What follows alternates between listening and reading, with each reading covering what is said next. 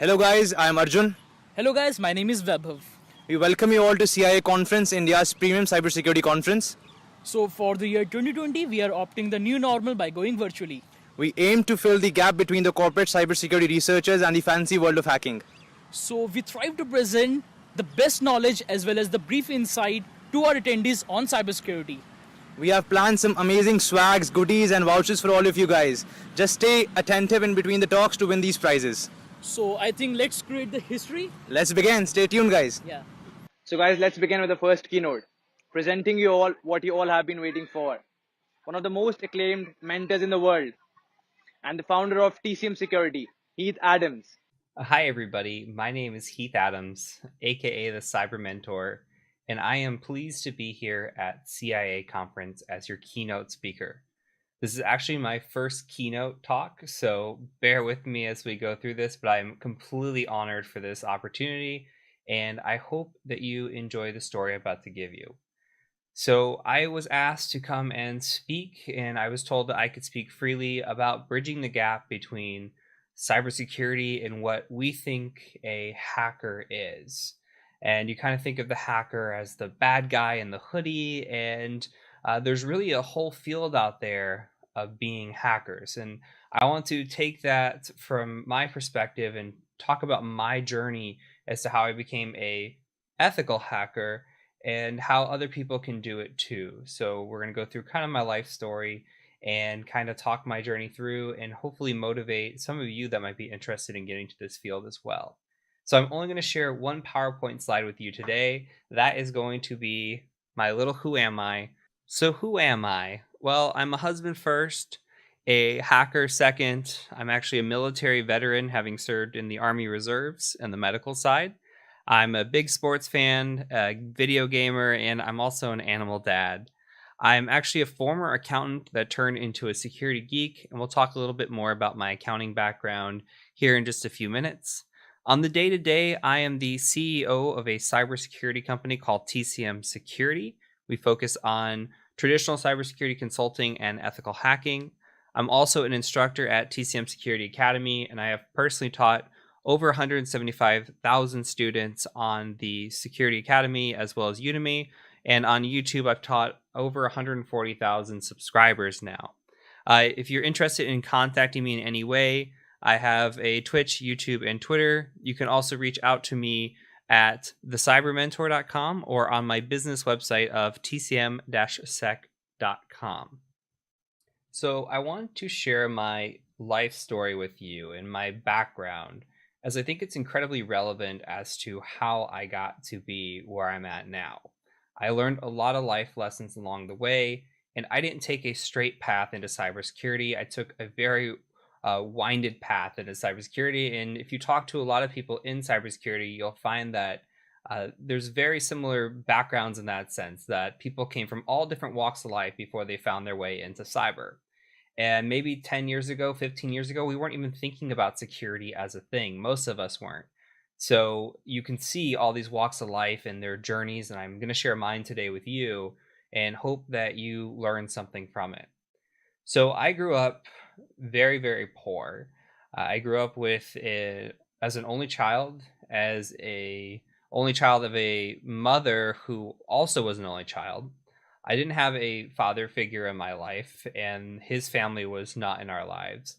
My grandmother, she passed away when I was 5. My grandfather passed away before I could even remember him. And with that being said, we didn't have any family. It was just my mom and I growing up, and that was really it. And because we grew up poor, I got to see a lot of different things and experience a lot of different things. I went to a school district where I was the minority.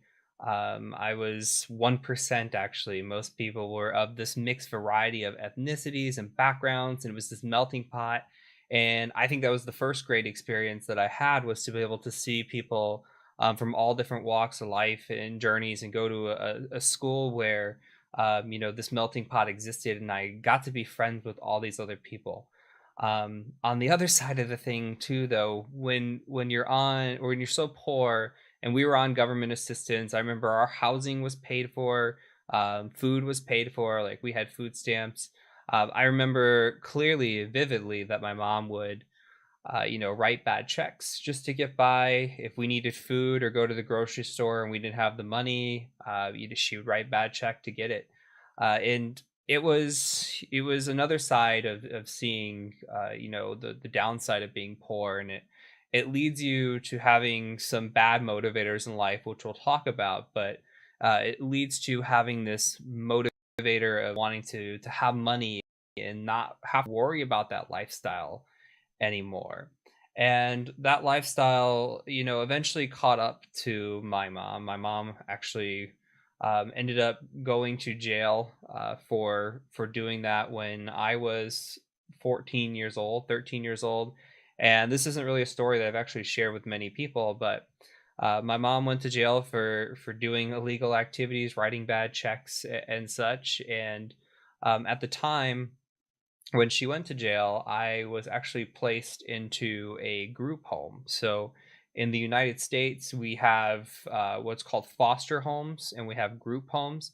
Group homes, in my opinion, is the worst of the two because you're actually put into this house with other individuals. In my case, there was 10 other individuals or 9 other individuals where they had committed some sort of crime in their past, or they had been to a juvenile detention center, and they were overall just people that were part of the system. So for me personally, I was coming from a background where I had never committed a crime, I had never done anything, and now I was in this household of this group of people where they had committed crimes, and we'd all come from poor, diverse backgrounds, so we did share some commonalities, and it was very tough getting situated growing up. And there were a lot of instances where I think I could have fallen off the rails. But my mom, I will give her credit, was always the one who pushed me to be something that she wasn't. So my mom was a ninth grade dropout. So in the United States, we go to school through 12th grade. She did not finish high school. She dropped out in ninth grade. I believe my dad also dropped out in ninth grade. My grandparents never finished high school either. They were immigrants, and so it was kind of on me to be the first generation to even graduate high school. But I remember my mom always wanting more for me. She wanted me to go to college. She wanted me to get a degree, to make something of myself. And I'm in this group home at 14. She does her time, she gets out, she gets me back, and I'm living with her again, and I'm about 15 years old. And I push through. I do okay in high school. I get into a pretty good college, a top 50 school in the United States. And I go away from school, and one day I'm coming home, and I'm home for a Thanksgiving break. My mom, unbeknownst to me, was actually into heavy drugs. So she was into heroin, which I wasn't aware about. This is something that was kind of new to me. But she actually overdosed while I was home for Thanksgiving, and passed away. She was in a coma for a little bit, passed away about a month later. So by the time that I was 19 years old, I was out of college, still very poor, still very fresh to the world. I didn't know much of what I was going to do, and I was placed into a situation now where I didn't have any family members because my mom passed away. I didn't really have a sense of purpose or a sense of where I wanted to be in life. And at that point in time, I thought of all different things that I could do to get out of where I was in, that position I was in. You think of the worst possible things. You think of, maybe I buy drugs and try to deal them. How do you make money? How do you get out of this mess? If you're a college student and you're trying to make ends meet, how do you work and go to school full time with no support while having to pay rent, while having to do everything else? And for me personally, it was a situation where I hadn't really had to pay bills before. I didn't really have to do anything. My mom took care of all that. So it was very much a culture shock, to the point where I had to drop out of the school that I was in and move to another college just to come back home and take care of the assets, take care of everything that was there. So even more starting to lean into that money motivator. I started becoming very motivated by money. How do I make money? Can I, like I said, can I deal drugs? Can I get jobs? What do I do to in order to get into this money? And growing up poor will do that to you. It'll motivate you to do things, and we see that even as an off tangent with cyber criminals now and COVID-19. There's an increase in criminal activity, and it's not just because everybody's at home. It's because a lot of these people, if they're getting laid off in their jobs or they don't have work, they're going to turn and look to a lifestyle of crime or something else in order to make money, and that's how we develop the bad side of hacking too. So money is a big motivator when you're poor, and you look at it in the wrong light sometimes, and that's what I was doing. But I was determined to finish college. I was very, very determined to finish college. I wasn't sure what I wanted to do with my life. I thought that I wanted to be a lawyer. I thought that that was my passion, or something that would be good enough for me on my end that I can make good money. And towards the end of studying, I had actually gotten to my senior year in college. I had taken my law school entrance exams. They're called LSATs here.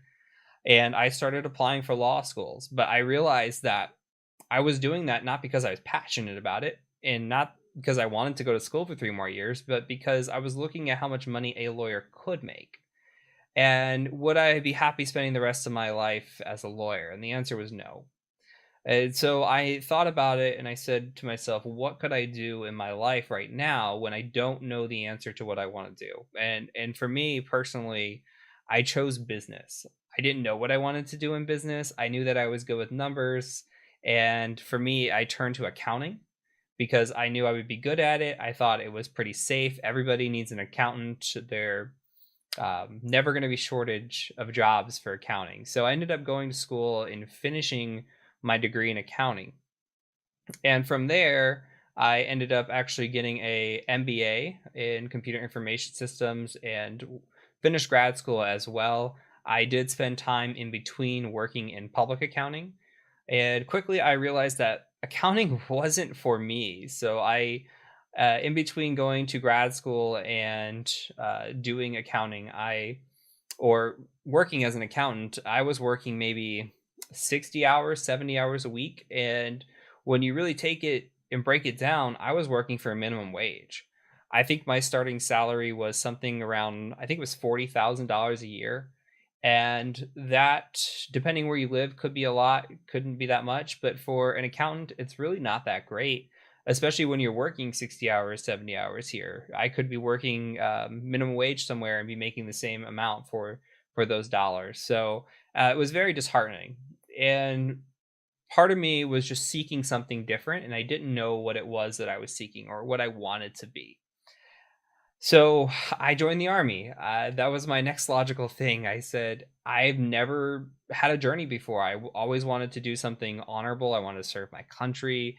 I wanted to get out. I'd never been on an airplane before. My first flight was actually to basic training when I was in the army. So I wanted to do something different.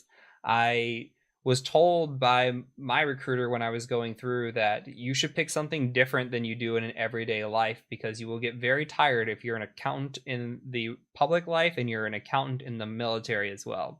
And I went for the reserves so that way I could still have a public career and work on my life and that side, and still have a service career as well. So I ended up choosing the medical field, and I had a great experience in that. When I came back, I went into my MBA program and I graduated that. And from there, I had decided I think I want to go into IT, but I wasn't really sure. So, a little bit of background into the IT side of things. I got a computer. I remember when I was 4 years old. I'm pretty sure my mom cut a bad check for that, but don't judge me for it.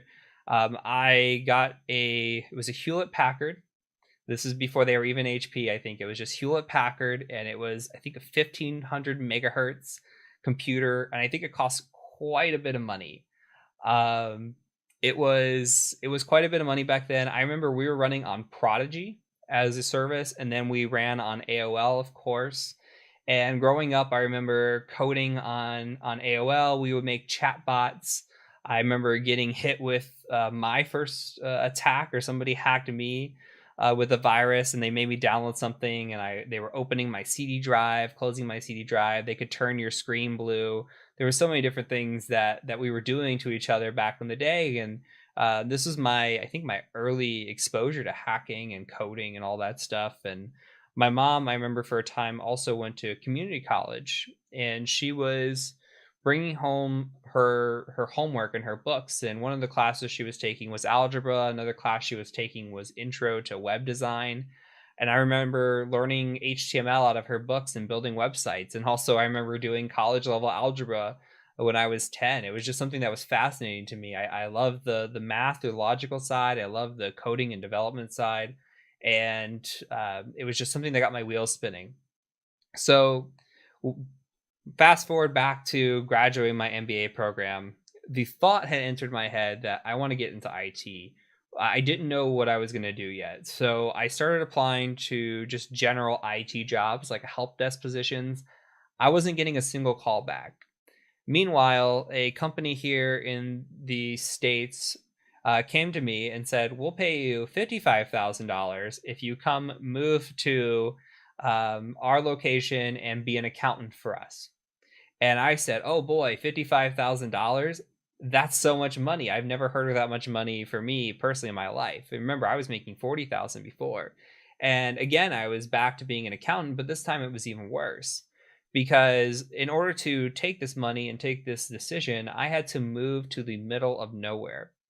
And I had the choice to move where I wanted. And I remember picking a location that had a Walmart here, so a big superstore that I could shop at, because otherwise everything was so remote and so country that there was just nothing. And my drive to work, just to put this into perspective, I drove 45 minutes each way to work on a 2-lane highway. So one car going this way, one car coming this way.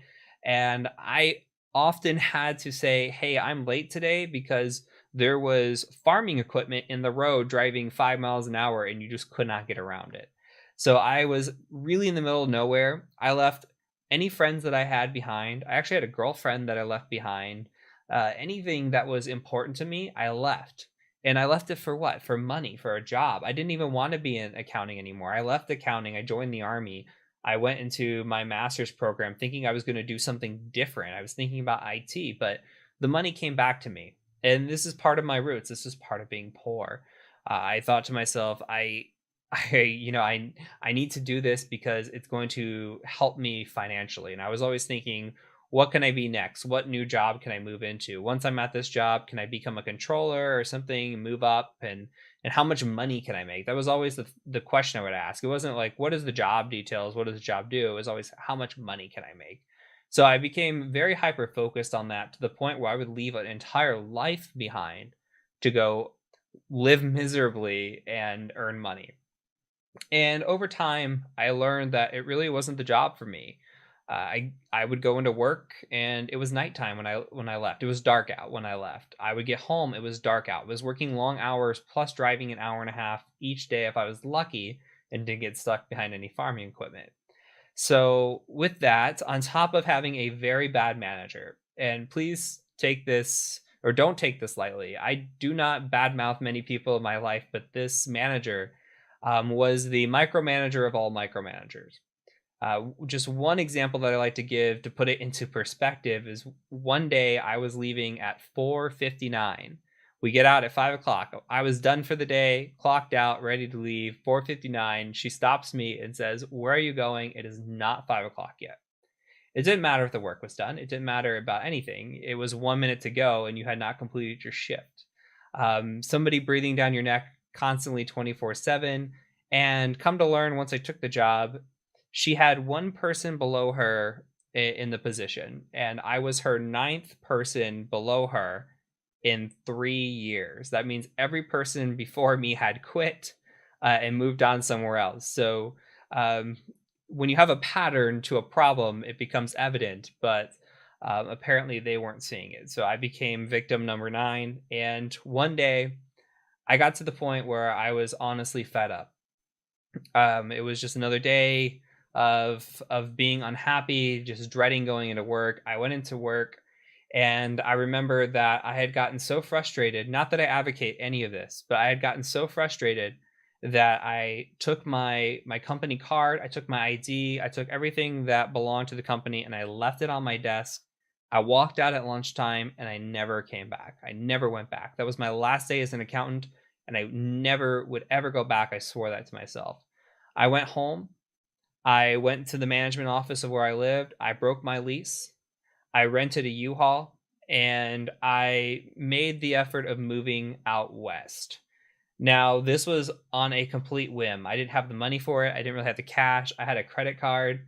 Thank you for that. Thankfully for that, but I had a very, very, very distant relative that lived in this town called Albuquerque, New Mexico. So I drove out there with all my stuff in a U-Haul. She was somebody that I found on happenstance on Facebook, and she said, "Hey, you can come, stay with me for a little bit, get on your feet." And when I got out there, it turned out that she unfortunately was on drugs too. So it was like another situation where I seemed like I couldn't get away from it. And I just told myself, I need to get away from this kind of environment. This is what I grew up in. It's not good. It's not healthy. And I got out of there as quick as possible. And I just thought, how am I going to hustle? What am I going to do? I started applying for jobs. And this is really one of the big life lessons that I learned on top of the money thing. But we're going to get into the money thing a little bit here down the road in the story. One of the bigger life lessons I learned is when I was applying for these jobs in IT, I was looking at help desk. I had no credentials. Okay. I had my MBA. It was in information systems. I had passion. I did not have any knowledge whatsoever. I had been using a computer since I was 4 years old. I was very well versed with computer platforms, troubleshooting, etc. to an extent. But I remember going into the application process and seeing all different types of jobs and their requirements, and they had, you need 3 years of experience, you need A plus, Net plus, Security plus, all these certifications that I just didn't have. And there was this one job where they offered $50,000, which was a little less than I was making. This was on the job description. They offered $50,000. They wanted 3 years of experience. They wanted at least an A plus and a Net plus certification. And I became very discouraged. I almost clicked close at an application, but something told me you need to apply to this job. And I did. I applied to the job and I actually got called back for an interview. And that was the time that I learned, that was my first lesson, that the job requirements are there, but it's not necessary. You can ignore them. Okay. You need to be the job requirement. You don't need to focus on the job requirements. You need to make yourself the requirement. You need to make the job want you. And we'll talk about that too. But when you're up against these jobs and you're trying to apply and get into the field, whether it be information security or anything, you're going to see these outlandish job requirements and just ignore them. Apply. The worst thing that can happen is they say no to you. That's the absolute worst thing. So you might get rejected. That's okay. You go and you apply to a different job or a different company. If somebody's interested in you, if you can make yourself a desirable candidate, they will overlook the job requirement or the experience requirement or certain certifications. So going into that interview, I didn't know what to expect. And I got there and they were asking me different types of troubleshooting questions. And some I knew, some I really didn't know at all. And they could tell, and they talked to me at the interview. They said, "I can tell that you don't know a lot." And I said, "That's true." And that's another thing too. During the interview, be very honest. If you're interviewing for anything, be incredibly honest. Don't try to BS any interviewer. They're going to know if you're trying to make stuff up, especially if they know the right answer. So what you need to do is say, "I don't know, but I will find out," and just be very honest. And when we got into the conversation, I said, "Look, I am here because I am passionate about IT. I'm passionate about being in this field. I don't know everything. I don't want to tell you that I know everything because I don't. And I will give you 110% effort, but I just need you to take a chance on me." And with that, I also offered them to pay me less. I said, "Let me prove to you that I can be your ideal candidate. I will take less money to be here and I will work my tail off, and I will be the candidate that you want. And they brought me back for another interview, and I ended up acing it, and I got the job. So their job posting was for $50,000 a year. I ended up getting a job. I think it was for 41.5, 42. So it was a pretty significant pay cut than what I was at with the 55,000, but nonetheless, I was now in IT. I was now at this job where I could be myself and I could learn about everything. And boy, did I learn about everything, because I didn't. When I got there, I thought I knew some stuff. I did not know much. I had to be taught what Active Directory was. I had to be taught what DNS was, DHCP, any sort of networking protocol. And it was just study, study, study all the time. So I made it a point that I wanted to get my A plus, and I did that. Net plus, Security plus, CEH. I did all that. I did all that while I was still at this job. And what I would do is, if it was slow, there were no tickets coming in, I would be studying. And if I would go home, I would study, because I knew I wanted to grow and develop. I knew I didn't want to be in help desk forever, though I didn't know what I wanted to be at that time. I knew that if I was going to get there, I had to do more than what I was just doing now. And I have a really good friend who would always tell me, he was my coworker from this job. It's actually where we met. He would tell me, "You're no fun. All you do is study. You don't want to play with me." We used to play like Tetris or do dumb stuff on lunch, and it became to the point where I was really motivated to just get these certifications knocked out that I even started putting my friends off a little bit. And he would just tell me these things. Hey, you're no fun. And it's true. Maybe you're not, but if it's something that involves career advancement, sometimes you have to be no fun. So it got to the point to where one day he and I were actually having a conversation, and he said to me, "Do you know that people get paid to hack?" And I said, "What do you mean? Like the bad guys?" He's like, "No, there's a whole field out there called ethical hackers, and you can get paid to hack into people." And I just thought that was absolutely crazy, because my whole experience has just been watching the movies and seeing the TV shows, and people are hacking into things, and it's always the bad guy. It's always somebody in a hoodie or a dark uniform, typing very fast, things running across the screen. Nobody ever explains it to you that there can be good hackers too. So a little light bulb went off in my head, and immediately I became fascinated. And I started going out, I started looking, and this is a great advice for anybody that's interested in anything. Google is your absolute best friend. Google is going to be your best friend throughout your IT career. But I would go Google things, and I would say, how do you become an ethical hacker? And I would look on Reddit. Reddit's a very great resource into finding out all kinds of questions. If you have a question, there's a chance that it's been asked on Reddit and somebody's answered it. So I looked and tried to just figure out what things I needed to do, or what did I need to study to get into this field.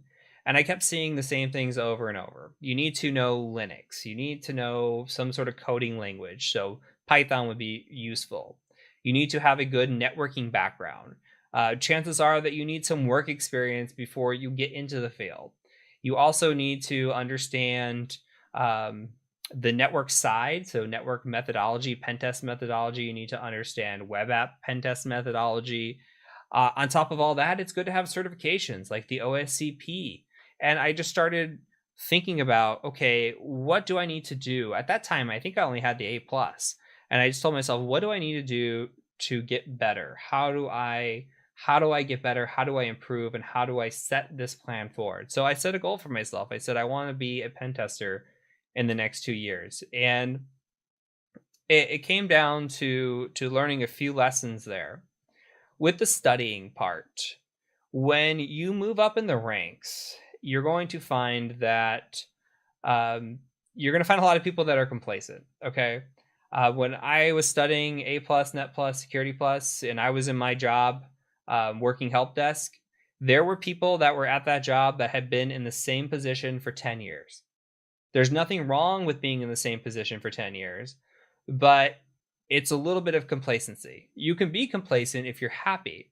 But for me, I wasn't happy. I wasn't the type of person that wanted to stay in the job for 10 years. I had goals, I had places I wanted to be.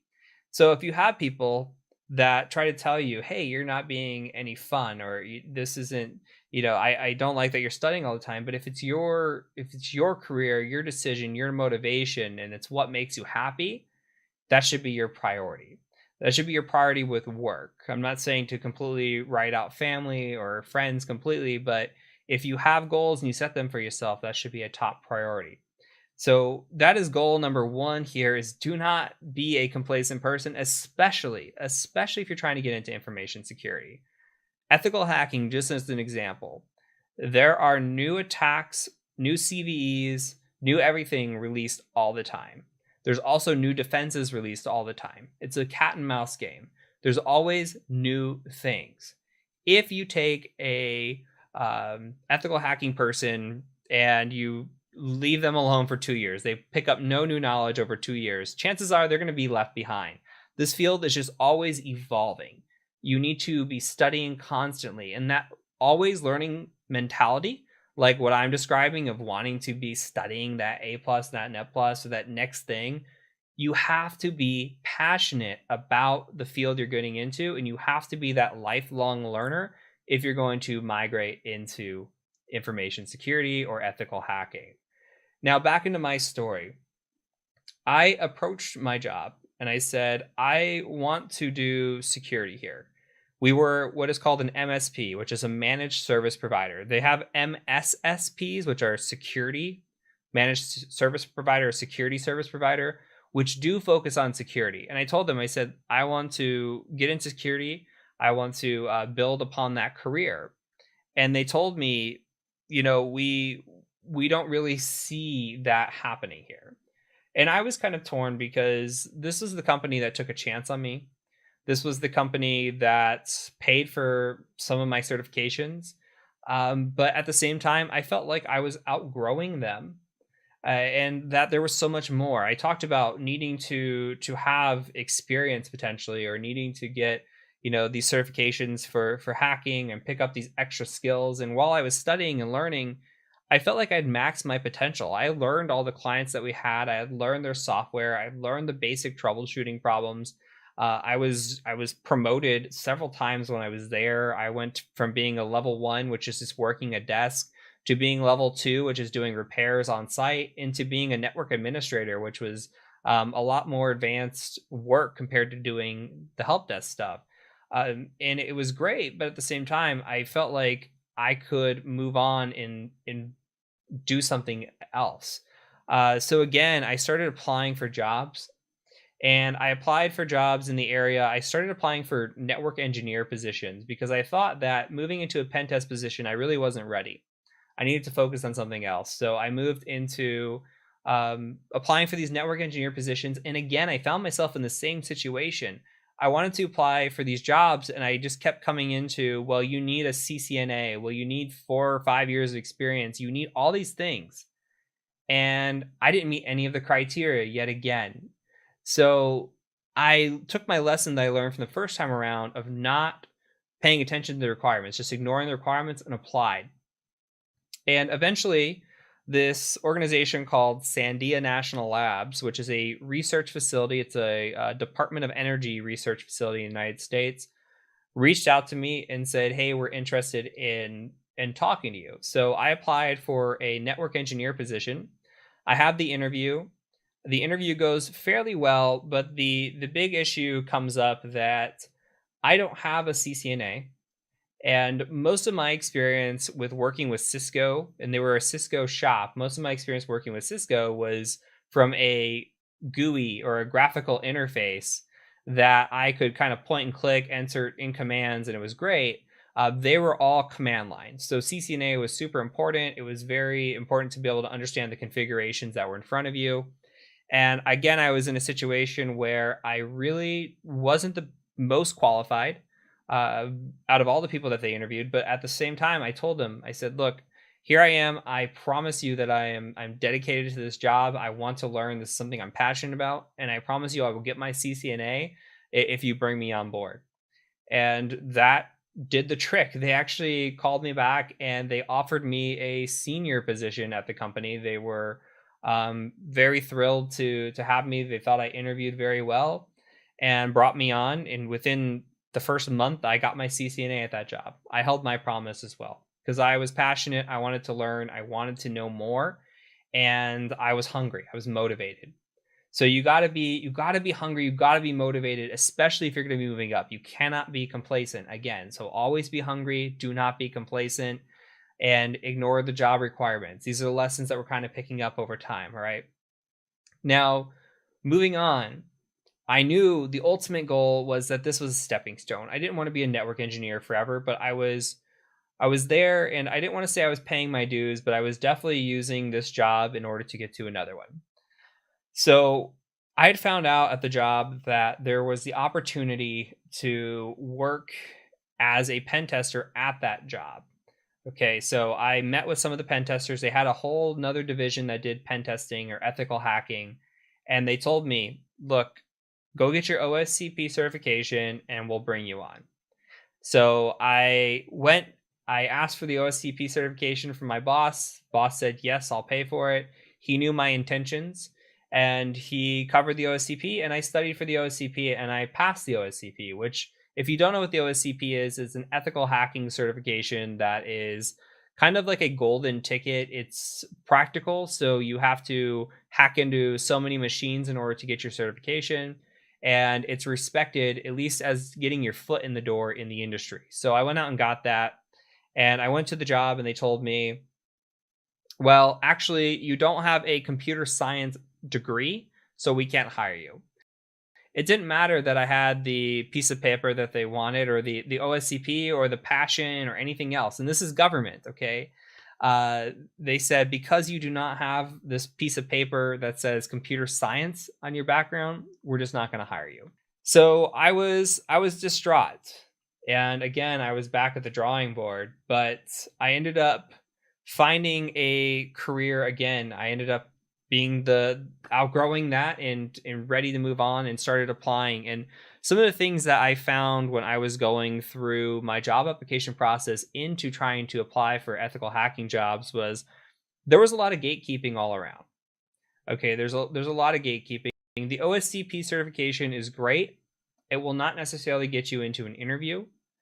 There are not many opportunities either. So for me personally, I had to be willing to move or go into other jobs. And that was a little bit stressful too, because I had a girlfriend or fiance at the time, and who's now my wife. But at the time, she had grew up in New Mexico. She had never left New Mexico. So convincing her to move with me was going to be difficult as well if we had to do that. So we get to this point where there's a lot of gatekeeping, and you saw gatekeeping too with the whole degree certification type deal. So it takes a lot of time and patience. Patience is absolutely critical, and networking is another thing that I think is critical. So if you are not networking now, you absolutely need to be. I was a part of a Slack group. I was a part of Discord channels. I was just, as a whole, out there and making friends with people. I was talking to people when I was doing my OSCP certification or studying for it that were also studying for it. I think that really helped. I would talk to people that were already working in the field. I would just get general advice. And when it came time to looking for jobs and applying for work, a lot of the chances and interviews that I had came from those people. So being able to network and establish those relationships and connections, super, super important. Now, eventually, I made my way into the field. I got quite a few interviews, and the interviews that I had in front of me were really, there was three of them. One was a job that was from somebody that I was networking with, and it was 40% travel, which is a lot of travel. You're gone pretty much every other week. Another job was a job where there was a good opportunity. It was completely work from home. I wouldn't have to move. But at the same time, there were 55 hours a week that I'd have to be working. The job would have no handholding. When I talked to the manager, he told me that you need to come in, you need to be prepared to work, and we're not going to really teach you anything. You just need to pick it up as you go. Personally, I wanted somebody to hold my hand and train me. I wanted good work-life balance, so the 55 hours a week wasn't going to cut it. And then I found a job where they said, hey, you're going to have to move. You'll be remote most of the time. You'll work from home. But if you have to go on site, you have to be near us. But at the same time, we'll pay for your training. You're only going to work 40 hours a week. And we're going to teach you. We're going to train you. We're going to make you into a better pen tester.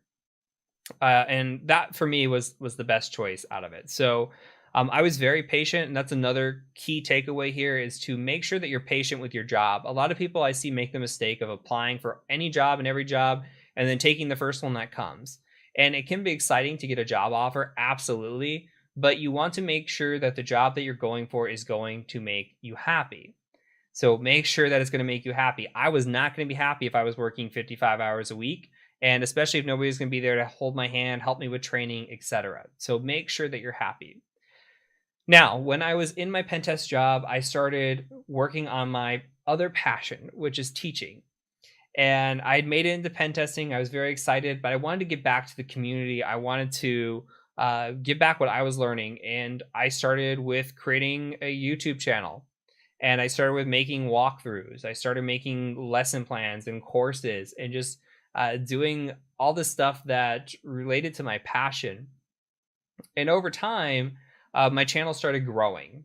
And I think I told you at the beginning, we're somewhere, I think, at 140,000 subscribers. I mean, it grew pretty significantly to the point where my write-ups, my walkthroughs, my video content, people were starting to recognize my name. People were starting to come to my job, and it had been a couple of years since I had been at my job now, but they were coming to my job and they were saying, hey, Heath works here, right? Can we get Heath to do our pen test? Because we know who he is and we like his style. We want him to do our pen test. And I wasn't seeing any of this action. I wasn't seeing any money, no referral bonuses, nothing. It was just like all these people are coming in. So the wheels start spinning for me that maybe it's time that I go into business for myself and leave this side behind of working for somebody else. And that's what I did. I went into business myself. I started this training academy. I started doing courses. I started doing client engagement work and migrated into being my own self person.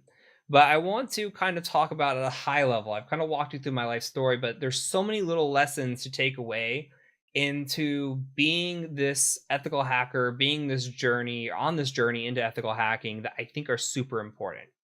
So we start back with the beginning where we talk about you need to ignore the requirements. Okay, if you're applying for jobs, you want to get into this field, ignore the requirements. And if you wanted to get into this field too, Google is going to be your best friend. If you want to be a hacker, do the research, understand what you need to do. You can actually ask dumb questions in the cyber community. If you do not do your research and you go into a community and you just ask a question, I'll give an example, by the way. One of the questions was that somebody has taken the time to email me before is what is the password to log into Kali Linux? Which it used to be root Tor, and now it's just Kali. Somebody took the time to email me that question. And this has happened on at least 10 occasions, by the way, if not more. But they could have gone to Google, asked that question, and figured it out. So that tells me that you're not putting in the work or not doing the research. And we get these questions all the time. So make sure you're doing your research and you're using Google effectively and you're creating a life lesson plan. Once you start to understand the plan that you want to take and the path that you want to go down, then start applying for jobs that can get you there. Like help desk is great. SOC analyst jobs into pen testing, great. Network engineer, great. But you have to understand the requirements of what you need to do to get here. If you want to be a good hacker, you have to have a Linux foundation. You have to have somewhat of a coding foundation. You have to have a network foundation, and then you build upon that. You start to understand the methodology. You start to understand the different types of network attacks and web app attacks and wireless attacks, and you build upon it. I'm not here today to tell you XYZ, this is what you need to do. There's research that can be done for that, but I'm telling you the huge career advice that I can give you into getting into this field. The next best thing here is complacency. Please, if you want to be successful in this field, do not do it for anybody else but yourself, and do not be complacent. Okay. Couple things here. You will encounter people that will tell you you're studying too much, you're doing too much. You need to take some relaxation and hang out with me, and that's okay. It's okay to do that as long as you do that in moderation. But do not be like the people that you see that are in the same position for 10 years and have no desire to move up. Because if you're in this field, you need to always be studying. You need to always be thinking of the next thing. Now, I told you we're going to talk about money. We're bringing back money. Money is a huge motivator, but you have seen now that I haven't talked about it since I was talking about accounting. All the way that I got through accounting, I was talking money, money, money, money, money, because that's all that was on my mind. When it came to ethical hacking, it was just, what can I study next? What's the next thing? I love this field. I'm passionate about this field. The money's fantastic, by the way. In the United States, my first job was $102,000 a year. When I left that job, I was making $140,000 a year. The money's great, but it was never something that was even on my mind. Like I was so passionate about hacking. I was so passionate about IT that it was what I really wanted to do. And we see in this field, we see a lot of people make the mistake of using money as a motivator. Or the other motivator is that hacking sounds cool. It just sounds awesome. It is awesome. It's sexy. It's great. It makes a lot of money.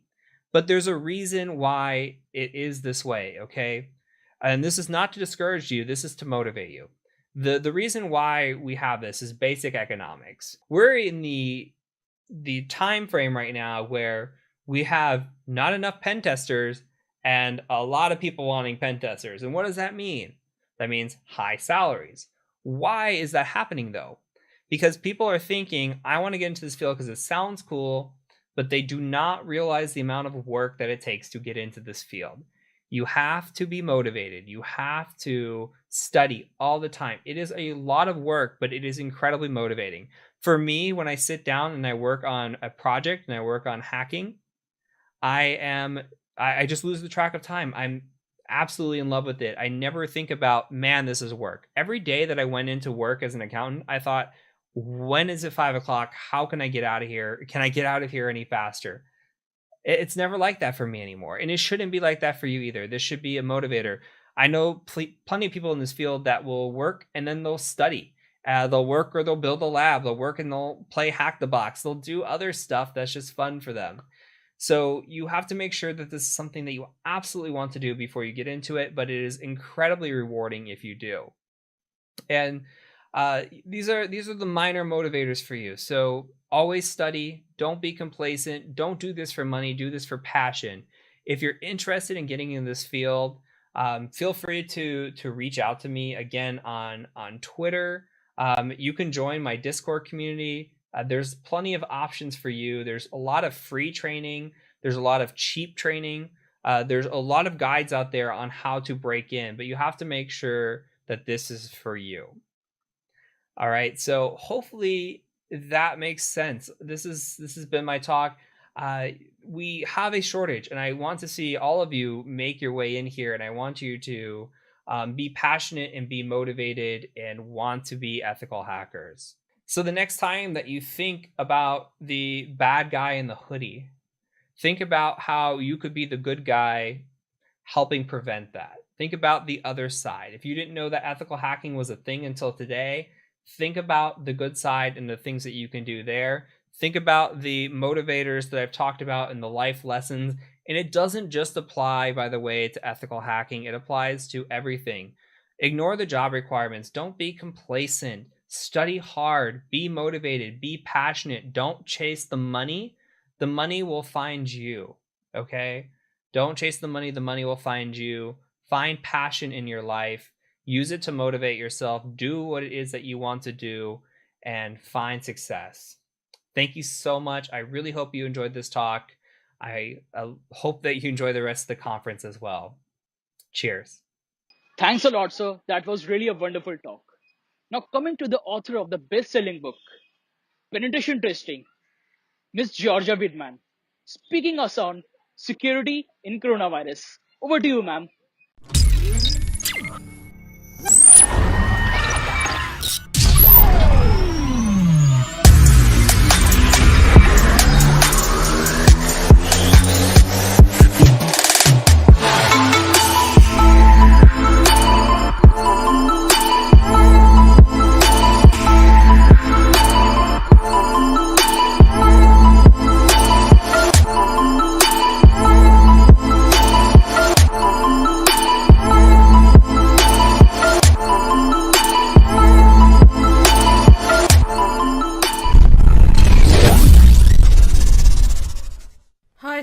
CIA conference. It's Georgia Weidman here from the United States, and I'm going to talk to you a bit about security in the time of COVID-19. Mobile security comes home, as I call it, but really this isn't anything particularly different because this is the same sort of stuff that I've been talking about for a really long time. It's just the world is, shall we say, kind of waking up to the issues that have been issues for 20 years at least, ever since people started using their own devices, ever since mobile devices came around. Then we got IoT and all sorts of cloud apps and, all the things that we use to be productive. It just suddenly became, I guess, the only way that people were able to be productive when they had to stay home. So people started perhaps to think about the security of them. So I'm going to talk a little bit about that today. It is kind of going to be US-centric since that's where I am, and while typically I travel a lot, I have not been able to travel this year at all, really. I came back, I went to New Zealand, and then I went to the RSA conference in San Francisco, and then I went home, and then we were locked down, and I've not traveled since then, so I'm sure things are somewhat similar, somewhat different in your own environments, but regardless, we can hopefully take some things away from this that you can, bring to your own understanding of security and the security of your own enterprise and your own home, because now more than ever, the security of your own home, which is likely your workplace, and, the security of all the other devices there, your children, your spouses, anything else that's connected to your network, have become even more paramount in terms of the security of your organization where you work. So, let's see what I've got. All right, so this is basically stolen from Cisco. You can tell because of the blue boxes, but this is kind of the idea of what IT and security think of when they think of the network that they're in charge of securing. I mean, obviously, this is a two-dimensional image, so it's going to be flat regardless. But, even if you're thinking, lots of different sites and whatnot, it's still, the idea has always been, I think, in security, at least in, what I've seen in terms of, what we need to secure, what we need to test, where we need to put our security budget. It's always been very, very perimeter based. And that being, we need to control what's coming in and what's coming out of our network. So we put a lot of our security at that perimeter. We put our next-gen firewalls, our intrusion detection, intrusion preventions, all those things at the perimeter, and perhaps maybe ignore is too strong a word, but tend to overlook a lot of the other things that come into play in a modern security environment. Certainly now when we're all working at home, but it's been, like I said, a problem for a long time, and we have likely all have our own phones. A lot of us are using our own laptops, so on and so forth. So, those are things that may never actually come into the security perimeter and yet are going to be handling potentially sensitive data, or they're going to leave the security perimeter and come back and potentially not be in a good state and now be able to access things inside the perimeter, leave again, with that data. Again, well, I have a slide for that. So reality, this is, aside from adding zoom to this is actually a slide I've used for a long time, because again, this has been a problem for a long time, because this is just, this is not how we have worked in a really long time, unless you're in a very, very specific, environment where, it is all like that. But, as we've seen for years, productivity is very limited, in this environment. I mean, it was nice, looking back, and it's like, oh, you come home from work and then you don't have to think about it again until 8 o'clock the next morning. But at least for me and, everyone I know, that has not been how we worked for a really long time. We've gone to conference, we've gone to customer sites, we've gone on vacation and worked there anyway. We've often go to meetings at somebody else's site and, had to bring up, data from, for a demo or something. So, I mean, our data and our security posture has long since left the perimeter. But again, in COVID-19, when we were all suddenly at home, a lot of people who did not really have a security plan for this, suddenly had to deal with it. So our reality is, indeed, we're not traveling now, but our work sites are now our homes, which, that's an airport, one would presume, but, we're not in the airport. We're probably not as much in the coffee shop either, but, we are in our homes, which, may or may not have the best security ever. As a security person, as a penetration tester, I like to say that my home security is the worst because I have tons of vulnerable devices on the network by design because I'm testing them. So there's all sorts of stuff. Or, I'm building a class and I've got, vulnerable systems that I created for my students to be able to, hack as beginner hackers, just learning. And, they're live on my network, just hanging out. So yeah, I've definitely, even me, as a security person, over the years, I've had to, come up with ways to, have those insecurities live alongside, the necessary security of, working with customer data and, working with customers who, expect a certain level of security. And now that's true of just about any enterprise. It is now at home, and we have to somehow have some sort of security in the home when we've focused all our security on, our core network itself and its perimeter, whereas that is for many companies now just basically a data center at best. So, we've had cloud apps for a long time. Cloud apps are great. They are, great for productivity. You've always kind of had either we, roll our own email and then we have to secure it ourselves, which, has varying success, or, we get Microsoft or G Suite or something like that. And then we are, anytime we're using someone else's platform, we are relying on them for the security. And, we're hoping that they're doing all the right things because the cloud service out there, it's just a bunch of, boxes in the cloud. So, they could fall victim to, all the same security issues that we fall victim to in our own, both home and work scenarios, bad passwords, getting phished, not patching, when there's vulnerabilities. And of course, there's always the possibility of, 0-day vulnerabilities in any of that software. At this point, I feel like that's something we just have to accept is going to happen.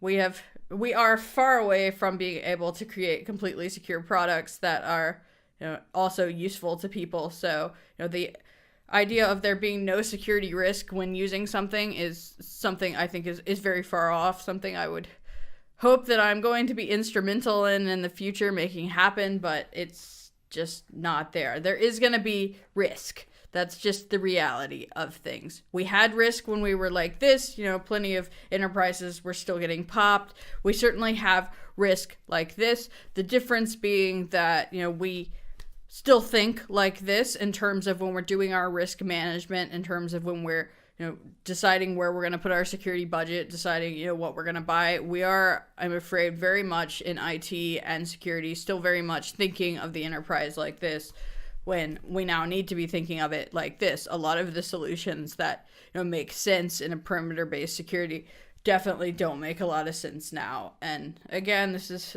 really nothing new. We have definitely been moving drastically in this direction for a long time. We've been using cloud apps for a long time. It didn't start with COVID-19. I had used Zoom for a long time and a lot of other platforms. I pick on Zoom because they're the ones that I guess are getting the biggest share of the market, but you can do meetings on G Suite or Microsoft Teams or any Skype, any other number of these as well, and we have been doing it for a long time. One of the great things to come out of COVID-19 is maybe we'll stop having to go downtown for meetings that we could have on Zoom and then not have to drive for an hour or even more. I hear you guys have even worse traffic than we do, so there's that. All right, so threat model. So this is a phone, but really you can think of it as any, modern device, even a laptop. One of the things about these devices that, we don't really think about in terms of if they're just going to sit here is how mobile they are, hence the name mobile, I suppose. But, they do move around. They go to different places, perhaps not so much anymore in COVID-19, but, they are moving outside of, the network that is owned by security. You know, they're probably on a home Wi-Fi. And for each of your employees being on a home Wi-Fi, you don't really know what the security of that Wi-Fi is, what the security of the other devices are. So really the threat model is all the things that are around it as well as the device itself. Whereas, you know, in this sort of scenario, we can control the things that are around it to some extent. We can control the perimeter, but, you know, it being moving around the world or being in someone's home that is not owned by the enterprise. I mean, unless the enterprise is going to show up and, you know, redo everybody's network and throw off all the kids' laptops so they can't do their schoolwork anymore, throw off all the IoT devices that everybody's bought, throw off all your personal devices, or, you know, do security assessments upon them. You're basically looking at, you need to treat every employee device as though it's in a zero trust environment, as well as the device itself being zero trust because it's likely owned by the employee or managed by the employee at least. So, you know, you don't really know, you know, what else they brought there. So, I mean, I have some examples on here. Malicious applications, certainly, you know, we've tried, you know, blacklisting, whitelisting, you know, what have you, to try to make it so that there are not malicious applications on the devices. The carriers themselves, you know, try their best. The app stores do a pretty good job, but I mean, it's certainly possible that there's going to be some malicious application on a device or on the network that is listening, and you have your employees doing potentially sensitive work in that environment. You know, certainly, you know, devices being stolen, someone having unauthorized access to it. Phishing is a big deal. You know, it's been a big deal for a long time. We've mainly focused on email, but, you know, with the advent of these devices, there are myriad other ways people can be phished, which we will talk about in a little bit. All the ways they are connected. So, you know, these things have a lot of connections. So, I mean, even just, I mean, the laptop has Bluetooth on it. The phone has near field communication, Bluetooth, all sorts of different things. They also hook up, you know, to the mobile carrier, to the Wi-Fi probably at home instead of the corporate Wi-Fi. You may be using a VPN, but nonetheless, you know, what about the data that's going out, say, through the mobile carrier? So there's lots of different connections, and we don't control them. So that's where that perimeter-based security is really falling down right now, because, you know, the devices are not inside the perimeter at all now. So, you know, we're not really able to, with a perimeter-based model, we're not able to do anything in terms of monitoring that in and out connection, because, you know, at best, you know, we're VPNing in, but, you know, what happens the rest of the time? And, you know, that's just one device. You know, the ecosystem that comes with the device, you know, I've mentioned, you know, the rest of the network, you know, your spouse and your kids' devices, you know, the IoT devices in your smart home, you know, your neighbors who might have, like, cracked your Wi-Fi password, because that happens. So, I mean, you've got all that as well, but just talking in terms of a single device, you know, they're perhaps unprecedentedly hooked up to the cloud themselves, you know, without the user really having to do anything. There's tons of other devices that come with, you know, the single employee-owned device. You know, you think of all the ways, you know, the cellular infrastructure itself, the Wi-Fi network, you know, the home Wi-Fi network is hooked up to, you know, whoever their vendor is, and, you know, they've got boxes in the cloud that might be missing patches or have bad passwords, or they might have employees who get phished. You know, they fall potentially to the same security issues that the rest of us do. Same with the cellular infrastructure. I mean, that signal goes out to some antenna somewhere, but it does go out to, you know, a bunch of boxes that are in the cloud that are owned by the cellular network that employee uses. Security, question mark. And then, you know, we've got, you know, any of our enterprise setups that we have. I mean, a lot of people already had enterprise mobility management, mobile device management, lots of different stuff for productivity, for mobility. Again, you know, COVID-19 has just really brought this to the forefront. It's not anything that hasn't long since been a problem. I mean, most enterprises had bring your own device. Most enterprises had employees that were working from home, or working from a client site, or working from the airplane, or working from the coffee shop, long before COVID-19 hit. It just, like I said, has kind of brought it to the forefront. So any of these, enterprise services that we use, if we have enterprise mobility management, again, we're relying on the security of, the backend infrastructure of that vendor. And same thing for, if we're using email, file share, our app stores, if we have a corporate app store, things like that. I mean, they're all basically somebody else's problem in terms of security and risk that we have to accept. So, we're, I guess, unprecedentedly vulnerable right now. And really, I think, have to start thinking about things a little differently. Zoom. Okay. I've heard that in India that the Brady Bunch was huge. When I first got this picture, I was like, but this is for India. Did they even watch the Brady Bunch? But I've heard that you guys really love the Brady Bunch. So, the Brady Bunch intro, and it's basically Zoom, right? So Alice just needs to turn on her camera, and all the problems we're all having on Zoom, even being really technical people and having used Zoom. I've used Zoom and the other ones for meetings forever. I hate to drive, so if I can do it online, yes. But, it seems like every single conference call, somebody's having some sort of problem. So, yeah. But, like I said, I'm picking on Zoom just because, they're the ones that are getting, I guess, the most press and the most market share. I mean, certainly Zoom made a lot of money and had a lot of customers before this, but it certainly has been a good time in the market for them, but perhaps not a great time in the market for security for them. So actually, I'm going to read this because I got some statistics for this. So according to Gallup, in March of 2020, in just 2 weeks, we went from 31% of Americans working from home. So that's already a pretty big number. The fact that we weren't really thinking too much about security outside of the perimeter when we already had 31% of people working remotely is kind of sad. But it went up to 62% in just 2 weeks, when the lockdown started here in the US.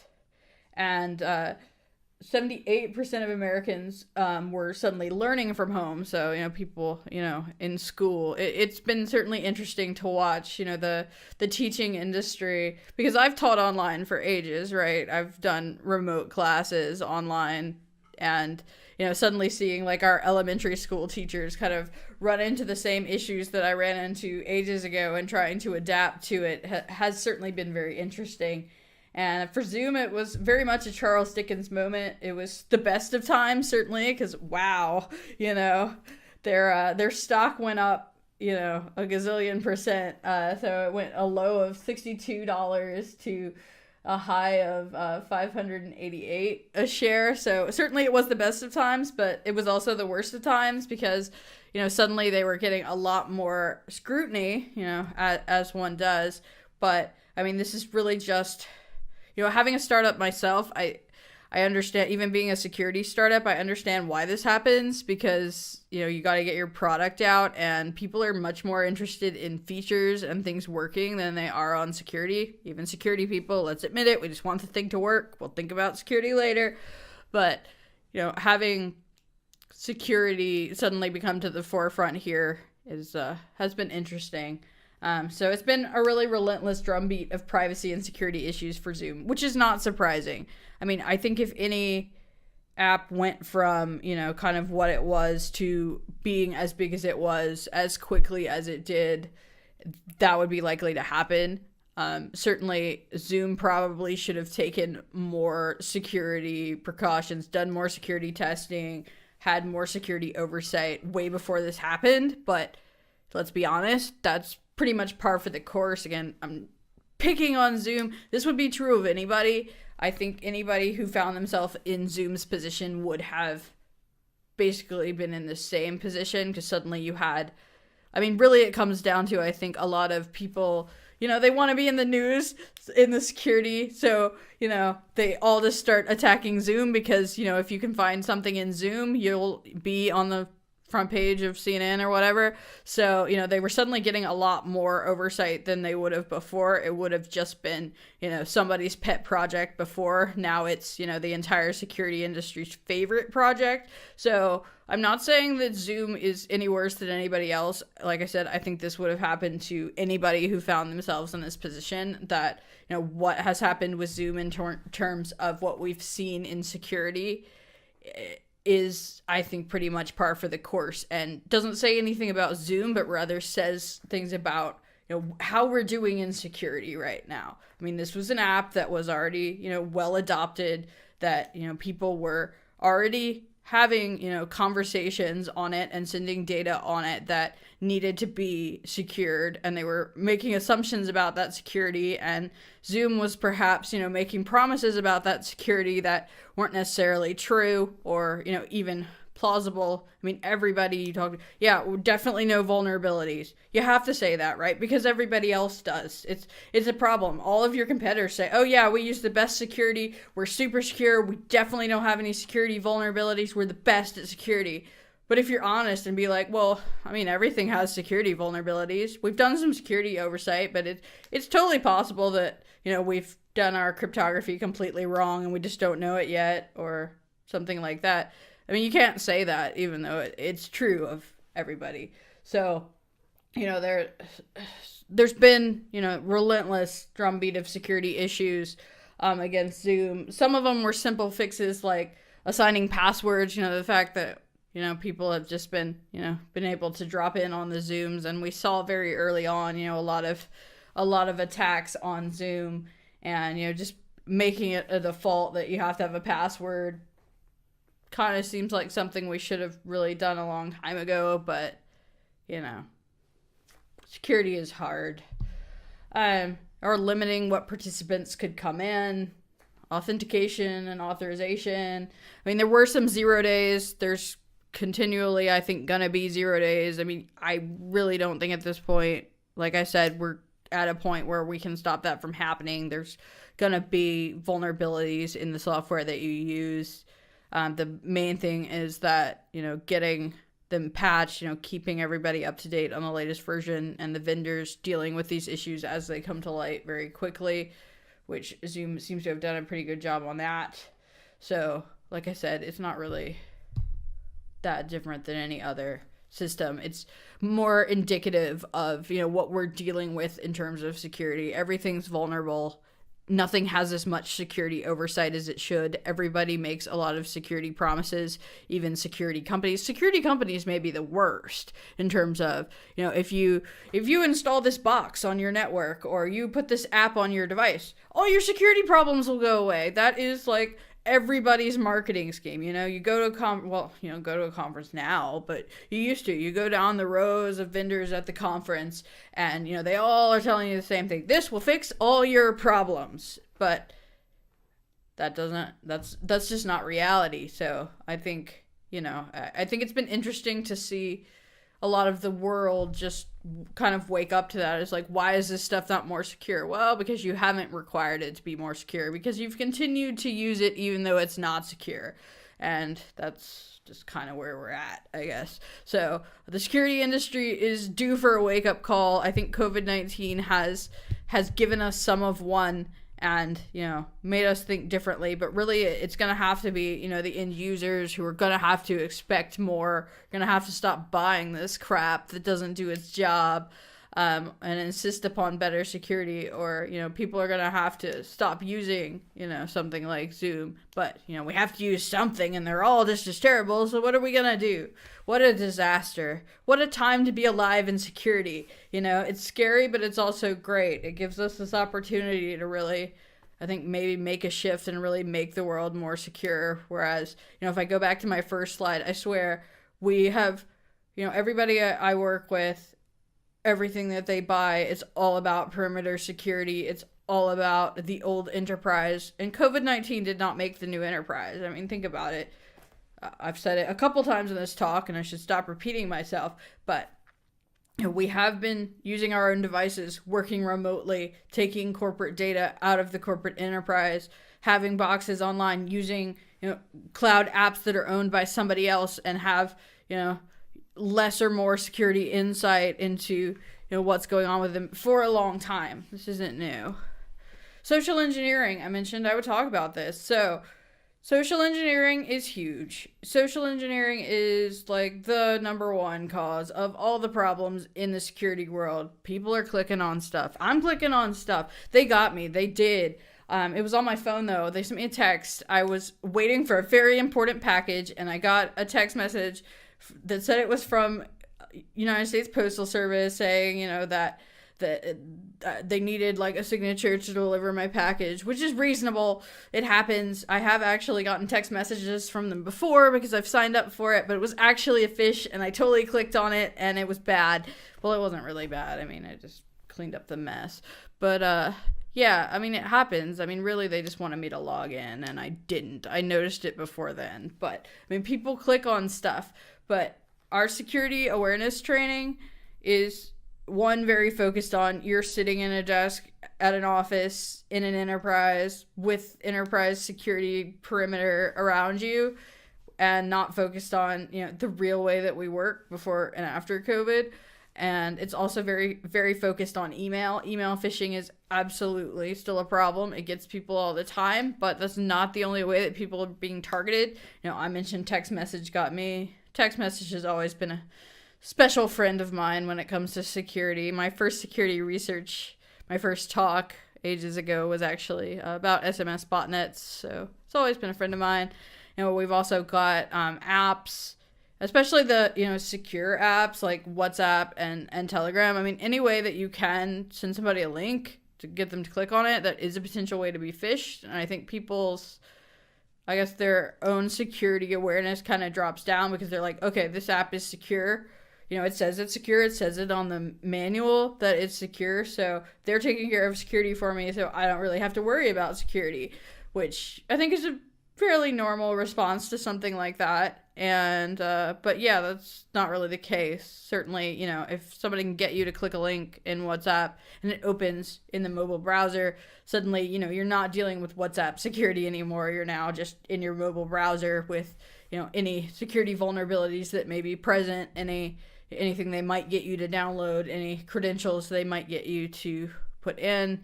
I mean, I've got some other examples on here, near field communication, Bluetooth, QR codes are always fun. So yeah, I mean, social engineering is big. It's been big for forever. It's just going to get bigger, but we in security really need to, I think, wake up to the fact that it's not just email. And security awareness training is good. We should keep doing it, but it's not a panacea. We really need to be doing more, and we need to be doing more outside of just, teaching people about email. We've got to be teaching them about all the ways they might be targeted. And I really do believe in phishing simulations. And I believe in them not just for email and using things like text message, or putting up a QR code. I mean, I've done these things with my clients, put up a QR code for the restaurant downstairs and, get them to download the app for the restaurant, but it's really my app, just like an attacker might. And, the results are somewhat interesting. So what can we do about this? I can't just be all doom and gloom, security is terrible, the world is ending. So, our problem is indeed that we have focused too much on the perimeter, and I'm probably running out of time. I don't even know how long this thing is supposed to be. No, I've got time. So, we've got things that we do in terms of, security, and, some of them have been with varying success able to move into, our COVID-19 life, which was, as I've mentioned a couple times, it was really our corporate life already. And I think that, we are going to have to do a bit more, but, let's talk about it. The main thing being, I had the list here, you've probably got some of these: mobile device management, enterprise mobility management, mobile application management, system isolation.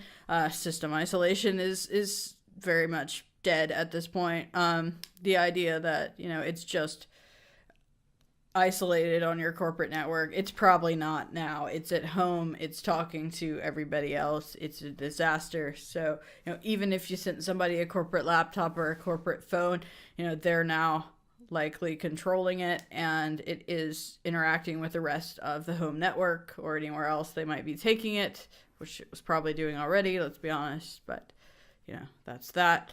But I mean, the main thing being, I mean, we really have got to focus on the endpoint itself. But the problem with endpoint protection is it kind of assumes a good state to start with, which I mentioned a couple times. We kind of need to be zero trust about this.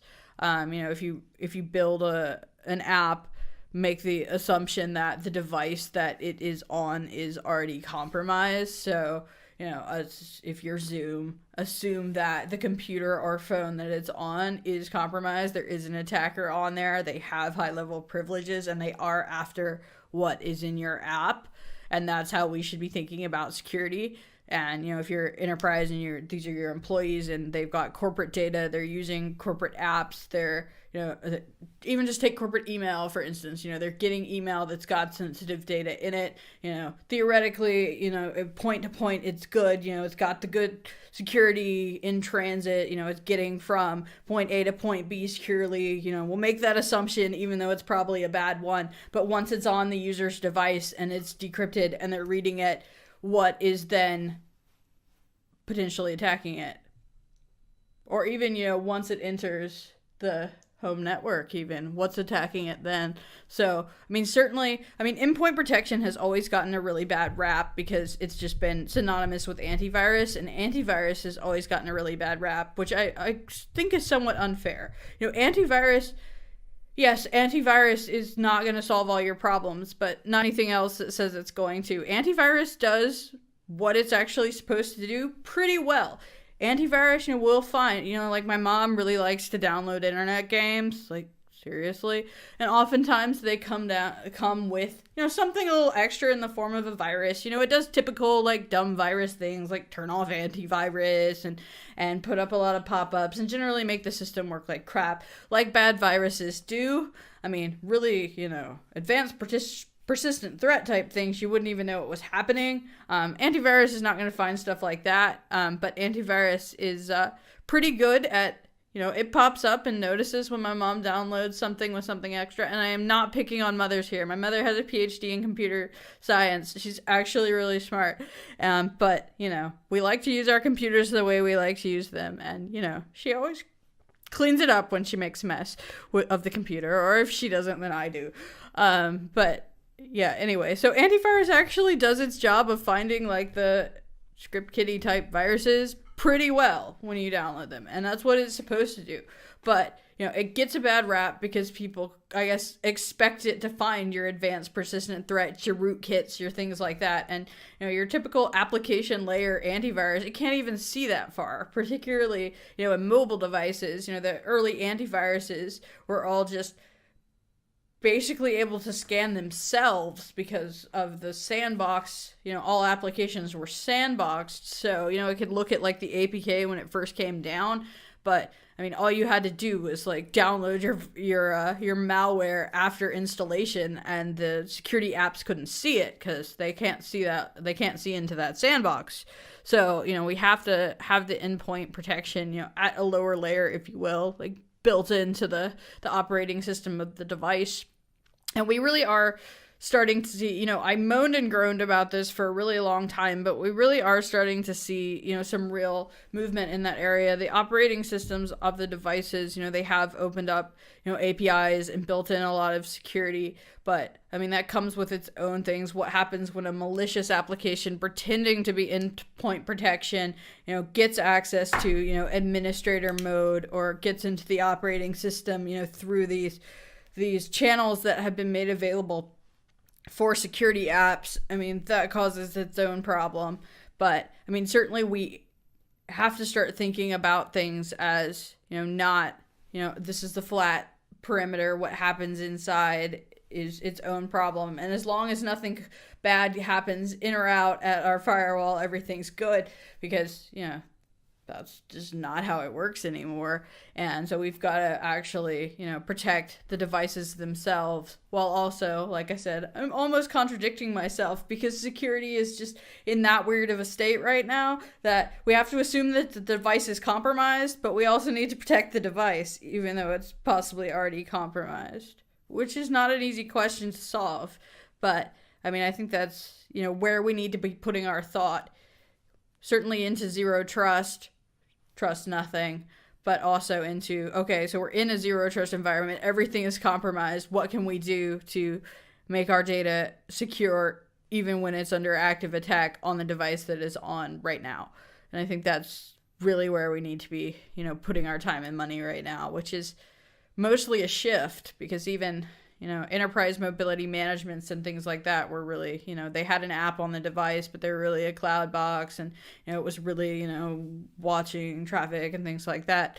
So yeah, it's even within the mobile security realm, it's going to be something of a paradigm shift, I think, in order to get this right.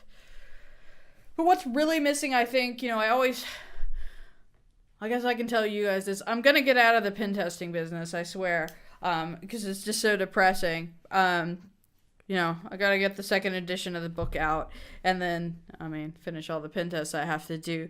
But what we're really missing in the world is security assessment.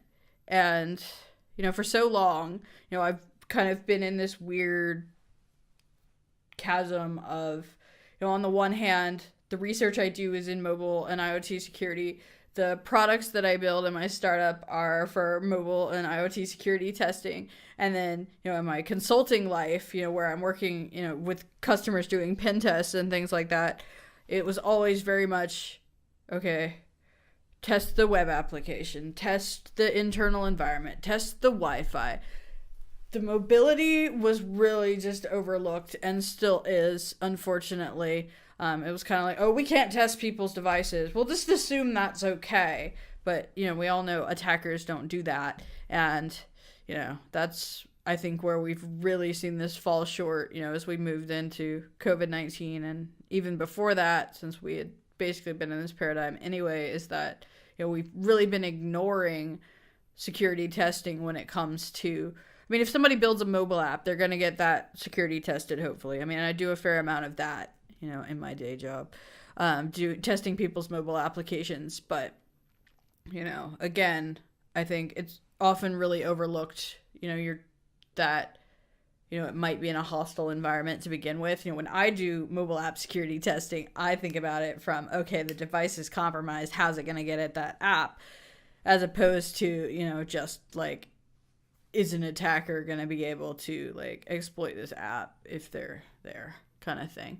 So I think, we've done security testing there. Well, some people have, but we've really ignored what is the security implication of a compromised mobile device or somebody's own laptop being compromised at home. What is the risk to our organization if somebody's smart TV is compromised and it's on the same network and suddenly starts attacking other devices on the network, and you've got what are essentially corporate assets but are owned by the employee on that network?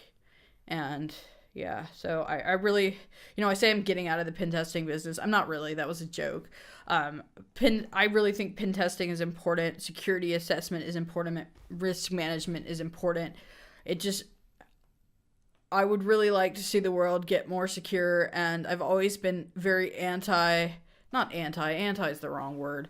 I've not been anti-preventative technologies like enterprise mobility management or antivirus or anything. What I'm against is how they market themselves, which I talked about previously, that, if you install this, it'll make all your security problems go away, because we are so far away from that. And like I said, that's what I'm going to do. I'm going to totally pivot my entire life, and I'm going to build preventative technologies that actually do secure things, actually do a good job. But, like I said, I got to finish my book first. I got to finish this talk first. They've only wanted this thing for 3 weeks. It's an interesting time to be a security person. I have so much work. Everyone around me is like, oh, unemployment. What are we going to do for food? And I'm like, man, I've got so much work to do. I don't know how I'm going to survive. So first world problems indeed is where we're at in security, that we just have so much disaster we have to deal with that, so there's that. But anyway, I have gone very tangential. It is very hard to record a talk and do it seriously when you're sitting at home in your bathrobe.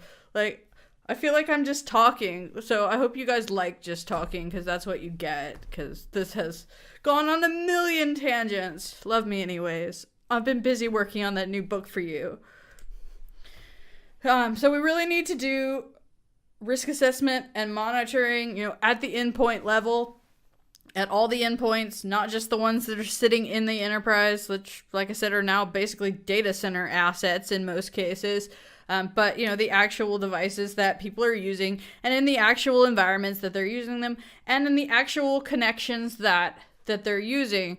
I mean, for a long time, we've really only focused on, Wi-Fi and the wired connection in terms of, monitoring traffic. But, if stuff is being attacked or sending out data potentially through like Bluetooth or the mobile modem, near field communication, any other way that these guys communicate, I mean, Zigbee, things like that. I mean, certainly the attacker would have to be somewhere around. But what it could be like, my phone is compromised, it's attacking over Bluetooth to my laptop's sending data out to my phone throws it out over the, say, the mobile modem, and then it's gone. And not, even if we were using the VPN to secure the Wi-Fi, and it was a good VPN and it did its job, nothing saw that happen, and it's gone, and it happened. And I think we've been very reactionary in security in that we say that, oh, this obviously isn't happening because, it's not on like the Verizon data breach report. And it's like, well, is anybody actually looking? Is anybody monitoring this happening? Well, no. So how do you know it's not happening? Because you haven't seen it when you're not looking? Bad.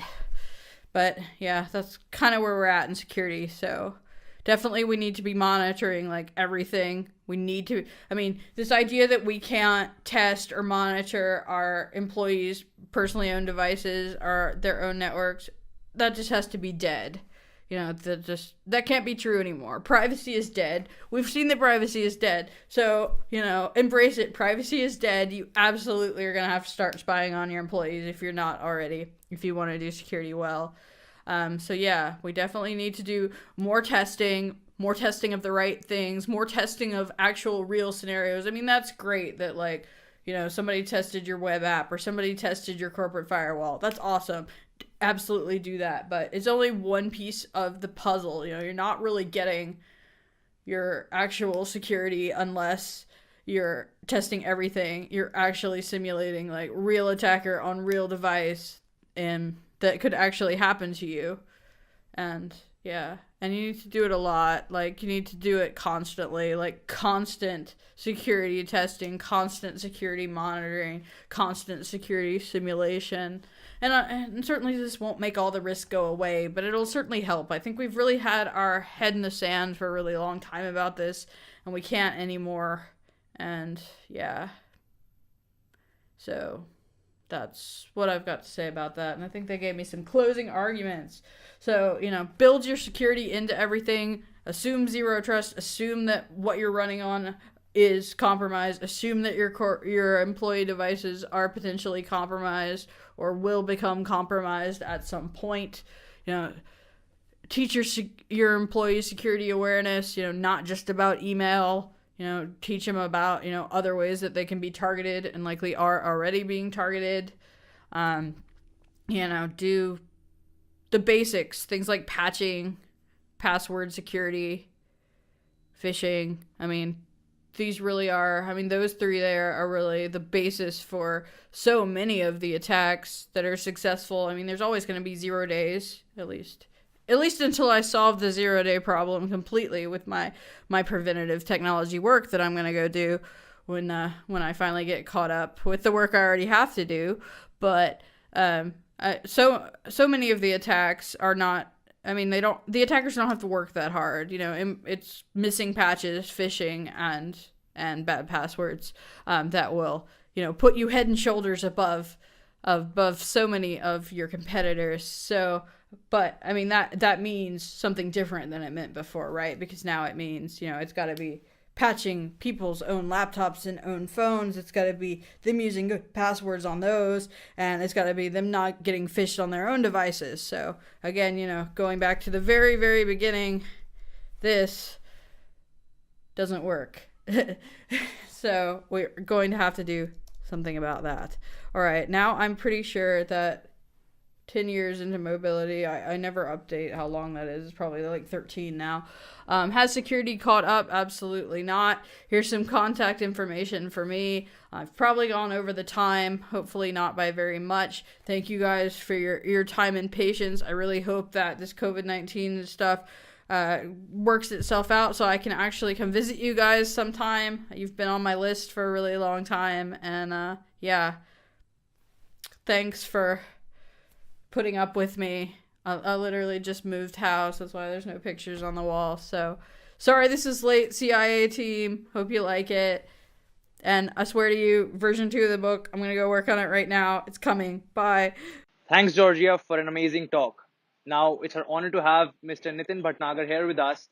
He's the director of PCI Security Standard Council, and he'll be guiding us upon secure data payment. A very warm welcome to you, sir, from the Team CIA Con.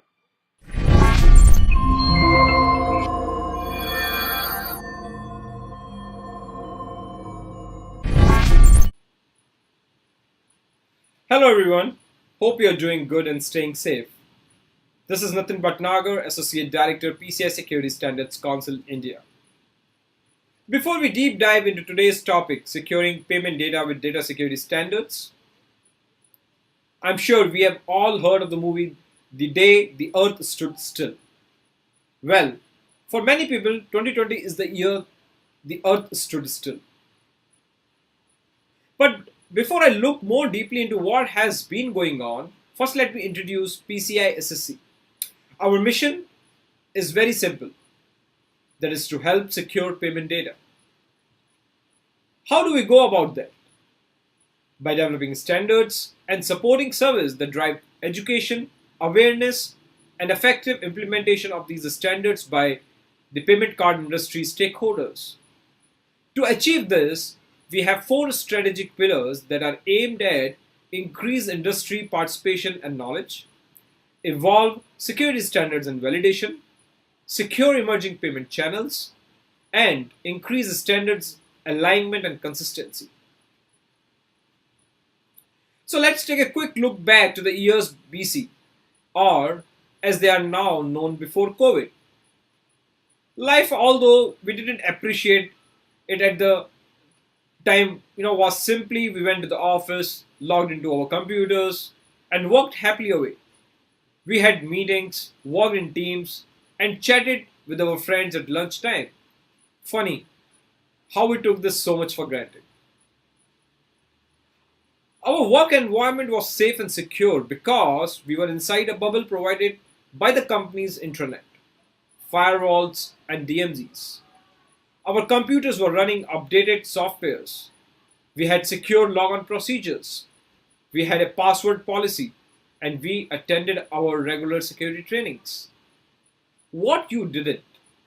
Well, that is what our security assessor community were telling us you are doing.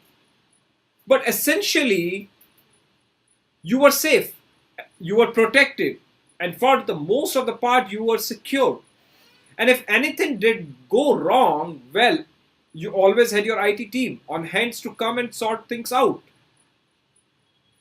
And then the world changed, and life moved from VC to AL after lockdown. And life, especially our work life, changed completely.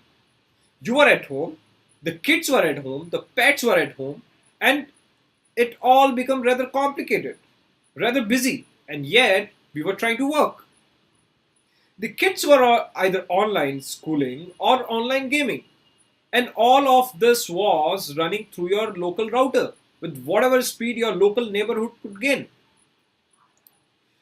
But for the vast majority of people like me and you were remote, on your own. Your spare bedroom became your office.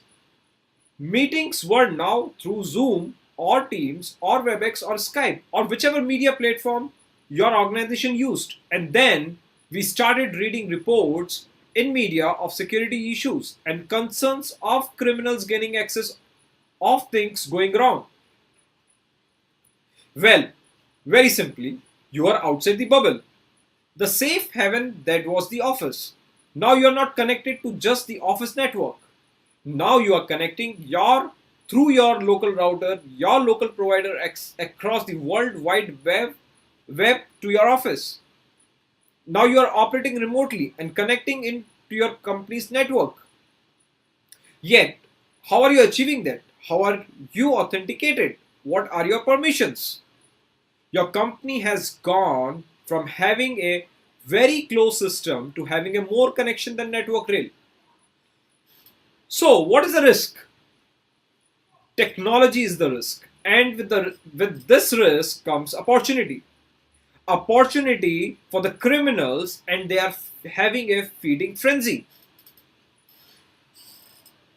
And we are on our own, day in, day out, and we just do not like that. We are social animals. We like to talk to our friends. We miss sharing a coffee or lunch. So we do the next best thing and reach out using social media. Yet, what starts out as a friendly chat can quite easily turn to a work-related matters. And now we are sharing work information across an insecure social media platform. And the criminals are listening and smiling. For a quick reference, I would like to take an example.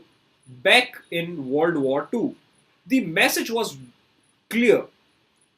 Careless talk cost lives. Today, the message is equally clear because now careless talk costs data. And careless talk can lead to phishing attacks. So what have the PCI SSC been doing to help? Well, quite a lot actually. We have released several guidance. For example, working remotely. Guidance for the people who are working remotely. Common attacks. Online trainings. Guidance on performing remote assessments. As well as continuing to develop and update our standards which provide you opportunity to comments. And that is not all that we have moved through the year. We have provided even more guidance and support on protecting payments while working remotely. We have released guidance around beware of skimming threats during COVID. We have released additional guidance for remote assessment, cleaning guidance for the POS terminals, and several general guidance as we are all in this together. Many organizations have staff working remotely that are accepting or managing card-based data either via a telephone call or through e-commerce. It is essential if you're handling or managing cardholder data while working remotely that your organization secures that cardholder data. Our guidance documents are there to help you because the rules do not change simply because you are not in the office. PCI DSS applies to all entities that store, process, or transmits cardholder data. Therefore, PCI DSS applies to each and every one of your staff working remotely. Remember, people process technology. How are they receiving the cardholder data? How is it protected and secure? How is it transmitted? Before in the office, the data was moving around an internal network. Now, it is all happening across the public internet. So how are you securing this? Criminal activity in 2020 has soared. Many would say these figures on the screen significantly are underreported. But it is clear that the criminals have seen after lockdown a huge opportunity to make more money than at any other time.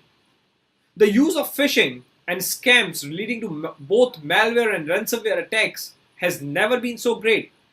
And at the same time, our ability to protect and secure data has never been more challenged. Everyone needs to be aware, understand the risk, and help secure payment data. The second part of this presentation, where I am going to talk about the updates from the Council on the data security standards. The first standard I'm going to talk about here is the PCI Software Security Framework. So SSF is a framework to standardize, consolidate software security requirements for different types of payment software under a single requirement architecture with the complementary validation and listing models. This is the next evolution of PDSs and ultimately the replacement for the payment application data security standards, and is also a good illustration of how we are implementing PCI SSC strategic framework and our intent to evolve security standards and validation to secure emerging payment channels and increase standards alignment and consistency. So SSF assessors. So there are two different, these two different programs, we have two different assessor types. Secure SLC assessment can be performed by secure SLC assessor on eligible vendors. Secure software assessments can be performed by only secure software assessors on eligible payment softwares. The relationship between the SSF and other PCI SSC standards. So, when PADSS expires in 2022, SSF will replace it.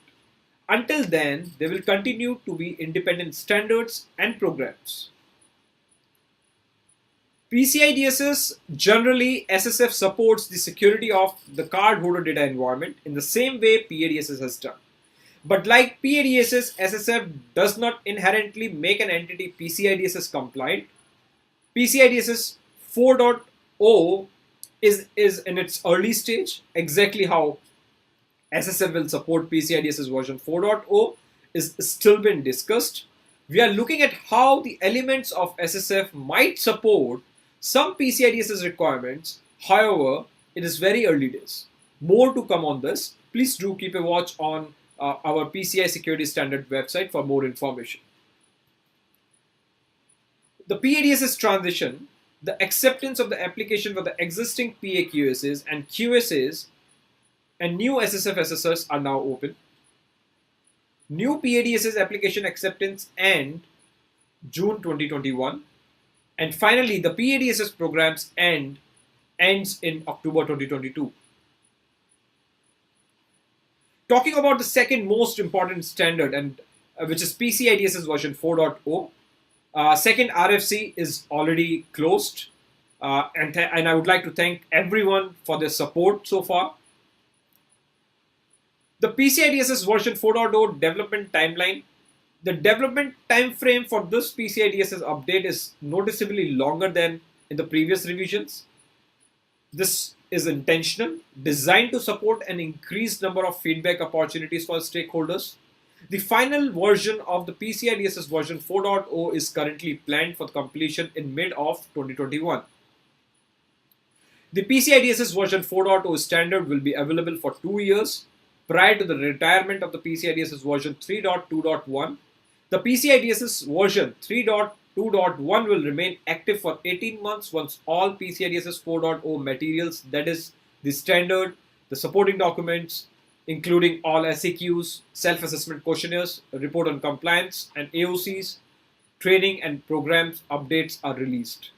In addition to an 18th month period when version 3.2.1 and version 4.0 will both be active, there will be an extra period of time defined for phasing in new requirements that are identified as the future dated requirements in PCI DSS version 4.0. The much awaited data security event of the years is just around the corner, and this event is going to focus on the key challenges faced by the global payment card industry during pandemic. If you haven't registered yet, register now to reserve your seat. Registrations are complimentary. How to get involved with PCI Security Standard Council? First, participate. There are different ways to participate. The first most important way is to become a PCI SSC participating organization, which is open globally to PCI players, including merchants, processors, vendors, and acquirers. There are several benefits that you have becoming a PCI SSC participating organization. The biggest one is the ability to impact the standards for the payment card security globally. You can make connections. You can become part of the global network of payment security leaders. As a PO, not only you can impact payment security globally, connect with the payment security leaders, but you can also gain visibility for your organization and demonstrate your commitment to payment security to your customers and your business partners. The greatest testament to these benefits is 800 POs, 800 participating organizations in 60 plus countries. Talking something about the trainings, the payment card industry professional is an entry level qualification in payment security information and provides you with the tools to help your organization build a secure payment environment. Becoming a PCIP demonstrates a level of understanding that can provide a strong foundation for a career in the payment security industry. This is a renewable career qualification, is not affected by the change in the employment assignments, and stay in effect as long as the individual continues to meet requirements. This is 3-year credential, also provides great foundation for other PCI SSC qualifications. If you have experience in any of these areas, consider PCIP qualification. Security technology areas, compliance, risk governance, audit and finance, e-commerce. If you are a product development company or a developer or a marketing or a sales professional, you should look for PCIP qualification. So, from one home worker to all you home workers out there, stay healthy, stay safe, and stay secure. Together, we help secure payment data by collaborating, educating, providing simplified solutions, information sharing, and industry guidance. Thank you very much. Thanks a lot, sir, for guiding us on security payments. Now let's switch over to our next speaker, Mr. Kayne McGladrey, a CISSP profession, speaking us on involving the threat landscape as well as its solution. Over to you, sir.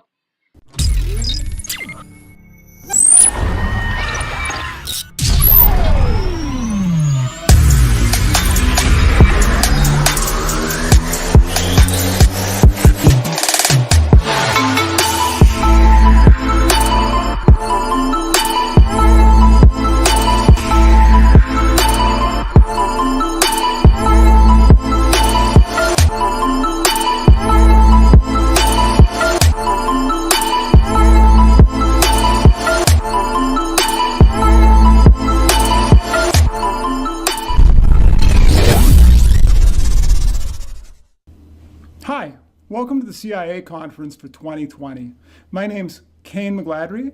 I am a CISSP. I'm also the cybersecurity strategist for Ascent Solutions, and I'm a senior member of the Institute of Electrical and Electronics Engineers. In today's talk, I'm going to be discussing the 3 most common cyber attacks and how each of us can deter, deny, and defend against those. What often happens with cybersecurity conferences is we all learn a lot and then start to feel overwhelmed, and inevitably people then go back to work or they get back to work, but nothing really changes. And so I want to leave you with a clear sense of purpose for what to do when you get back to work.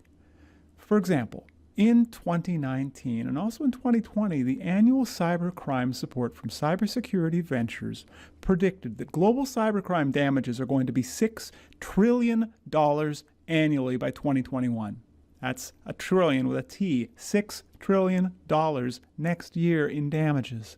You don't get $6 trillion a year without multiple factors, which include breach fatigue on the part of the public, increasing economic attacks by nation states and criminal threat actors, an inability of people from my industry to effectively engage with people outside of the cybers, gaps in extradition laws, and really the increasing cost of businesses to comply with retroactive, well-meaning regulatory controls, kind of like our generals who like to fight the last war again instead of leaning into the 5th domain.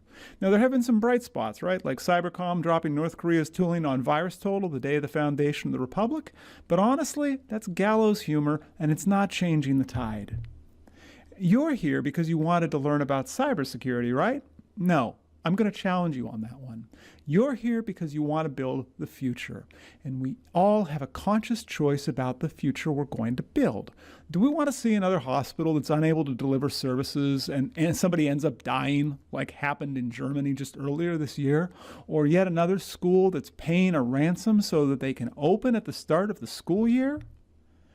I've been in cybersecurity since before we called it cybersecurity, and honestly, in that time, things have not generally gotten better.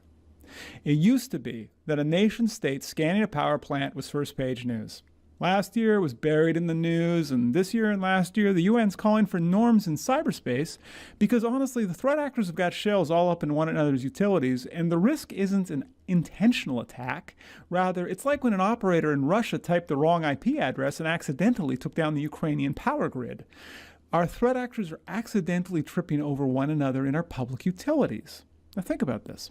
When Target got hit, it was a big deal. And when Home Depot got shelled, again, it was a big deal. When Equifax lost the personal data for half the adults in the United States, that was a big deal. When Marriott got owned, a breach that affected hundreds of millions of citizens from multiple countries, you'd think that'd be a big thing. When a third of the internet was inaccessible for the better part of a day due to hacked DVRs and security cameras, you'd think there'd be changes. But every one of those businesses that I just listed, they're still in business. Their stock's actually back up. California is requiring device manufacturers to not have default passwords, but generally speaking, there's not been a lot of other movement to make things better, sufficiently better.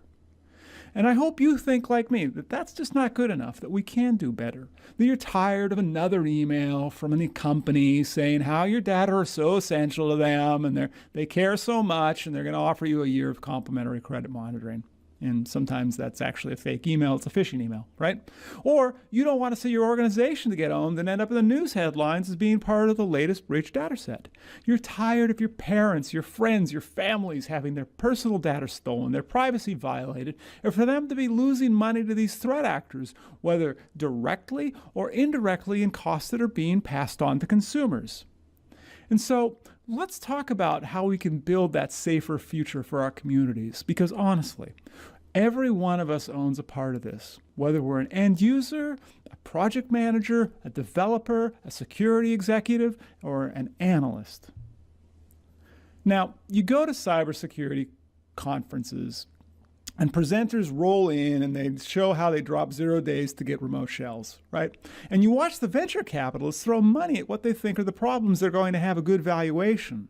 And you read news about the fear of Chinese manufacturers getting their 5G networks all up in our business and how that's going to give them really good telemetry. And you'd think those are the best exploits. No, I'd say the best exploits are the ones that work. And the best exploits today are the exploits that all target people. They don't target computers. Honestly, let's do the math here for a second. Why would you spend your time developing a bespoke 0 day that might have a 1 in 10 odds of working when you can just ask a user for their password, when you can literally send an email and get a few $1,000,000? Now, honestly, I will say this, if you're going up against APTs, good luck. They're funding that research into those O-days. However, if you're not going up against nation states daily, but rather you're going up against criminal threat actors of opportunity, this is going to be really salient for you to understand how they're attacking people. So the way credential harvesting works, just starting at the baseline, I'll say this. Threat actors are not paying for a cloud hosting provider to host their malware. Instead, what they'll do is they will actually upload a phishing kit. And the funny thing about those phishing kits, they buy those phishing kits. They don't make those phishing kits. They don't make that anymore. You don't have to make that anymore. You can actually go out on the dark web. You can buy yourself a phishing kit. It usually comes with instructions. Then all you have to do is you have to have shelled somebody's web server. Funny enough, you can also buy that too. There is a whole supply chain here associated with the criminal underground where if you want to do a phishing campaign, you can just spend a few dollars, honestly, and then you can roll phishing emails out the door. And you can do that either using a botnet or you can just use somebody's compromised mail server. And then what's going to happen? People are going to get that phishing email. They're going to see it. They're going to say, oh, I missed my FedEx package. Oh, there's a new message for me in Teams. Oh, whatever the lure is of the day, right? And they're going to go to that phishing site that is on compromised infrastructure, and they're going to enter in their credentials. Now, they might even enter in a multi-factor authentication. They might not, but they're going to get prompted for their password. When that password is entered into that phishing site, here's where the threat actor starts to actually get something out of it. That is immediately sent to the threat actor, that password, and if they're using multi-factor authentication and if it's a sufficiently developed phishing kit, they'll also be able to use that to validate the account live. Now, sometimes the phishing actors, you know what they'll do? They'll go, you know what, we got a whole bunch of passwords, we got a whole bunch of usernames, right? We're just going to sell that too. Again, there's a whole supply chain at work here. Now, another way that they target people is, just think about this. Back in October of last year, AutoClerk, they had an S3 bucket up on the internet, and they leaked the details of 179 gigs of data for travel or reservations. Those included the travel plans for U.S. government and military personnel. So that included people like U.S. Army generals who are traveling to Moscow or Tel Aviv and many other destinations. And that data included their email addresses, their phone numbers, and other sensitive data like unencrypted login credentials. What's funny? Adobe, they're like, hold my beer. Less than a week later, they lost 7.5 million user records, including email addresses and the products that were used by the customers. Again, it was because of a misconfiguration. The threat actors know that misconfigured storage on the internet remains to be a problem, even though it's 2020 and even though we all should know better. So what happens is they will just use publicly available tools to scan for open storage on the internet. Then they're going to just use the same developer tools that if you're a software developer that you would use to configure that. So if you're attacking an AWS S3 bucket, you're just going to use a command line utility. And then depending on the level of misconfiguration, and this is where having configuration control management is so essential, what they're going to be able to do is they could change the access rights, or they could get a listing of the files, or they could actually write the files. That's an interesting scenario. That's how you can upload yourself a phishing kit. Or they're going to download the files alternatively because the access model has been set up to be too permissive. And then depending on what they just got, they could either steal the credentials, they could upload phishing kits, they could resell PII that they've obtained illegally. So there's a way that they're always, something to keep in mind here, they're always looking, how can I make money off of this? The cyber criminals, that's their kind of their day job, is they're trying to figure out how can they actually monetize these data. So the other way that we see attacks happen in the wild right now is what's called a credential spraying attack. And these ones are interesting. Because what will happen is a threat actor there shown on the left is going to use a botnet. Now, botnets are fairly cheap. You can rent a botnet. I wouldn't recommend doing that ethically, but they are available like anything else. If you pay money, you can rent a botnet. And you pay the botnet to simply use the same password against a massive user population, but you do it at a very low rate so that the clipping controls do not get flagged and cause those users to be locked out, or alternatively for your IP address or your configuration, wherever you're running this from, to be banned.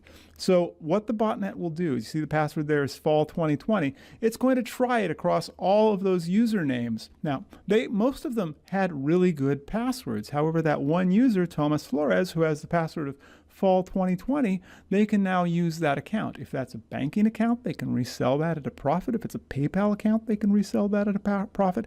If that's a corporate email account, they can probably sell that as a profit too, or they could use it as part of a business email compromise scam to be able to get even more money out of that affected organization. And then botnets will actually get those stolen passwords, picking on Thomas there with the fall 2020 password. They're going to test that password against multiple services on the internet, because if something we've learned, people tend to reuse passwords. A lot of folks in the infosecurity and cybersecurity community know you're not supposed to reuse passwords. And yet we've seen, statistically speaking, people reuse passwords. They also share passwords with perhaps their significant other or a partner or their kids for shared services like Spotify or like Netflix. So Recorded Future actually did a study on this. And they found that when a criminal goes out and buys a set of compromised credentials, they're going to get about an average success rate of about 1 to 3%. So for 1 million random usernames that they've run through their botnet against valid websites, threat actors for 1 million random usernames, they're going to get about 10 to 30,000 accounts that'll actually work. And then they're just going to sell those accounts to other threat actors. Now, bank accounts, of course, are a premium product. That's just an easy way to get money. But so are travel ones and retail credentials, especially retail these days, as it's easier to get the money out, right? Dunkin' Donuts is a pretty good example. They got hit twice.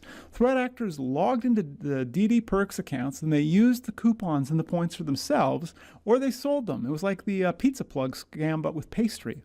Moving up the value chain to account takeover, which is where you can actually take over another user's account. A basic package of information that's received as a result of an ATO typically goes for about $4 to $10. Now, if you get a more robust package of info that has, say, a victim's financial information and maybe some additional PII, like a driver's license or a passport scan, those usually go for a range of $30 to $60. So if you think about this, if you just start by buying some cheap usernames and cheap passwords that have already appeared in breaches, and you run it through a botnet, there's a pretty clear way to cash out on this. Threat actors know this. They are turning a profit based on this. So here's a view of those data I was speaking of, saying just on a 1% success rate if you're doing on 100,000 credentials that are for resale here, right? And there's a study last year from RSA. 73% of people admitted reusing their passwords. Funny enough, this is kind of controversial here, but it turns out baby boomers were the least likely to reuse passwords. Right? And Google also did a study, and they showed that 1.5% of all logins worldwide were reused. So if you spend about $150 for some software to configure your botnet, to configure your credential stuffing kit, and then you buy a database of about 100,000 stolen credentials, $150. Of course, you'll have to pay that via Bitcoin or Monero or whatever the cryptocurrency du jour is. And then you rent yourself a botnet for about $250 a week. Now, those prices may have changed based on current market conditions, but it was about $250 a week when I last checked, right? If you run 100,000 credentials through that, right, assuming we get a 1% hit rate, you can actually get a gross profit margin of about 97.5%. And the maths are up there on screen, which is a really good profit margin for not much work. What are we doing? We're buying something, we're configuring something, we're renting something, and on the back end you get money. This is why the economics of being a threat actor, assuming you've got perhaps a different set of ethics than everyone who's attending this conference, if you've got that different set of ethics and you're motivated, you certainly can turn a profit, and that's what we are fighting against.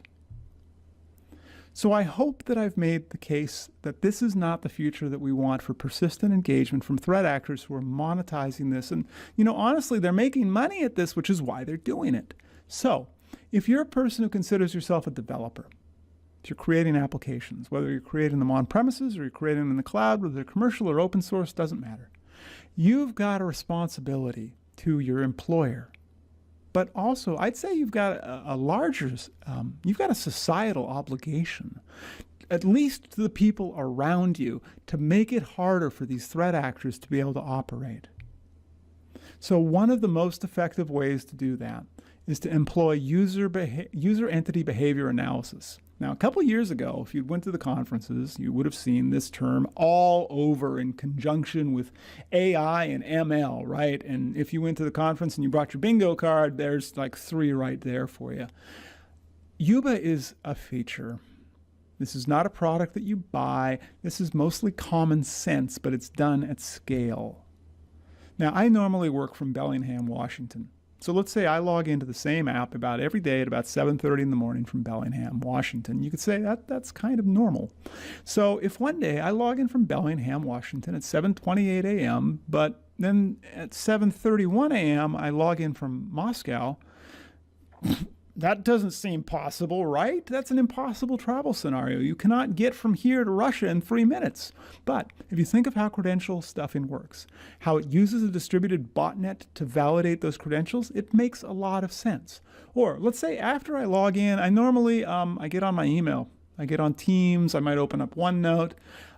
It's sort of just a normal workday for me. What I don't do is I don't normally download a lot of files from SharePoint. But let's say one day I log in and I start downloading a lot of files, or I start modifying a lot of files. Hold up, that's weird. A person who's looking can see these things, but the problem becomes there's hundreds of thousands of log events, and then those are being created by our users real time. Or let's say normally I log in using a Windows 10 laptop and my Android phone, right? One day I log in using a jailbroken iPhone and a connection from Firefox on a Mac. Again, those are signals that show, hey, you know what? Something's changed here. Maybe I got a new device. That could happen. But the point is, something's off. Something's changed that's an observable event. And this is where you're going to hear about black swan events of systems administrators logging in at 2 a.m. and getting locked out because they did something odd. You know what? If you think about this in 2020, how many of those have you heard? Because a lot of people are working a lot of weird hours right now. They're working from home. They're working from unusual IP addresses. They're working off hours because their kids need to use the computer to go to school during the day, right? We have not seen a lot of black swan events. And what's happening, thankfully, what happens when a user does something weird, a lot of the successful applications today are having them re-authenticate. They're having them prove the person doing the operation is the person who's actually associated with those credentials. Now, obviously, just asking them, hey, can you type in your password again? That's stupid because it doesn't work if you've got a situation where those user credentials have been compromised. So that's a feature I want you to consider building into your applications. Have your users have multi-factor authentication by default. Have it be something that's opt-out, not opt-in, and please don't use SMS-based authentication. Now, somewhere out there, somebody's watching this and you're a product manager and you just thought, oh no, that's going to reduce market share. That's a terrible recommendation. You know what? Getting owned and disclosing a breach to your millions of users is going to cost you a lot of market share too. There's also an ethical issue here, right? If you're making it easy for your users to choose poor passwords, you're making it easy for those data to be stolen, which is going to eventually harm those end users. So if you're unfamiliar with how multi-factor authentication works, just really quickly, moving from left to right, the user is going to put in their normal username and their normal password into your app or your website. The second thing they're going to get prompted for is a second authentication factor. It's either something they have, that could be like an authenticator app that generates a number, or something they are, like a Face ID scan or a biometric scan like a fingerprint. The next thing that's going to happen is that then they get logged in. If they can meet that second requirement, they're logged in, they're able to go about their day. And I did say SMS-based authentication is bad. You know what? Go ask Twitter why this is bad. Y'all remember earlier this year where a whole bunch of celebrities were saying, hey, if you send me a little bit of Bitcoin, I'll double it, right? Or how many times has Jack at Twitter had his account get compromised and do weird stuff? The way this works is the threat actors, and in the case of that thing that just happened earlier this year, honestly, it was Discord kids who got the phone company to change the owner of the SIM card to them. So you go check out the prices at the OG accounts on underground forums, and you'll see bribing a retail employee at a phone store. Let's say you spend $300, right? It's going to get you thousands or tens of thousands of dollars in resale. Plus, you get the lulls because all of those are accounts where you can reset the account credentials via SMS. Or alternatively, I want you to think about the sheer number of Android apps that request permissions to read text messages, and the number of malware apps that are in the Play Store and third-party stores that exist solely to read SMS messages. That's why banks, especially banks in Europe, are moving away from SMS-based authentication. There are services that, if you're a developer, you can use for MFA. Honestly, pick the one you like the API of. I do not care. Just pick the API and pricing model you feel is best. And if you want to be super secure, support physical keys. But honestly, right now, for most of your end users who are not in a higher threat level, so your governmental officials, your whistleblowers, your civil rights folks, for those you want to have physical keys, but for the remainder, for your end users, most of them are just fine with a QR code-based multi-factor authentication for the near future. And now this is Google research I'm showing here about account takeovers.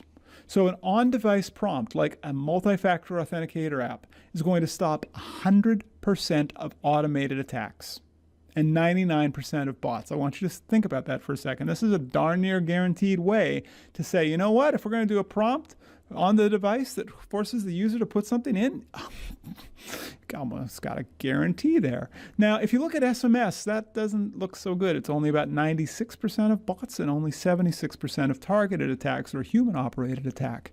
But then if you go to something silly like just asking the user, hey, what's your phone number? It's a terrible idea. Or worse yet, trusting that their last sign-in location was good enough. Hello VPNs exist, right? So you've got to look at that and say, what is the easiest way that we can actually reduce our threats to our end users and our reputational damage as well as potential damages from civil suits? And you go, okay, you know what? Multi-factor authentication on a device works really well. The other ways that companies are consistently losing their data are through configuration management or mismanagement, right? You're developing an application and it tends to be, there's some error and you don't have enough time, and so you just run it as admin. And hey, look, there's no error, except that permission just made it into production. Or you assume that the service account that's used by your application, honestly, it just needs access to everything on your AWS instance, not some specific bits. So you just run it permissively. Or the API key, which is honestly used like a password these days, it never needs to change. Or let's say you can't update your underlying framework of the components you've got in production, even though there's a patch for a vulnerability in a third-party component, right? There are countless ways that an application can get shelled, and there are countless tools out there to find those permissions creep issues and those configuration issues and those out-of-date components. Go ahead and pick one. Honestly, you can buy these. These are available. These are not on the dark web. They're commercial tools that will go out there and you just pay them a little bit of money. You run it on a weekly basis and then you go, what? Oh, you know what? We've got some vulnerabilities. Go fix those. The more sophisticated ones are going to help you prioritize as a developer what's most vulnerable and also what's most at risk, so you can go fix it first. But honestly, please have something. We are past the point in human history where you can just go deploy code and forget about it. So we've seen how threat actors collect and then collate and then profit from stolen user credentials, and we've talked about how application developers can deter and deny those threats at scale. Not everybody at this conference here is a developer, but we've still got a responsibility to protect all of those around us because, honestly, nobody else is coming to save us.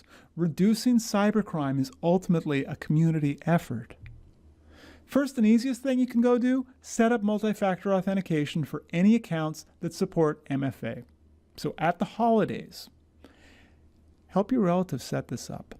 Right? Go back to that Google study that showed well over 99% of automated account takeovers got blocked by multi-factor authentication. To do that, get yourself an authenticator app. I don't care which one you use. Honestly, the best one is the one that you're going to use daily, and you're not going to hear me say the name of a specific vendor here. They're all fine. What matters is that you use it, or what matters more is that your relatives use it and your friends and your company uses it. And then go off to twofactor.org. That's a free website. And follow the instructions for your bank, for your streaming media, for your email, for your social media. It might take you 30 minutes. Recovering from an account takeover, it's going to take you months. It's going to cost money. It's going to be miserable. This, by comparison, you know what? That's free. So also, if you work in a business that's using an online office suite, you can actually make the MFA the default for all of your users. And if you're a control framework person like me, that's actually one of your Center for Internet Security's critical security controls to have multi-factor authentication as a default for all of your end users. But not every website or every app supports MFA. So your second thing you want to go do, go get yourself a password manager or a password vault. Again, the best one is the one you use daily. I don't care which one. Get yourself a vault. Put a good passphrase on it and make sure you're taking a backup or that it takes backups or that it stores them in the cloud and it's secure storage. And then go change all of those passwords that you were reusing. Make them into miserable 24-character random combos of letters and numbers, and then just forget about them because the vault is going to hold those passwords for you. And if you work at a business, you can also implement a company-wide vault. There are solutions out there. That actually makes it a lot easier when an employee leaves because they didn't know their passwords, so there's less risk for data exfiltration or misuse. And then go out to Have I Been Pwned. It's run by Troy Hunt. It's a free service, and it'll let you know when your email address appears in a breach corpus. Again, this is free. And if you work at a business, you can set this up for your organization, and coincidentally, it's also free, and it will let you know when all of the users with your domain appear in a breach so that you can go tell them to change their passwords, which, if you read NIST, is one of those best practices for telling your users to change their passwords only if the passwords are known to have been breached. So at the beginning of this short deck, we agreed that things in the cybers, they keep getting worse. They're not necessarily getting better. And that's not good enough for anybody who's here today. So everyone here at the CIA conference owns a responsibility for building a safer future for our friends, for our families, and for our communities. So now that you know the threat that we face, the threat to our community, the threat to our economy, if you're a developer, please go incorporate MFA and user and user and entity behavior analysis and vulnerability scanning into your application, right? And if you're not a developer, go help everyone you know that you're going to spend time with over the holidays this year to set up MFA, set up a password vault, and set up notifications via Have I Been Pwned. So, thank you so much for attending. If you want to follow me on Twitter, I'm at Kayne McGladrey. My LinkedIn is up there as well as my own personal website. And if you'd like to learn more about Ascent Solutions, we are at meetascent.com. And if you want to drop me a note, my email's up on the screen too. Thanks so much and enjoy the rest of this conference. Thanks, Kayne, for a wonderful talk. Now we have a speaker, researcher, trainer, and the manager of Zoop Innovation. He'll be briefing us on malware analysis. Please welcome Filipi Pires.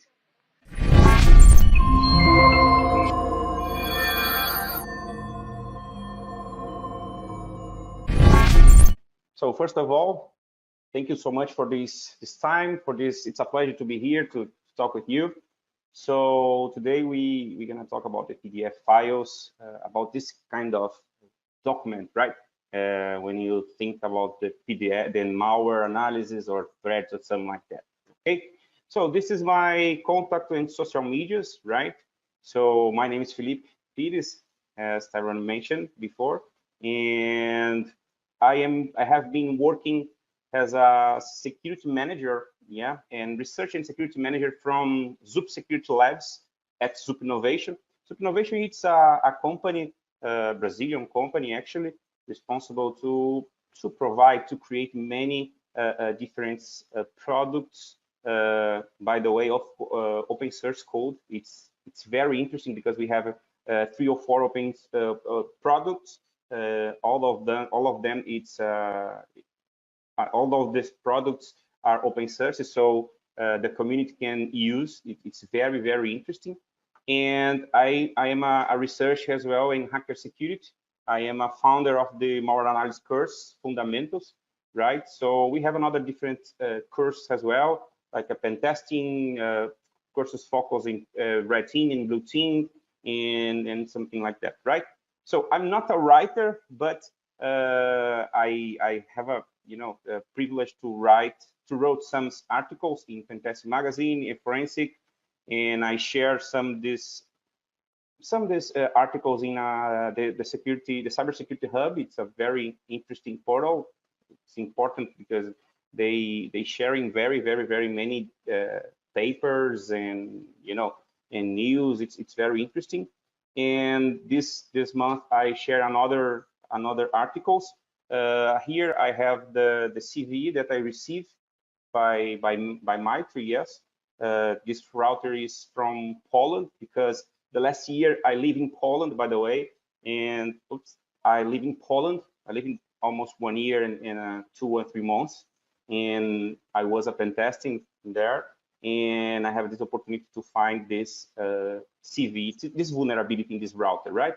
So let's talk about our main topic today. So we're gonna talk about who is threats, because I would like to put everywhere or everybody in the same page, right? So I will talk about some concept very, very fast, and after that I will talk about the structure of the PDF, and I will show the demo, right? And the end, the question, if you have any question, if you can, I don't know, if you would like to ask me during this presentation, you can change this presentation like a conversation. I like, it's not a problem for me, right? So first of all, who is threat? This is one of this definition, right? Because you can find many different definitions of this kind of top threat, yes. But I decided to choose based in ISO, in this ISO, right? The threat is defined as a potential, right? It's a, because I don't know if it's dangerous or not, because I have just a sample. Could be a software attack, could be theft of intellectual property, maybe identity theft, or sabotage, or information extortion. Example are some example of this kind of security threats, right? So the idea is to try understand if this threat is really, really malicious, right? So this is just a concept. So after that, I have this sample, right? Because I need to, the first step when I need to start this kind of analysis, I need to identify if this sample is malicious or not. So we have the malware analysis, the malware, yes, the software malicious, the malicious software, and we have the maldoc, yes, the document malicious, right? So this is the first and important step. I will show you after that.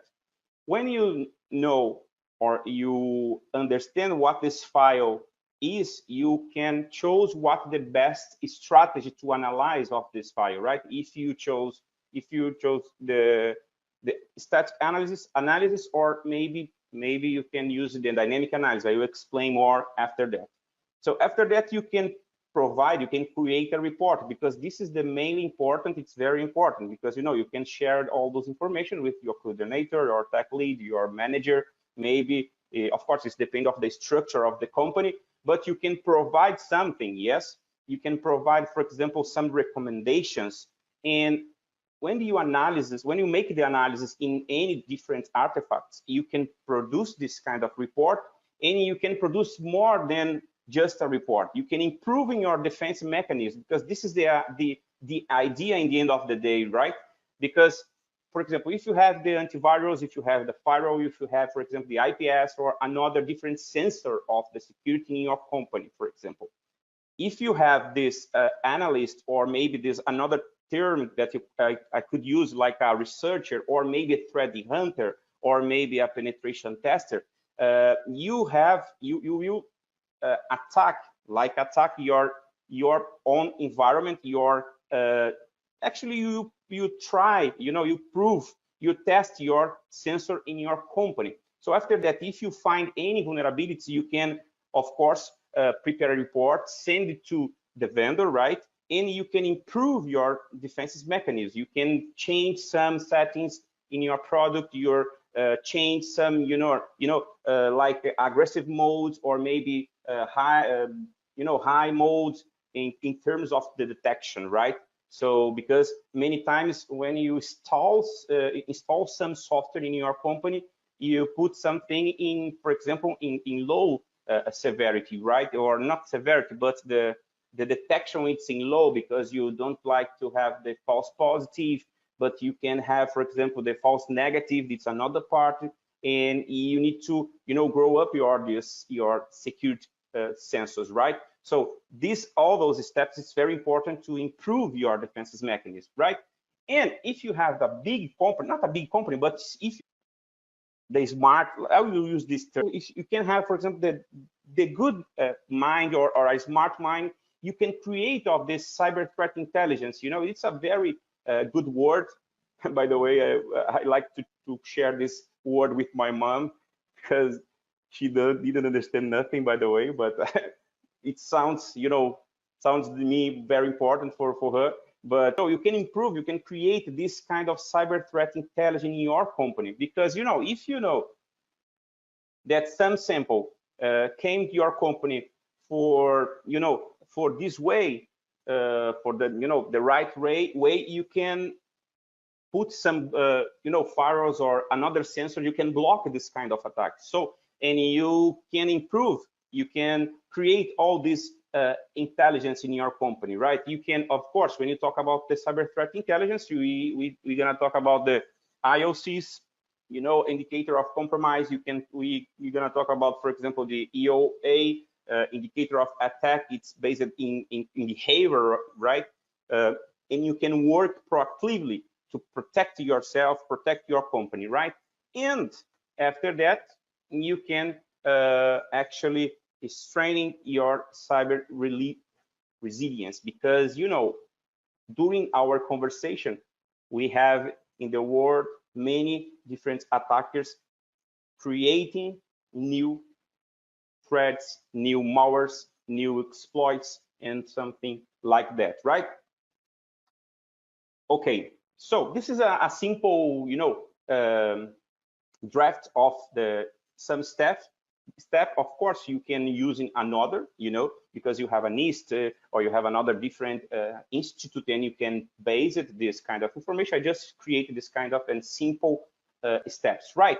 So let's talk about the statistic analysis. This is the first step usually. Yes, the analyst, the malware analyst, the malware analysis usually using this this analysis to start of this, you know, the investigation, because usually this is the first exploration of this sample, because the statistical analysis describe the process, you know, maybe the same program, or maybe the code inside this program, maybe we can analyze the structure of the any, for example, a DLL, or maybe leak, okay, or what kind of function this DLL is called in the system operation, right?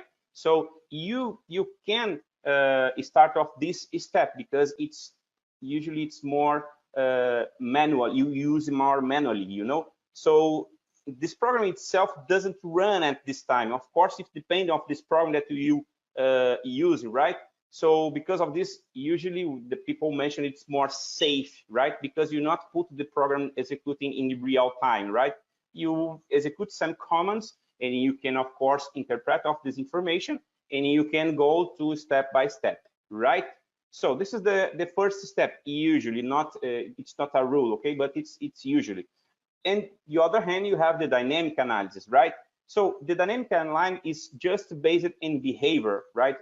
That is, basically you can take your sample, because you don't know if it's malicious or not. You put this file or this sample inside a controlled environment, and you look at inside of this, for example, this environment, and you will see all the behavior that this sample or this file has during the execution, right?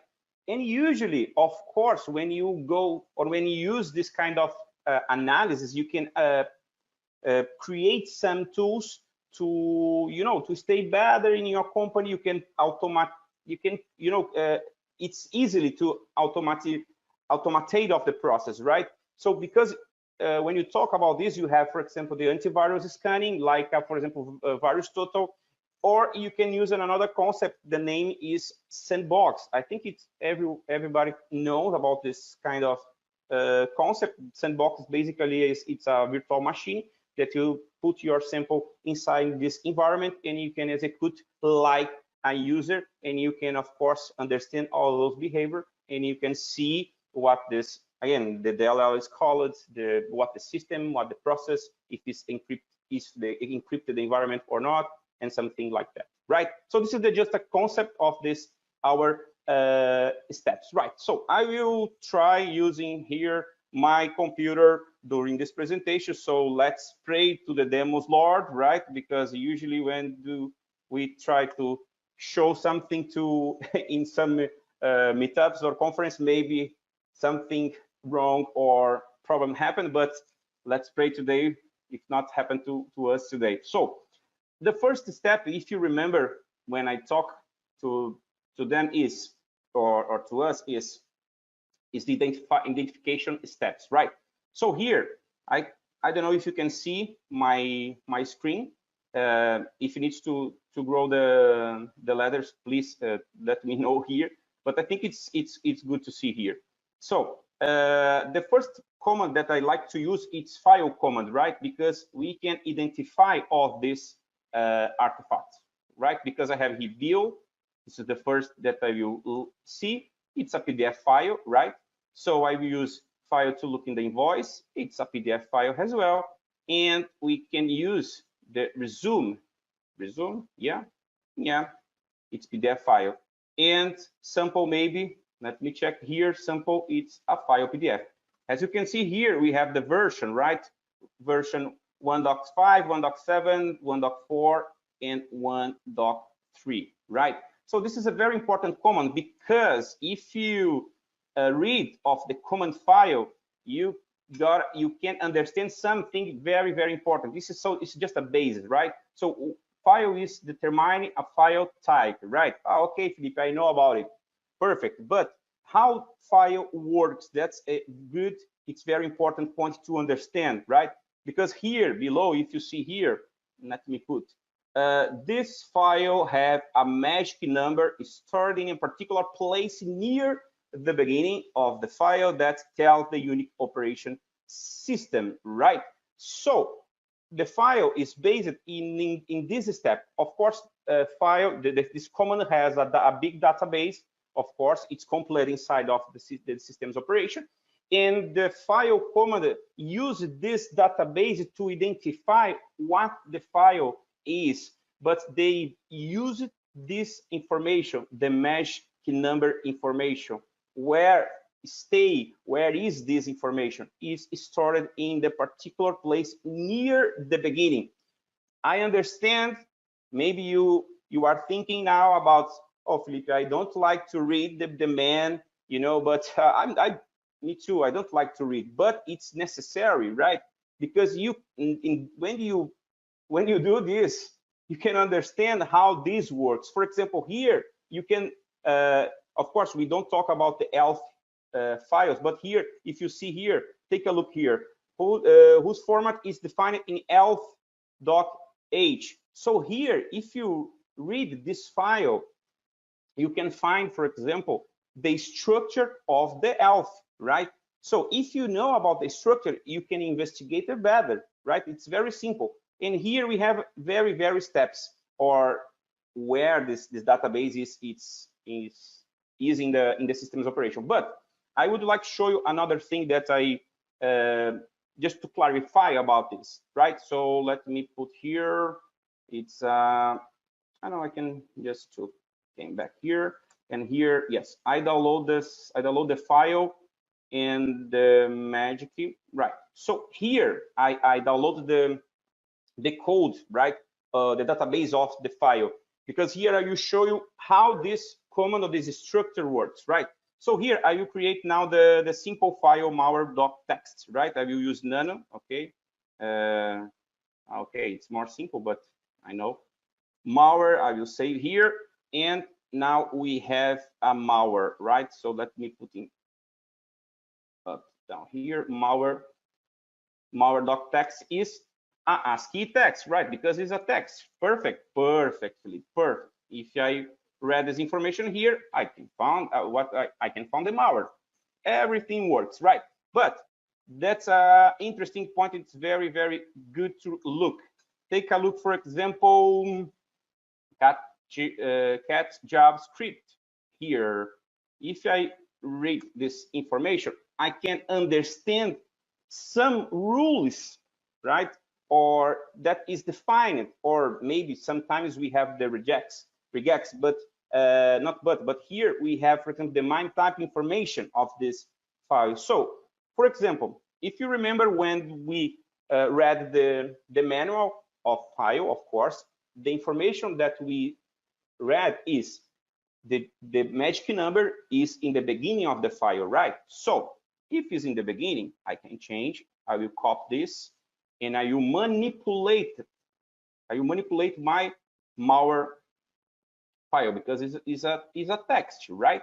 So I will put below, and I will change here, and I will manipulate this information. So now we have a text, right?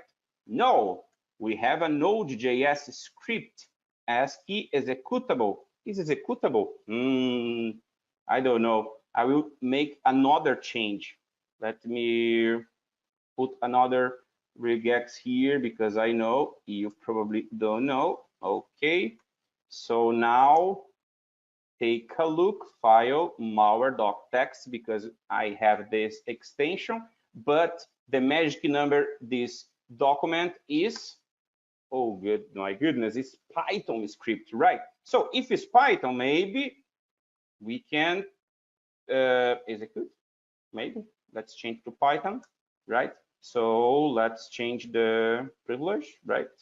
More, right? So let's execute in Python, free doc, whatever, more PDF, and boom, problem. Why problem? Because of course we don't have here all code, right? But we have this information in the beginning of the file. This is the magic number. Of course, if you think about, for example, the PA, portable executable, or maybe ELF, it's totally different because you have different rules to put all together to identify, of course. But you can create your own, yourself, for example, yourself database and yourself extension, for example. You can put your rules and you can create, right? So when you understand what these tools or many tools you could use in your tests, you can understand all those steps, right? So, for example, if I change another, again, the malware Python here, I will change it to, let me change here, our friend %pdf -1.9. And if I save here, let me change it, let me check here again. Wow, we have the PDF document again. You see? So let's return to, we don't have problem during this demo, right? So that's an interesting point because you can manipulate all those informations, right? So you need to understand what you are using about the tools, right? So that's an important thing. Okay, so let's talk about the structure of the PDF. In general, PDF has 4 parts, right? The header, it's the same in any different files, right? We have a body. When you have many objects inside of this body, you have a cross-reference table or X table, right? And you have a trailer. This is responsible to connect or to referencing another cross-reference table, right? One connect and another. And you know, usually this trail is the end of the document, right? So when you see the picture, you can see the normal structure actually. In the beginning, you can find the version, right? The version number. And after that, you can find the body. Inside the body, you have the number of the pages. If you have the images, you can find, for example, bookmarks or another information inside the body. And inside the cross-reference table, we have, this is an interesting point because you have locations. This is the place or the locations of the objects eating the file for a random access. That is, you have the all or many referencing in the cross-reference table inside the body, right? So one of these parts referencing another part. That's very interesting, right? In the trailer is always the same locations of certain objects eating the body, right? So let me return another again our machine. Please, everybody, continue pray to the demos God, Lord, to help me. Let me think about it. Maldoc, right? Maldoc. Here we have many documents, right? So let me using another platform, another tools, right? PDF ID. This tools is created by Didier Stevens. I don't know if you know this guy. It's very known guy when you talk about the malware analysis and in PDF or another different files. This tools is created by him, yeah. And in a Unix platform, it's installed in many platforms, but you can access the him blog and you can download the version to use in a Windows machine, for example. So I will show you, for example, the PDF ID from the sample.pdf, right? So here you can, if you see here, you can look in the PDF ID, the name of the platform, of course, the version, the name of the product, no, the sample, the file actually. And here you can find the version, right, of the not version, you can find the header. This is information is in the beginning. That is the magic number of the file. Do you remember I explained to you? And here you will find the number 1, doc3. This is a version of this PDF, right? So I will put below to see better, okay? And here, I don't know, it's small, but I will put more high, more bigger. So here, I will like to translate to you, because here you have the 14 objects, right? And below we have the same 14 objects, because you have the beginning and the end of the object. And here we have a streaming. This is a very, very interesting point. And here we have you need to have attention here, because usually the attacker likes to put some, you know, JavaScript or another different things inside this kind of document, or maybe URL or another thing, right? So we have one cross-reference table. When you have the trailer, and here is start the cross-reference table. So, but Filipe, what this and other things means, because you have here the pages and crypts and JS or JavaScript, AA, open action, what this stuff means. It's very interesting, because if you compare, for example, let me open another window here, and you put PDF ID invoice. I think I have this file, right? So let's compare of this file here, both of this file. So here we have the 14 objects. So man, here we have 63 objects. It's very, very big, or bigger, right? So, and here, oh my goodness, we have a 22 string, right? And the page, we just have one page. Why? Right? So let's take a look another file here. I think I have a resume, right? If I remember correctly. Yeah. So here we have, for example, 28 objects, and we have 11 string, right? And but below we didn't found nothing. So I will go to another folder here, PDF, and they can, let me see here. This is CV. PDF ID, CV, our friend. Yeah, probably one guy would like to find any, you know, job. CV. Okay. So here the same case, the platform and the name of the file, the header, that is magic number. We have a 15 objects, and we have two string. Oops, here 2 string. But here we have a 1 page, and we have something inside of this part is encrypted. And take a look here. We have a 2 JavaScript, more 3, because they executing and scanning inside this document to find some strings or another part or another information.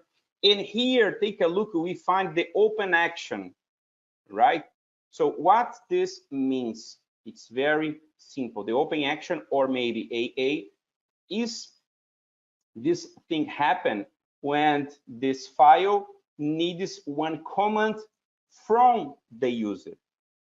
That is, when the user receive this CV, for example, the people from HR team receive the CV and probably will open, right? Because this is the routine of this kind of people, right? Needs to open many CVs, many resume, every day, all day, right? So they will click in this CV, right? So when he or she or they click in this file, will execute this function, open action, that is open something.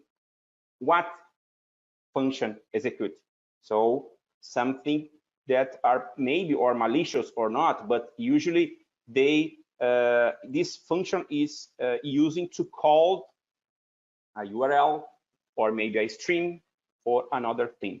So it's another interesting point. You know, it's maybe suspicious, but when you look 5 JavaScript inside the PDF, man, take a look at this. 5 JavaScript is totally suspicious, right? So just to understand the difference, right? So when you propose yourself to analyze any PDF, you need to be relaxed, because you can find, for example, 15 objects, or maybe you can find it 63. It's bigger than another, you know. So it's very, very different, all those files, right? So let's return the PDF, and I will show you the demo, because you know we have a short time to try to explain all those things, right? So I just explained the concept. So now I will show you the really demo, right? The one of the sample that I analyzed. By the way, it's the same, but it's another name, right? So here it's the same case that I explained to you, the 15 objects, and you have a 1 page, and you have a 5 JavaScript, right? And you have the open action. I explained to you open action. Do you remember when the user clicking the object or the file execute something, right? So after that, I will use the PDF parser. This is another platform provided by DDA Stevens, right? It's the same guy. It's the same package, right? This platform is in the same package, right? So here I will collect the run of this information inside of this PDF, right? Because I need to investigate more deeply, right? So I will execute, and now I will start to read all those information inside this PDF. So take a look, the version, the header, basically, and here we have the interesting point. Sorry, we have the one object, the first object actually, because we have a 15 object, right? So inside this PDF1, the object 1, sorry, we have this another reference in object 2, 3, 4, 5, 6, and 7. That is, all those objects are reference their self, right? So if you continue to read, we have the 15 object, but here just talk about the 7, right? Okay, all those informations, we have here the JavaScript, and here again we have the open action. Take a look here. It's very, very interesting point, because do you remember I mentioned open action happen when the user click and execute something, right? So here we can understand what is execute after this click. When the user or the victim click in open action, the PDF will execute the JavaScript, right? So I don't look in the inside of the, you know, reverse engineer, but I am just looking the PDF file, you know. And if you see here, the first steps is you can test, you can, you know, you can, I forgot the word in English, by the way, but you can affirm that this PDF is malicious, right? Because, you know, you have the open action and you call the JavaScript. So think about it. It's possible you have a JavaScript inside of PDF, just 1 page. No makes sense for me, okay? But let's continue to this investigation. So you have here another interesting point, because inside the object 4, take a look. We have another reference, the object 8 and the object 9, because we didn't this reference, but now we have, right? The object 8 and 9. So we have the 1 until 9. But do you remember we have a 15 objects, right? So let's continue to investigate all those information here, and we find here another reference that we put. Okay, the object 7 called the object 10, right? So now we are near, you know, the 15 objects, right? So in the object 10, we have a JavaScript, another reference here, right? So let's put here, and inside the object 9, we have the reference, of course, the object 4, 8, and now appears another object, 11, right? So, and here we have basically information of the space, the bookmarks. Do you remember I explained something about it inside the body, right? So, okay, but inside the object 10, we have a reference object 12, right? And here in object 11, what we found here, what we find here, the first streaming, right, contains string, and this string is flat the code. So if it's flat the code, probably I need to execute something to try the code of these informations, right? So okay, so here I have an interesting point I could try to read, but here the size, it's 36. It's so, it's not big, it's small. Okay, but let's continue to look all those objects. So do you remember this file just have 15 objects? You remember before 63 objects? It's very, very bigger. Yep. So take a look at the object 13 here. In object 13, take a look. We have a JavaScript and we have a string again, but the size here is bigger than another. Do you remember? Another, it's very small. Here it's bigger. Okay, and here maybe we have an interesting point to analyze, right? So we need to find another two, 14 and 15, right? So here it's everything. The 14 it's here, and 15 in here it's here, and we finish the file. So we need to now analyze the object 13 because we have a big JavaScript inside this information, right? So, and this in that point, I executed another platform, but this platform is not provided by DJ Steven, okay? But I will execute the PDFTK. I think some people may know these tools. I will execute the uncompression information. When I will execute some or create some PDF, I can compress some information and I can use this platform. Or if I need to uncompress the PDF, the information inside the PDF, I can use this uncompressed. Okay, if of course this tool has many others function, but I just use this here, right?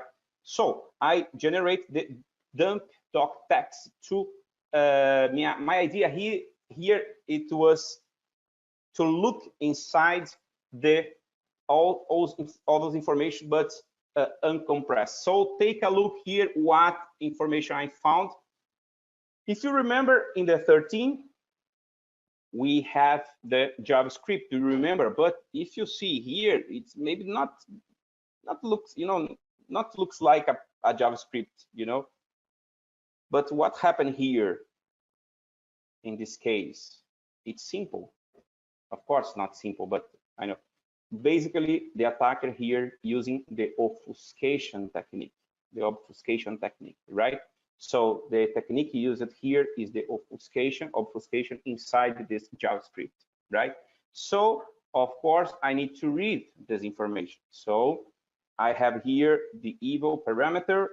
I will thought when I make this investigation. So if I have the evil and I have a JavaScript and I need to read this, I need to read this information. So you use the HTML to try to read this in any page, right? Because here, if you see here, it's more, the different color here, color is different.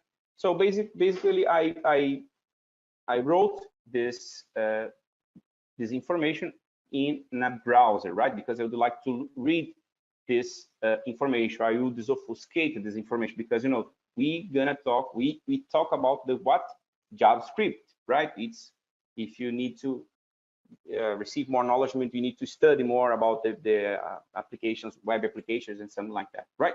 Something like that. Let me look here. Okay, we have a payload.html. This is a file that I created. Okay, so now I will execute this in a browser. So take a look what we find here. Okay, we have a payload. Do you know what this means? Do you know what this means? Yes, this is the package responsible to install the victim machine. So let's to make steps that this attacker used in this attack, for example. They create a PDF file. They put a JavaScript inside this PDF. The attacker used the obfuscation technique to put all this code inside this technique. And when the user click in this PDF, do you remember the open action? You execute this JavaScript, and inside this JavaScript, what we have? The payload. The payload is the package that I will install in the victim machine, and this package is responsible to connect to the CAC, the command and controller from an attacker, right? So here we have many interesting information because we have the package, right? The basically is like a reverse, right? This package is responsible to call the attacker. Perfect. Okay, I could just stop here, but I was thinking that time I could try to investigate more. Okay, so let's continue to investigate more of this sample, because here I have a code, right? Or some code. But when I look inside this code, I can see some information, or not information, but some percent inside this information, and I understand that this code that attacker used is Unicode code based in EUC2, right? So I need to talk more slow, not to be confused this expression. But basically here, if you see here, I cut the percent, right? So here I have this code. What this code means? This is another technique that the attacker used in this attack. The Unicode encode, right? Because it's different when you talk about the encryption. Encryption is one thing, and encode it's another thing, right? So here I generate the Unicode code because this is a technique that the attacker used in this attack. So here I have the pure Unicode code, right? Because do you remember I have the payload, right? So inside this payload I have this Unicode information. So now I need to convert this information, right? Because I have here the pure Unicode based in NEUC2. So, but maybe you are thinking now, Filipi, we just explain or just talk about with us about the Unix platform, but in Windows, what happened in Windows? Simple. I will show you another platform in Windows, right? So we have a Mozilla. It's a very known platform. If you see here, it's the same code with the same percent, right? So what another step that I did, I show you in Linux now. I need to cut the percent, right? And after that, I need to generate what? Because I have the Unicode package. So in this platform, I can generate the exa file binary, right? Why I do this in that case, right? Or what I did it in that case? Because my idea, it was to try read all those information inside this binary, inside this package, right? So after that, I used another platform from my friend Didier Steven, the short search, because my idea is to try and find any HTTP or HTTPS maybe, because my idea is to try and find the IP from the attacker, IP or the CAC from the attacker. And take a look here, we find the IP from the attacker, right? And if you consult of this information, if you search this information, you can find this information. This guy is from Estonia, Europe, right? So before or finishing this presentation, basically, take a look. We have the PDF file with 15 objects. Inside this object, we have a JavaScript obfuscated. Do you remember? And when the user clicking this object in this PDF, this open action, one of these functions that we saw, executed this JavaScript obfuscated. This JavaScript obfuscated will download the payload. Do you remember the payload?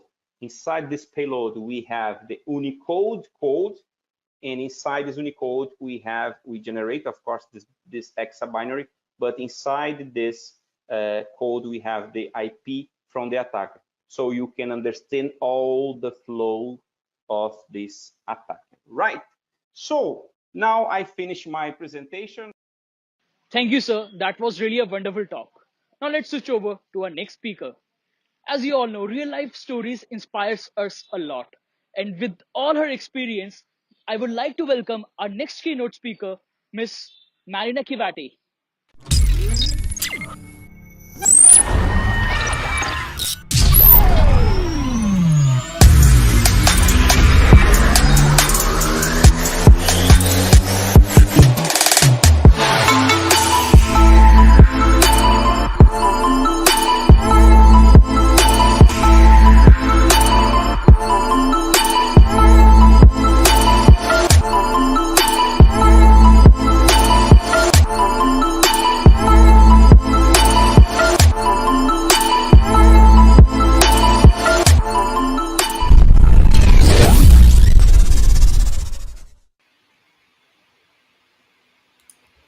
Hi there.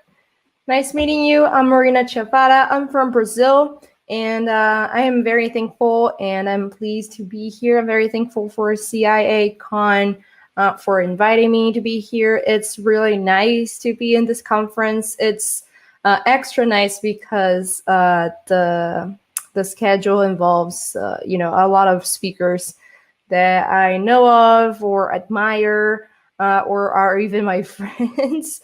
Or my also people who are from Brazil as well. So that's very nice to see the presence going around. So I would like to take the time to thank CIA for the invitation.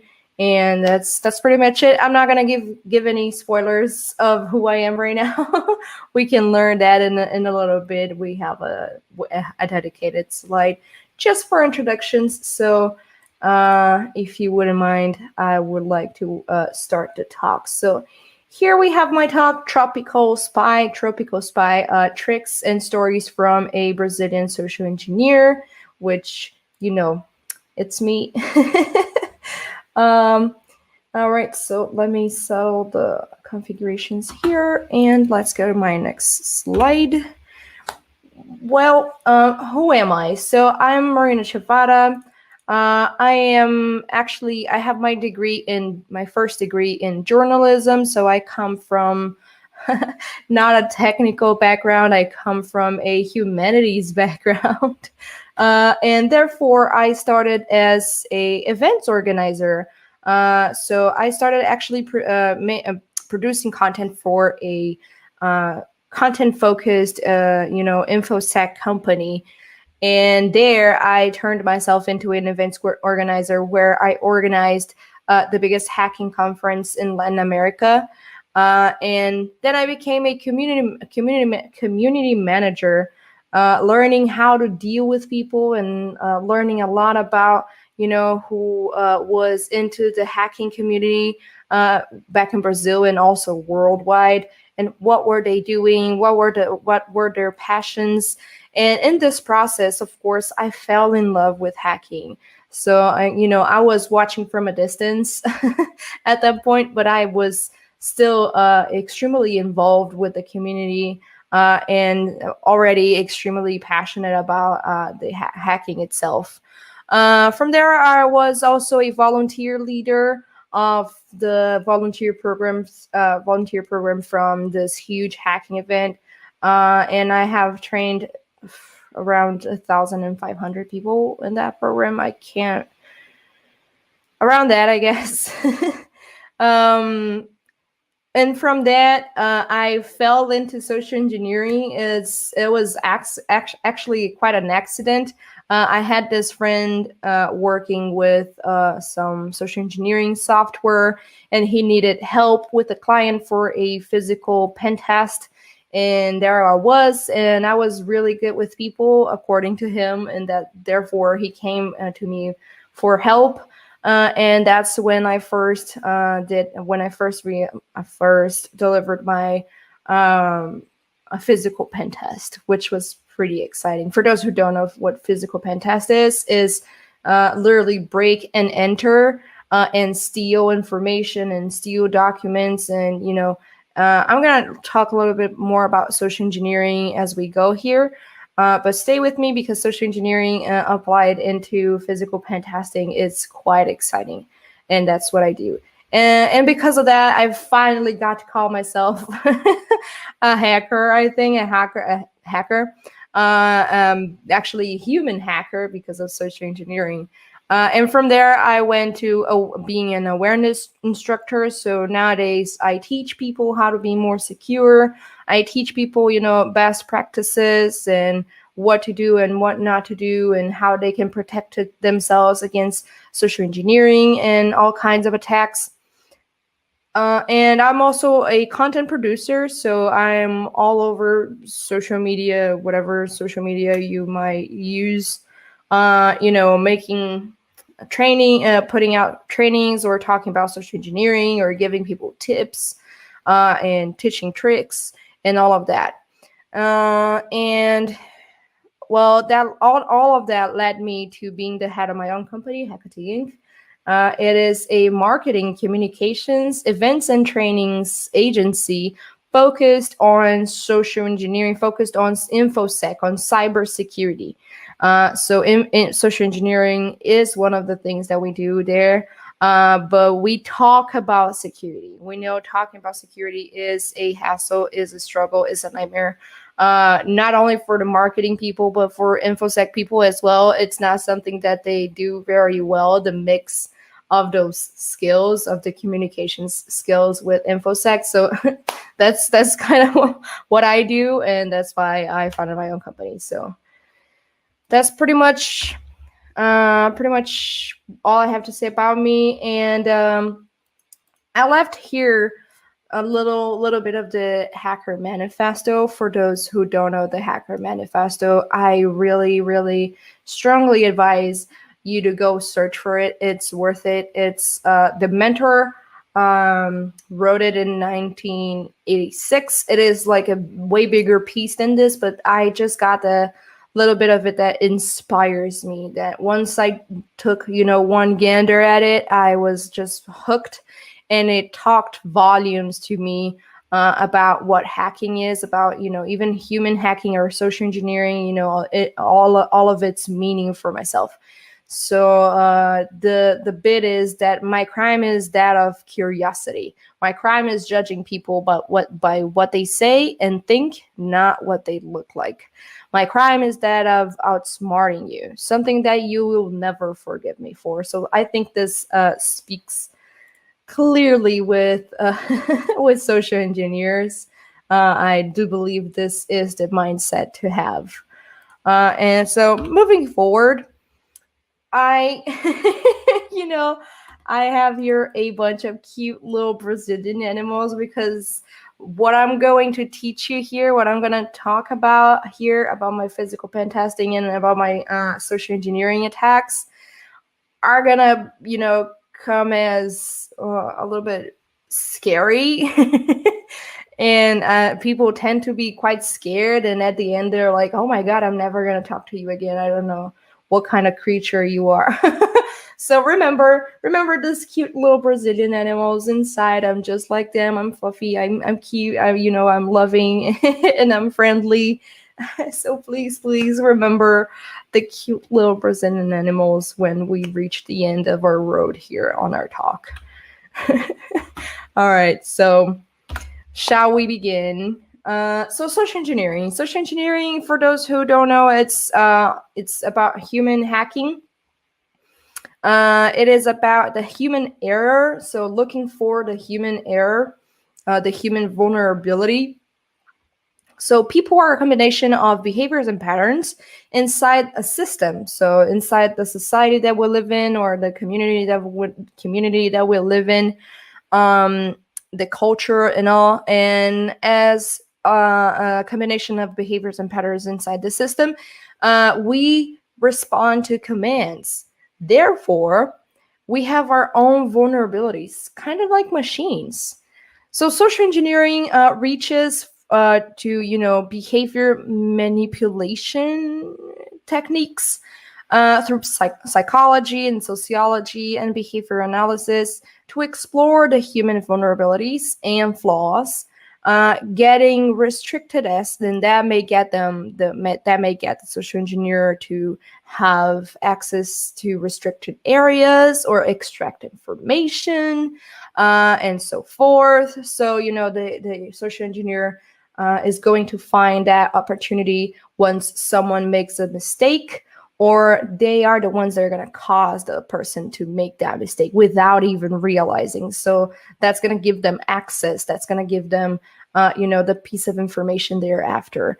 And I have like a few, quick examples of social engineering here, just like phishing that we know a lot about already, tailgating, some techniques that social engineers use, so shoulder surfing, or even spear phishing or whalings as derivatives of the phishing, and pretexting, baiting, and a lot of that. So I'm gonna kind of focus here on what I do as a physical pen tester, the techniques that I usually use on my physical pen tests. But there is like this whole other world of social engineering that I also tackle here at this little image. I mean, not even near, but represented by this little image. But we're not going to talk about that today. We're going to talk about the physical pen test social engineering techniques that I usually use. So, attack techniques. So to conquer access, I have this kind of attacks on me whenever I am breaking and entering a company. So I use tailgating a lot because that's the basics of the basics. If you don't know what tailgating is, I mean, whenever someone is opening a door and going through the door and they leave the door open behind, or they even hold the door for you, that's tailgating. So you're going after someone. You're taking advantage of their access and going for that access too. And I do that a lot. Once my mission was to sit at the president's chair, the company's president chair, coming straight from the street. Oh, and also very important, like everything that I'm talking about here, the break and entering, the physical pen tests, this is all under contract. So for those who are not familiarized with what a physical pen test is, this is a hired service. So the company is in agreement with what I'm doing. Actually, the company is giving missions to me. So I do have my contract of service. I do have a non-disclosure agreement, and I have all the correct papers to go and break into this company. And of course, just friendly reminder that this is not one company hiring me to break into another company. That would be corporate espionage, and that's illegal. That can land you in jail. What I do is I get hired to break in and go through the company that actually hired me. So it's a service inside their own house. So yeah, the tailgating mission, the tailgating attack that I used in one of those missions. So one of those missions was to go through all the company and to actually go and sit in the president's chair, the CEO's chair. Being a complete stranger and having no kind of access and knowing barely nothing about the company itself. So it was just a building. It was a fence building with security guards and kind of like a very normal commercial business building.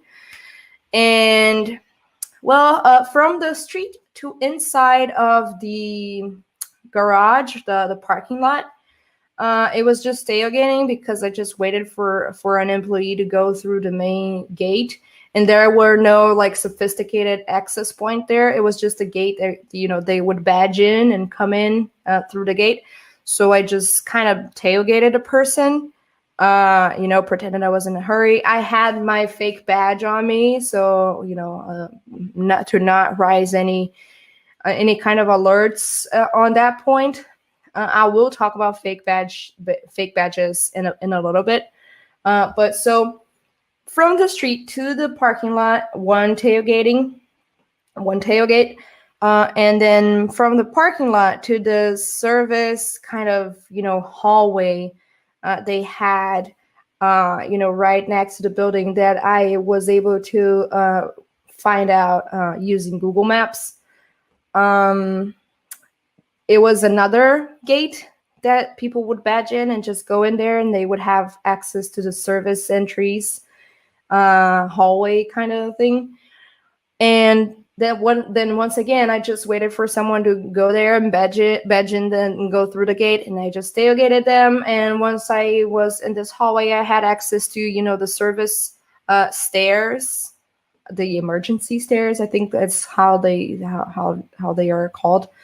But anyway, I went all the way up to the you know, upper floor, where the president's room was, where the president would, you know, have his own room there. And once again, from, you know, the service, the emergency stairs to inside of the floor, there was another door that people would badge in. And I know, you know, I know as a matter of fact that people use stairs. They either want some privacy to make a call, or they want, I don't know, cry in the middle of their working hours, or they just want to go, you know, and take the stairs down to exercise a bit. Whatever reason, people use stairs. So it was just a matter of time till someone opened the door. And I was just pretending to be, you know, making a call there or whatever. And then I tailgated, you know, inside the floor. And from there, it was pretty easy to find the president's room. There were no heavy guarding there. I just seated at the chair and took a nice picture and sent it to the client, you know, mission accomplished. That whole thing took me like maybe 15, 20 minutes tops. I swear, from the street as a complete stranger to sitting on the president's chair, it was 20 minutes tops. It was super fast. And I only used tailgating. So yeah, tailgating works. Services entries are stairs, just as I just said, you know, they're very useful for a physical penetration, because they usually have almost no one, you know, looking at it. They barely have, you know, security cameras. So there's a huge flow of unknown people going in and out all the time on those service entries. And those are like invisible people, you know, people that no one that's in a hurry or is important or whatever pay attention to. So this is perfect for, you know, just going in unnoticed, or just, you know, running around unnoticed. Technical visits data. So back in Brazil, we have this thing where you can visit the client beforehand. You can visit the client before your actual, you know, physical pen test day. And when you do that, it depends on the client. It depends on what the client wants or what the missions are. Sometimes the technical visits don't happen at all. But some clients, they want you to be aware of something inside the company already, or have, you know, already a head start or whatever, and they want you to get to know the site of your invasion. And we call that a technical visit. We call that, you know, kind of like scouting with the client. And the data back in Brazil, this data is like registered on their receptions, So if you go back and you just give your name or maybe a document or something, you might get in. which is kind of a critical, a critical flaw there for me, because you can be someone that should not be coming back. You can be, an insider threat. You can be all kinds of stuff. So the right way of doing it is to validate everyone all the time, because unless they have already, a badge or something that says they're cool to go in and out however they want, whenever they want, people should be validated all the time. And once they're in, there must be someone walking with them, making a physical presence there, and guiding unknown people inside a company, because you don't know who that person is. You don't know if what they're telling you is the actual truth, and even if it was, you don't know what could they possibly do, even by accident. So it is very important to always accompany be together or guide someone that is unknown inside a corporation. The fake reception email. So when you go into the reception area, the lobby or whatever they are, usually you can just tell them a sad story, like, oh my God, I'm like late for this meeting and the person is waiting for me, and there should be an email for you there, just letting you know that I'm here and I need to go in. The person obviously at the reception is just looking at her email and or his email, or their at their email, and just like, I don't have anything about you here. Like, there is no email about you here. And then you're like, oh my God, I can't believe this. The person forgot or whatever. Can you just let me know the reception email, and I'll be sure to call them and make them resend the email or whatever they have to, just to be sure they're gonna do it right this time. They're not gonna make a mistake and not have the reception email. And most of the reception people do give the reception email, or even better, they have it like in the open. They have it somewhere public. They have like on their website maybe. So what you do is you go back to a dark corner, and you just create. You have to register a fake Gmail account, for example.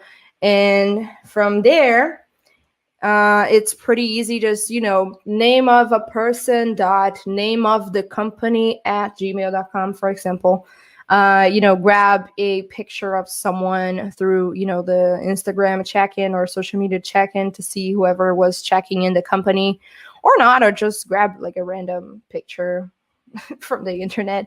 Go for the logo of the company. So you go for logo of the company.png on the Google image search and add that to your signature, just, to give a little bit more of credibility to that fake email. And you send the fake email as if it were from a person inside a company, just, letting you get in the company as an outside person. So the reception will get that email, and you go back to the reception. Making a fake email at Gmail takes like 5 to 10 minutes. And you go back to reception, and then you can like ask again, is the email there already? And after a few quick minutes, they're probably gonna get the fake email, letting you in, which yourself send it to them, and you're good to go. That happened to me like more than I can count already. I used that a lot of times already. This happens because people at the reception don't usually get trainings, don't usually get security training. First and foremost, I forgot the expression. So they don't know how to recognize that is not an official email. They don't actually pay attention. They are not trained to pay attention. So that is something that you can, a social engineer can take advantage of. The fake badges. So if you know anything about social engineering, you probably have already heard stories of people, making fake badges and getting into places. This is not something new. but it still works very, very good. You can find fake badges pictures all over. I mean, you can find the actual badges pictures all over the internet. People love to post their badges, even giving you your their geolocation by checking in, when they post their picture. And then you can just swipe a bunch of those badges pictures, and you can do your own fake badge. And that helps a lot, build that helps you build your credibility, and have, a fake badge on your chest is pretty helpful most of the times, because, people tend to trust you. So I left OSCE here. So OSCE is very, very, very, very, very important for any social engineer ever doing anything you can imagine. So you gotta know what people are liking, not liking, what they are posting, not posting. You gotta know if they have their own data leaked somewhere, or if they have it just on display on their social medias, easy to grab, easy to see, easy to collect. So you can build your case, and you can build, you can actually do your homework and know your targets. So OSCE is very, very important here. I'm not going to talk about OSCE too much. I try not to talk about it too much. So a good access technique is you create some kind of conflict, create some kind of problem, and as soon as you can, just solve it. Like, almost immediately, actually. It's like you come with this problem, this is bad, this is happening, and I don't know what to do, and oh my God, and we have this situation, and you just turn around, but you know what? I'm going to take care of that. You know what? If you help me do this, we can... This is not going to be a problem anymore. It's like 5 minutes. I'm just going to go there real quick, and I will solve this, and I'm going to come back. Don't worry at all. So if you create a conflict and you give the problem a solving real fast, then the people kind of like creates a faster rapport with you, or just, bring their guard down. Or just comply with what you're saying, because they also want to solve the problem real quick. So this is a very good attack technique for access, just as I gave the example of the fake email for the reception. Improv skills are very, very, very important too for physical pen testers, at least for me, because back in Brazil, things are hectic. Services don't actually work. People are late. You have a bunch of stuff that you couldn't predict even doing your homework. And you gotta be quick on your feet. You really have to see an opportunity, opportunity, and take advantage of that, and go for it. Or you have to have the right calls about what's too risky to do, what's what can it burn your bridges too soon. So you really have to have this knack in you to have fast responses, and that's kind of something that's hard to teach. So if you don't have that already in you, or if you don't want to develop that kind of skill, that behavior skill, or like the social skill, that's going to be a struggle for you to do a pen test. So another attack technique that I have for access is just simply asking, and that's very funny because people are completely oblivious about security. Sometimes they just completely ignore protocols, and they're too trustworthy, or whatever the reason is. That if you find someone like that and you just ask, they're literally gonna give you their password, or gonna give you access, or gonna open the door for you. So simply asking, for a few targets, it's all that you need to get that information, or to get into whatever you need to be. And another one that I really like to use is knocking at people's doors. Even like, for example, once I did this in a security monitoring room. The security camera rooms, the security cameras room, where they have like all the where they had all the monitors around. So I just literally knocked at the door, and it was like this heavy iron door. I knocked it there, and I asked if someone called IT. And everyone, everywhere in the entire world, called IT. If, the air conditioner is not working right, or the internet is too slow, or any kind of problems you can imagine, people will call IT. And that's why you will almost always get into places if you say, if you ask if someone called IT. And, you just personifies, Jesus Christ, I'm sorry. And it just personifies the IT person, and then you're in. And then you can even, go all through the hardware there, go all through the equipments, and even, put some bad USB there and have your fun. Which is what I have done in this case. All right, so my stealing techniques. So for information extraction, I go a lot for meeting rooms. Meeting rooms give you credibility. So if you're inside a meeting room, you're probably someone important. So it's harder for people to go question you, or to have you as a suspect or anything. And it's even more likely to people give you information if you call them into a meeting room, if you have a meeting room. And meeting rooms are pretty easy to get into because they are most likely unlocked, or even better, they have the entire schedule on the door. So when the room is going to be empty, when the room is going to be available for you to get in there.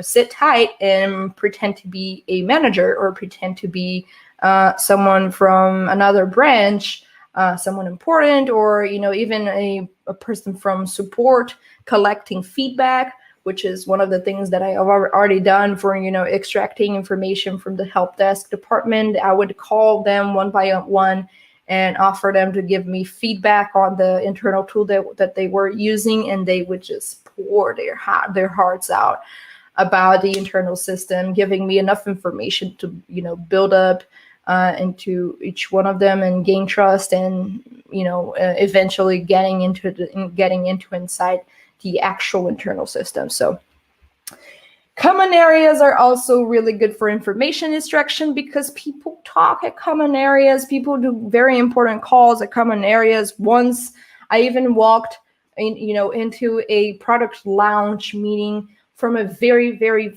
very important company. So it was like a very huge product they were launching. And for some reason, they were having their launching meeting in the common area, and in the TV, in the common area, they had all of the project's details in there, the code, all of the marketing strategy, all in there in the TV in the common area. And I was just recording it all without even trying to disguise myself, because it was a common area. You should not do that stuff in common areas.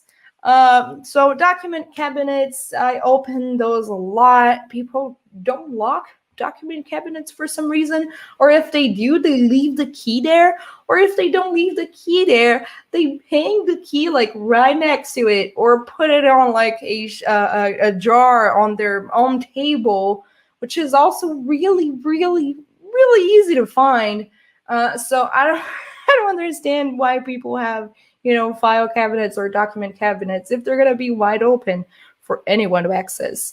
It's why are you putting them away then? They're not important, clearly.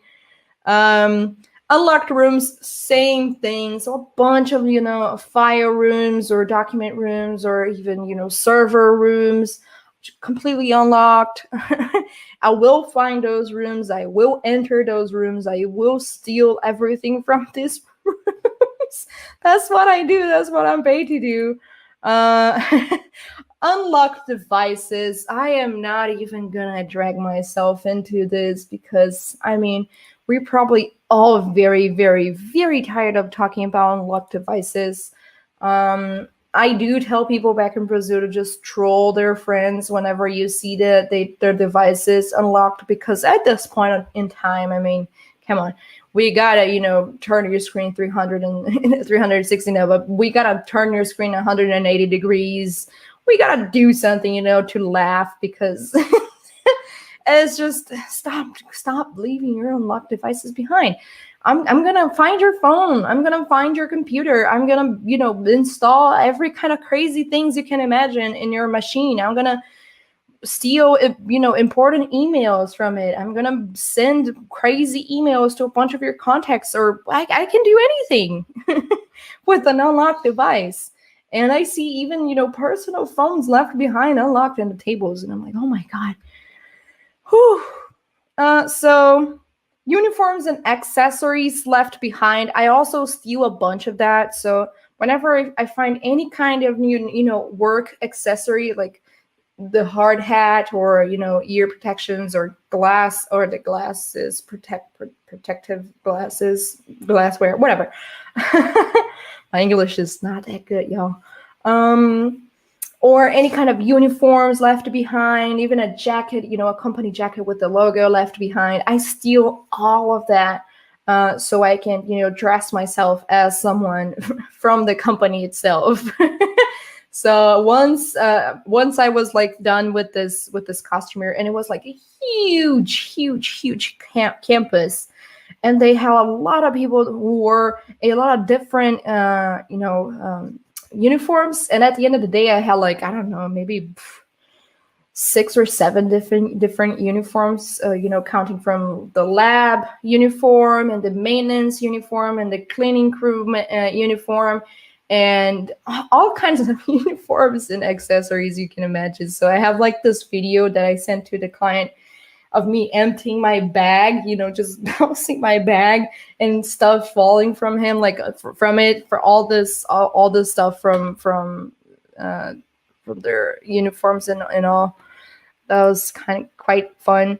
Phishing and smishing. So of course, you know, the basic tools from a social engineer.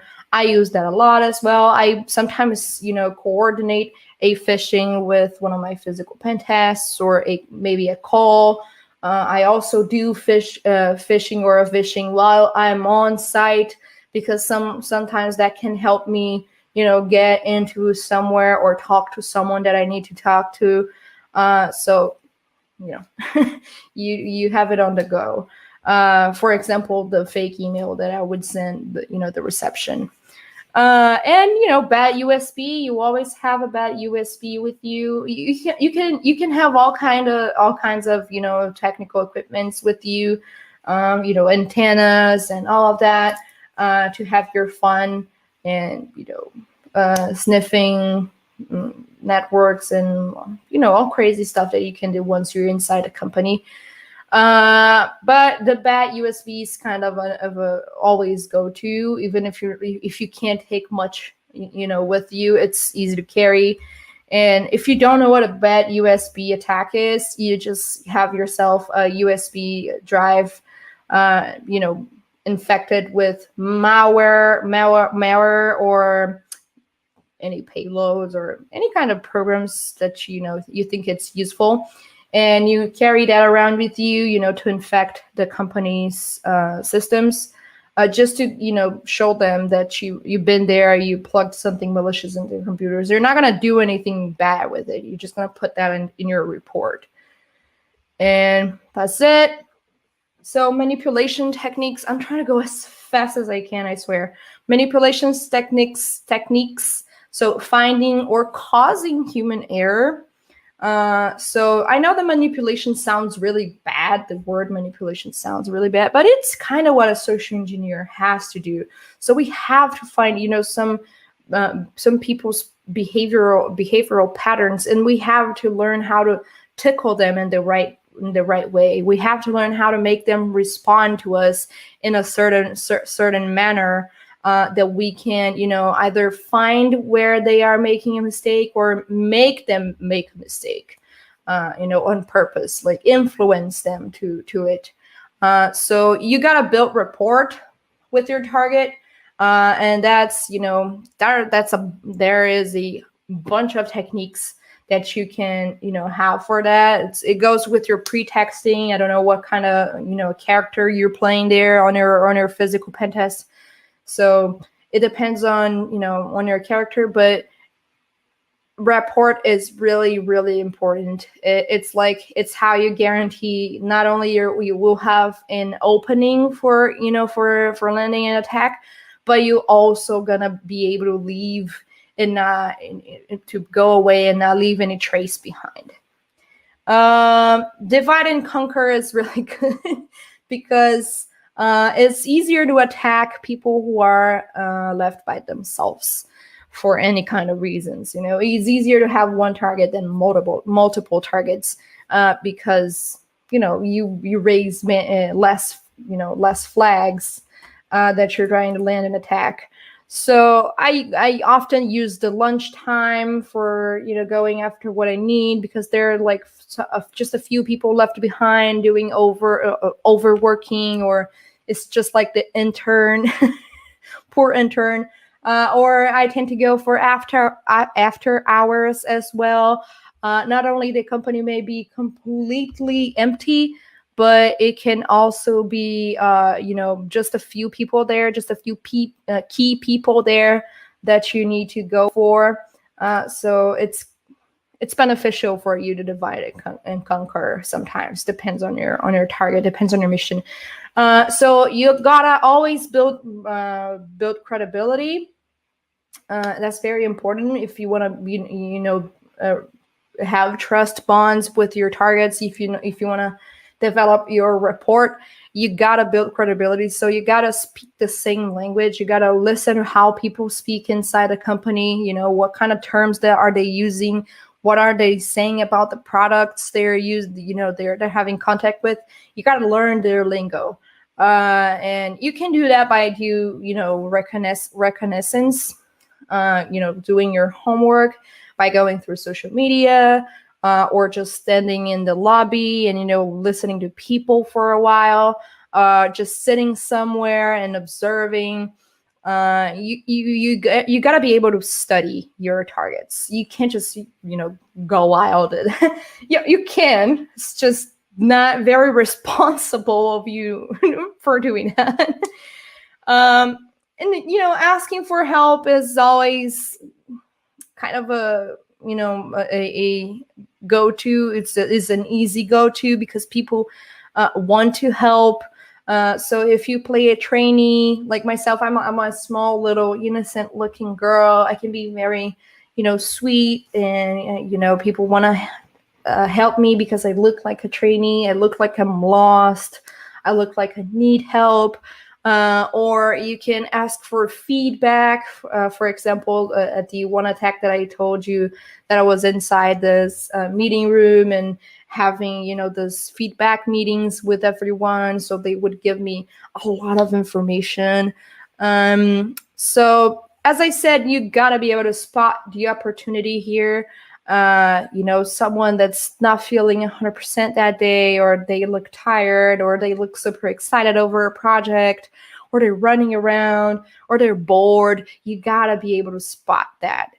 And you gotta be always, whenever it's possible, like as a general rule, try to always leave good impressions behind you.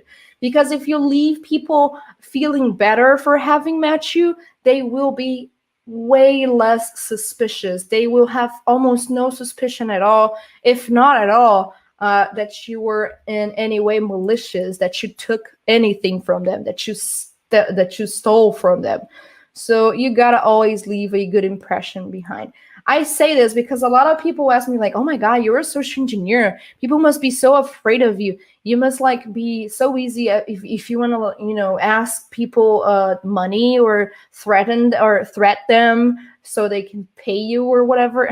Like, no, you kind of don't want to do that. If you put people too much on a spotlight, if you pressure them, if you make them feel, fear or anger, that's not very good, because that can backfire real quick. They're going to be hard to predict. It's not what you want. You want predictable human beings to fit into a system so you can find your ways to hack them. So yeah, I'll always leave good impressions behind you. This time, for example, I broke into a company, and the sysadmin, logged into my own machine, and I told a very sad story, but he was so sweet, even though he logged into my machine with his own user admin on the internal system. But anyway, I treated him very kindly, and we, had a lot of, we chat a lot while he was helping me. And, I left, and we met again at the end of the day, and he was like, "Hey, how you doing? Were you able to solve your problem?" I was like, "Yes, thank you so much. You just saved my day." So he met me again, and that was in a very dangerous position because I was already at the end of the day. So I was going a little bit wild there, because it wouldn't matter if I was going to get caught at that point. So I was running around and doing all kind of crazy stuff. And even then he found me again, and he thanked me, and he remembered me as a positive thing. So that's good. You don't, leave no bad traces behind. So yeah, I know this all can be very scary. I know people, get really apprehensive after I say all these bad things about the attacks and social engineering and physical pen testing and manipulation and all that. Can be overwhelming. So people often think, I don't stand a chance against someone like you. You are trained to get me. You were trained to come and find me and, and take advantage of me.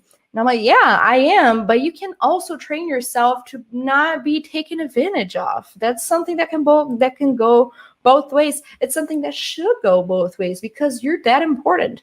So you deserve security. So you always got to be suspicious or cautious. I mean, we forget that a lot. And for some reason, we connected those words to something negative.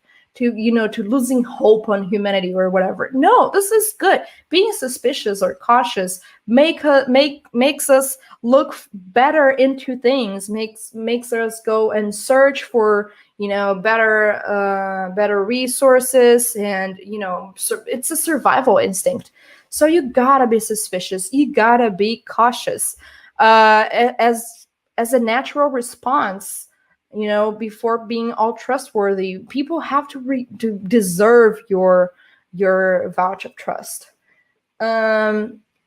So if you see anything weird, report always. Always, always, always, always. It is very important. Anytime you suffer with something, you talk about it. You let other people know, because then they can also recognize those bad things, and they can protect themselves. So if you spread that knowledge, if you spread your concern, more people will be more careful, and that's really good. If you want to stop an attack, you should report it. That's the main thing. That's the most important thing.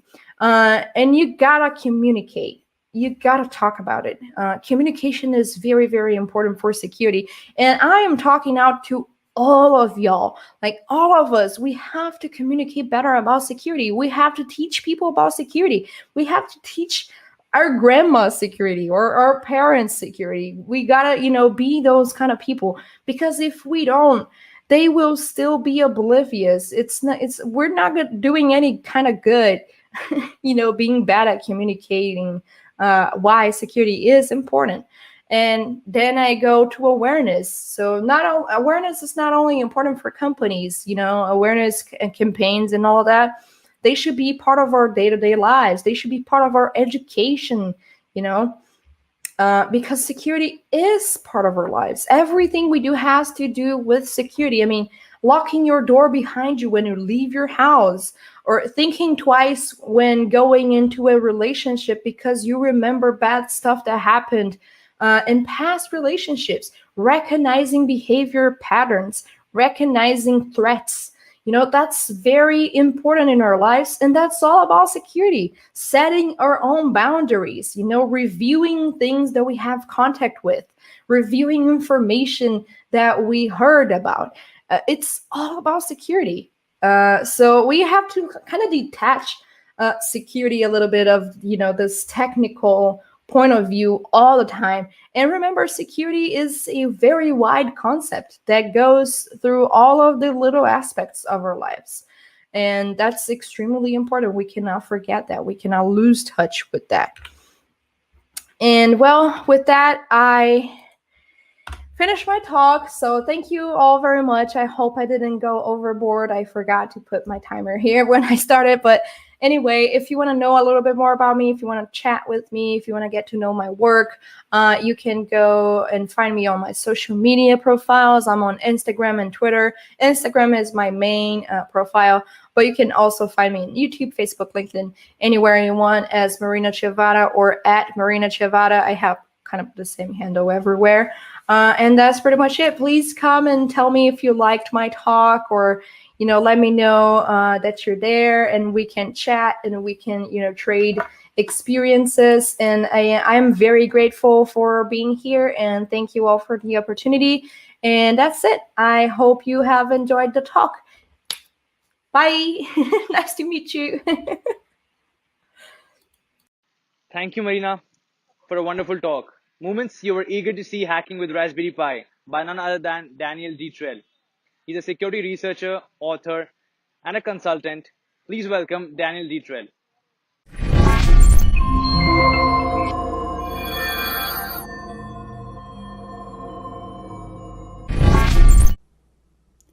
Welcome to CIACon, an open community of cybersecurity researchers. This is Security Testing with Raspberry Pi, and I am your host, Dieterle. First, a little bit about me.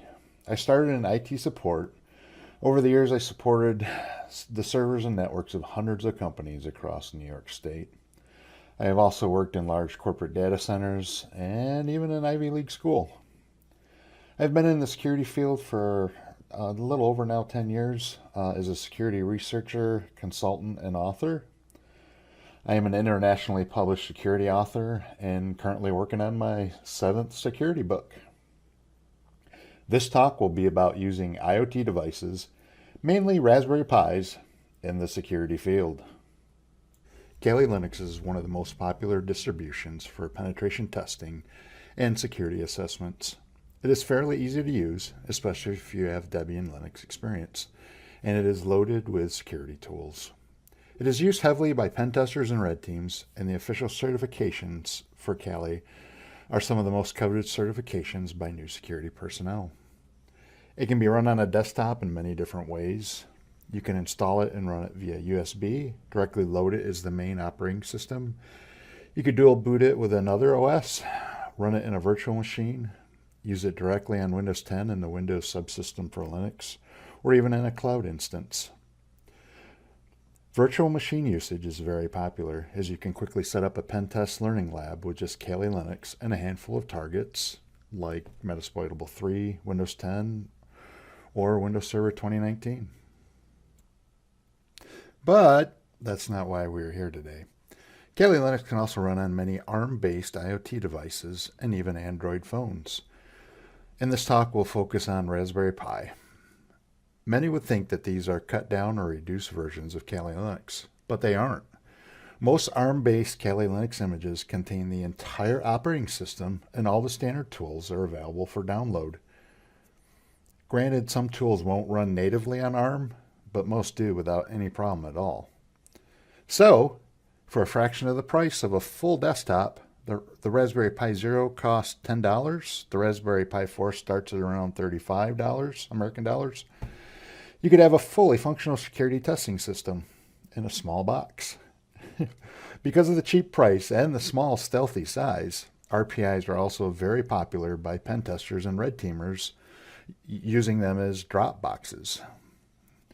Drop boxes are basically hacker boxes left on a target site during physical security site tests that the pen tester can remote into later and access the target's internal network. You have a lot of capability with using the Pi by itself, but you can also use a ton of add-on devices to further increase the Pi's capabilities. You can also interface with a lot of industry testing tools with the Raspberry Pi. A lot of the Hack5 devices will work great with an RPI. Common add-on devices are USB Wi-Fi antennas, software-defined radios, Bluetooth, and RF scanning devices. There are also a lot of add-on hat devices that plug directly onto the Pi, devices like screens, or as pictured in this display, an IoT Edge AI computing board that could connect to hundreds of different Grove sensors. We will get to other uses for a Pi in a minute, but first let's talk about running Kali Linux on a Raspberry Pi. To get started, just download the Raspberry Pi ARM image from the Offensive Security website, write the image to a memory card, pop it in, and boot it up. It really is that easy. In a few seconds, you'll see a full Kali Linux graphical desktop on the Pi 4, just as it were a regular desktop computer.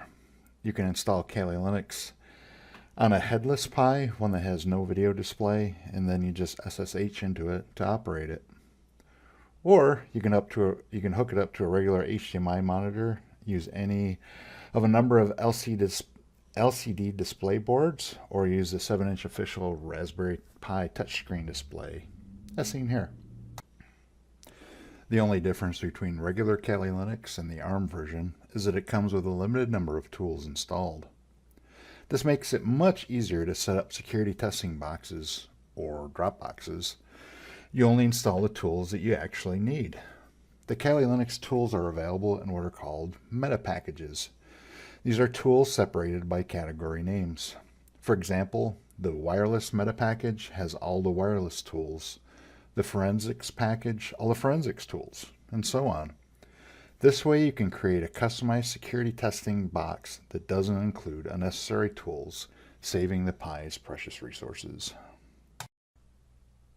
Once the install is finished and you install any meta packages that you want onto Kali using the apt install command, you have a normal, fully functional Kali install. Everything is there and works exactly the same on the Pi 4 as it does on a desktop system or in a virtual machine. You can scan wireless, enumerate networks, use network and application testing tools, exactly as you would on a normal Kali install. You can also install additional or third-party testing tools on the Pi, basically anything that is compatible with ARM. These include some professional level at-cost pen testing tools, but also hardware tools like RF and Zigbee scanners and all the add-on boards and adapters that we talked about earlier. But I don't want to use Kali Linux. You get this a lot in the field. Some people love Kali, some hate it. And the truth is, you don't really need it. In the Linux world, you can install your favorite security tool on your favorite flavor of Linux. The same is true in the ARM world. Well, kinda. Not every Linux distro has an ARM-compatible version, but you can always just use Raspberry Pi OS, or Raspbian as it used to be called. Raspberry Pi OS actually works really well for the security field, and unlike Kali, it has full support for the traditional Raspberry Pi features. Like software to run the Raspberry Pi cameras, it is also very easy to interface with RPI input-output pins using Raspbian, or Raspberry Pi OS. But just from a security standpoint alone, you can apt install many of the security tools from the terminal, and they work perfectly fine. Like this example here, I simply just installed Nmap as I would on Kali Linux or any other Linux distribution, and it works perfectly fine. But what if you have a lot of security tools that you want to install and you don't want to install them one at a time? I actually ran into this question when I was writing my security testing with the Raspberry Pi book, and I found a solution. The Pen Testers Framework is a fully customizable security tool that installs security tools, and it works great on the Raspberry Pi. Well, it works pretty good on the Raspberry Pi. some of the tools it installs by default are not ARM compatible. Though, as the Pentester's framework is completely customizable, you can configure it to only install the tools that work and the tools that you're going to actually use. When you run PTF, you select the tools you want to install, and then it does its thing. It automatically downloads, compiles if necessary, and installs all the tools that you selected. When it is finished, you have a weaponized Raspberry Pi, all set for your security tests. One of the tools you can install with PTF is Sniper. Sniper is an automated web server scanner and attack tool created by 0 Days. Sniper is fully automated. Just select your command line options and set the target, and Sniper begins to automatically enumerate and scan the target using multiple scanners and web app security tools. If it finds a vulnerability or multiple vulnerabilities, it will automatically attempt to open a remote shell with the target using an exploit. It works equally well against Linux-based and Windows web servers. You can download and use the standard version for free. The professional version is at cost, but has been a go-to tool for many professional pen testers. One pen testing company I know loads up multiple Raspberry Pis with Sniper and leaves them laying around the target company's site when doing the physical access part of their pen test. They can then remotely access and security test through the RPIs. Warberry Pi is another security tool that was developed specifically for the RPI. It also was created for red team Dropbox use and was designed to hide on a target network and be as stealthy as possible while it collected data. Warberry analyzes existing traffic and can perform auto-analysis and attack. It has stealth features built in. It can even pretend to be a printer, so it blends into a large network environment. It also has the ability to emulate a MAC address of an existing device, further improving its stealth. Lastly, you can set up a covert 3G channel with Warberry so it can be accessed remotely from anywhere. The Raspberry Pi can also be used as a cybersecurity learning lab or as a target itself to help teach or to learn computer security. Raspone is an all-in-one security learning lab based on the Raspberry Pi 3. It is loaded with multiple vulnerable web apps and services. The OS runs multiple servers and is designed to run via Wi-Fi, so you can basically have a complete self-contained lab all on one RPI. Just connect to the Raspberry Pi via Wi-Fi and use your favorite pen testing tools to test away. Damn Vulnerable Pi, or DVPi, was another great use for a Raspberry Pi. It is a purposely vulnerable Pi image that you could try to break into, kind of like a CTF challenge. This one worked even better if you had an LCD touchscreen display, as you could interact with the menu buttons on the front of the panel. Basically, you just burned a DVPi image, set up your display, and you had a ready-to-use pen test target. As I mentioned before, not everything that works on Linux will run on ARM. One specific program is Docker. If Docker images don't have ARM support included when they're created, they will not run correctly on a Pi. Though some popular testing tools have been modified so they run correctly on a Raspberry Pi, one example of this is OWASP Juice Shop. Juice Shop is a popular insecure web app that is used in security training, capture the flag competitions, and is a great tool to practice your cybersecurity skills. What's even better is that it runs great on a $35 Raspberry Pi. This was just a quick overview of using Raspberry Pi as both a cybersecurity attack system and as a target. Hopefully I demonstrated that the Pi is very capable for both tasks, and that the price point for a Pi makes it a very attractive platform for the security industry. I go much deeper into all these topics in my book, Security Testing with the Raspberry Pi, available on Amazon.com. PwnPy Loa by Meme82 is a framework which turns a Raspberry Pi Zero W into a flexible, low-cost platform for pen testing, red teaming, and physical engagements, or into a little offensive appliance. Just burn the image, pop it into the Pi, and power up. Within a few seconds, a new Wi-Fi network will appear. Log into the new Wi-Fi network, open a browser, and surf to the control panel. And that's it.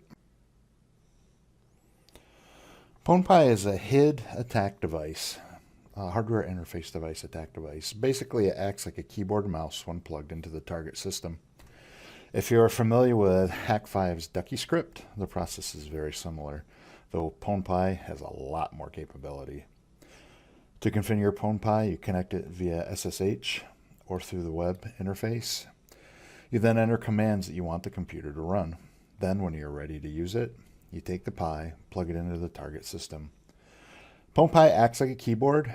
After it boots up, it automatically begins entering the attack commands, one character at a time. Unlike other HID-type devices, even when the PwnPy is deployed, you can still remote into it and modify or reconfigure it on the fly. Once you configure the PwnPy with the commands that you want it to run, comes the fun part. Deploying it during a pen test or red team engagement. This is where your ninja skills come into play. All you need to do is plug the PwnPy into a target computer and arm it. It will then do whatever you program the device to do. This could be copying documents off of the target system, copying a C2 payload onto the system, scanning the target network, looking for credentials, or even take over the computer and use it to attack other computers on the network. The security tester can remotely connect to the Pi at any time, even when the device is deployed, and can completely modify the device's behavior. It can be reprogrammed on the fly to do an entirely different task than it was programmed to do, all live and in real time. This is the PwnPy web control panel. This is where all the configuration and control for the tool takes place. As previously mentioned, the web interface is a live interface. When you make changes, the changes are effective immediately on the device. The tool creator has done an amazing job with the interface. I was playing around with a lot of the different configurations and put the device in an unstable state. Any other HID type tool would have most likely needed to be unplugged, brought back to the host system and reconfigured. But I was able to redeploy default settings of the device while it was connected to a target system, and I was back in business. Let's take a look at the main menu items. The top left 4 menu buttons are for configuring the different connection types. You can connect to PwnPy through USB, Bluetooth, or Wi-Fi, and these buttons allow you to configure all the settings for that. The next button is trigger actions. These are a major part of the new PwnPy version. They really add a lot of intelligent scripting to the tool. There are several pre-existing scripts that tell PwnPy how to behave when it is connected to the target. When you get used to using the tool, you can bring it to the next level by adding your own trigger actions. You can trigger off of several events, including USB connected to the host, Wi-Fi access point is up, DHCP least issued, or even a SSH user login. And these are just some of them. There's several more. And these events can also be set to fire once or multiple times. You can add multiple triggers or modify existing ones. As you can see, with using the combination of settings, you could create a very powerful attack tool. The possible combinations are really only limited to the imagination. The HID script editor is where the magic happens. With the HID script editor, you can create Ducky-like scripts that run on the target system. The difference is you can change these scripts on the fly through the remote control interface. This is the programming code used to control the keyboard and the mouse. Any text is sent through the USB port, one character at a time, but at a very high rate of speed. String text is entered with the type command. Notice the /n at the end of the line for the enter key. The rest of the commands are a script to move the mouse around the screen and to change the typing speed or the moving speed.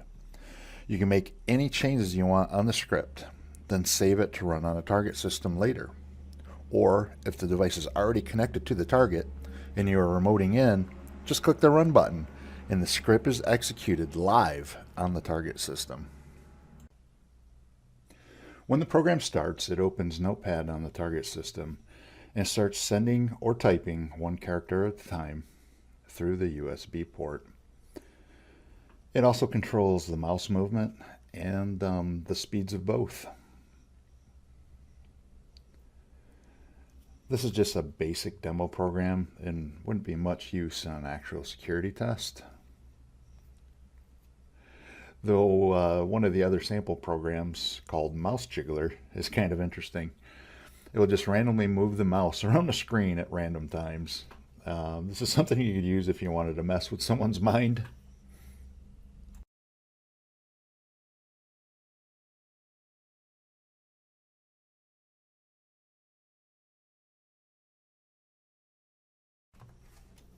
Again, this is just a simple test. There are many PwnPy scripts available online that do different things. You can also enable the device to act like a USB drive, so you can copy files to and from the device during an attack.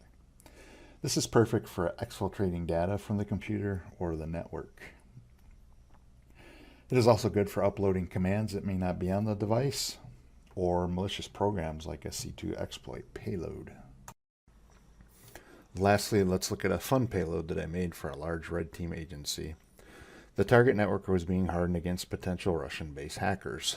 This script would be used on PwnPys, which would be taken by red team testers into the target organization being security tested.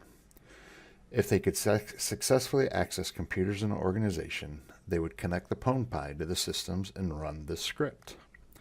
When the attack script was triggered, it would cause a computer to speak through PowerShell voice commands saying, "Oh no, it must be a Russian hacker." Then multiple Russian flags would pop up in the web browser windows. The test sample is only 6. I had it set to 100. Lastly, the Russian national anthem would play in a hidden Internet Explorer window and at maximum volume. Silly, I know, but it proves several things. Firstly, that the red team successfully accessed computers in an organization. They were able to run a program on the target system, causing the system to reach out to the internet and play a video, but also to download and open the Russian flag from a red team server. This type of attack actually wasn't my personal idea. Back several years ago, allegedly, US and Israeli hackers infiltrated and made workstations in an Iranian nuclear facility play AC/DC's Thunderstruck at night and at full volume. This was a part of the Stuxnet attack. The music video part of the attack can be replicated very easily with PwnPy using just a very limited amount of code. PwnPy is a very useful and powerful tool. The last topic I want to cover today is some fun uses for the Raspberry Pi and future uses of IoT devices like the Pi in cybersecurity. One of the most popular uses for the little Raspberry Pi Zero W right now is to turn them into a Pwnagachi. Pwnagachis are ridiculously cute little Wi-Fi hacking devices. They are just a Pi Zero with a LCD display or a e-ink display, but the magic is in the software. The A2C based AI code powered by BetterCap learns from its surrounding Wi-Fi environment and automatically hacks any Wi-Fi networks in range. Okay, it doesn't really hack them, it just tricks the Wi-Fi network into giving up its authentication handshake as well as any PMK IDs. These keys are then saved to be cracked by Hashcat at a later time. The cool part of the Pwnagachi though is the adorable and lively status faces that it shows during different stages of scanning, detection, and key capture. If you have more than one Pwnagachi, it makes friends with each Pwnagachi it detects, sharing information with it. New cybersecurity students love these things, and they are a great tool to learn about Wi-Fi security. cute interface aside, they are running BetterCap in the background, which is a very good Wi-Fi scanning and attack tool. The problem with Pwnagotchis are that they use the internal Wi-Fi, so the range isn't that great. You have to be fairly close to the target Wi-Fi network for them to work, and you are fairly limited with what else you can do with them once they are running the Pwnagotchi code. But with a little tweaking, you could run it on a Pi 4 with an extended range antenna. Or, with a little more tweaking, you could turn your whole office into a Pwnagotchi playground. Not interested in something that looks like a toy? Then you may want a mini LCD display and some custom programming. This is an automated Wi-Fi scanner I made using a Pi 0, Adafruit 24x24 LCD display, and an extended range alpha. As soon as you plug the battery in, it automatically begins detecting and scanning Wi-Fi networks using the AirCrack NG toolset. Of course, you don't need to run Wi-Fi attack tools. Being full Kali Linux underneath, you could use your $10 Pi 0 to test web security using Sniper. IoT devices are used heavily in physical security, and the Pi is no exception. A couple different Pi cameras are available and are easy to use and set up. You can use the built-in Raspberry OS commands or use special programs like MotionEye that can turn your cheap little Raspberry Pi into a high-res motion detect surveillance camera. Another option is the Raspberry Pi night vision camera. Software-wise, it works exactly the same as a regular camera. You can swap one for the other without changing any settings. But with the night vision camera, you get full room size night vision. This is a portable night vision system that I made. It is the same Pi tablet that I've shown before. It is just running Raspbian, some custom code, and has the night vision camera taped to the back. But the effect is amazing. Here are two pictures of what it saw in a room that was completely blacked out. You couldn't see anything with the naked eye, but you could easily walk around using the night vision system and see perfectly fine. Notice you can even read the label on the pop bottle. One last fun use of the Raspberry Pi is using them to track airplanes. Using our RTL SDR software-defined radio adapter, you can literally track airplanes. The Flight Radar software picks up airplane ADS-B signals, which is plane ID, speed, and altitude, and plots them on a Google Map type display in real time. I had about a 50-mile range with mine. You can also upload your data to the main FlightAware website or Flight Radar website and share them with other ADS-B systems, so you could literally track airplanes across the world just using ADS-B monitor systems like this. Lastly, let's take a few minutes and talk about future uses of IoT devices in cybersecurity. This will include some of the work that I've personally been working on. Pentesters and red teams have used Raspberry Pis and other devices like the Hack5 pentesting tools for several years now. Hopefully I've shown it is very easy to take a Raspberry Pi and use it as a device like a Dropbox. But what's next? What does next generation smart IoT offensive security devices look like? What would they be like? Sensors and sensor input have revolutionized maker boards, robotics, and the IoT world. It will do the exact same for next generation Dropboxes. Right now, Raspberry Pis loaded with specific pen test tools are left on client sites as remote access Dropboxes. They usually connect back to the security testing team through cellular, internet access, or Wi-Fi.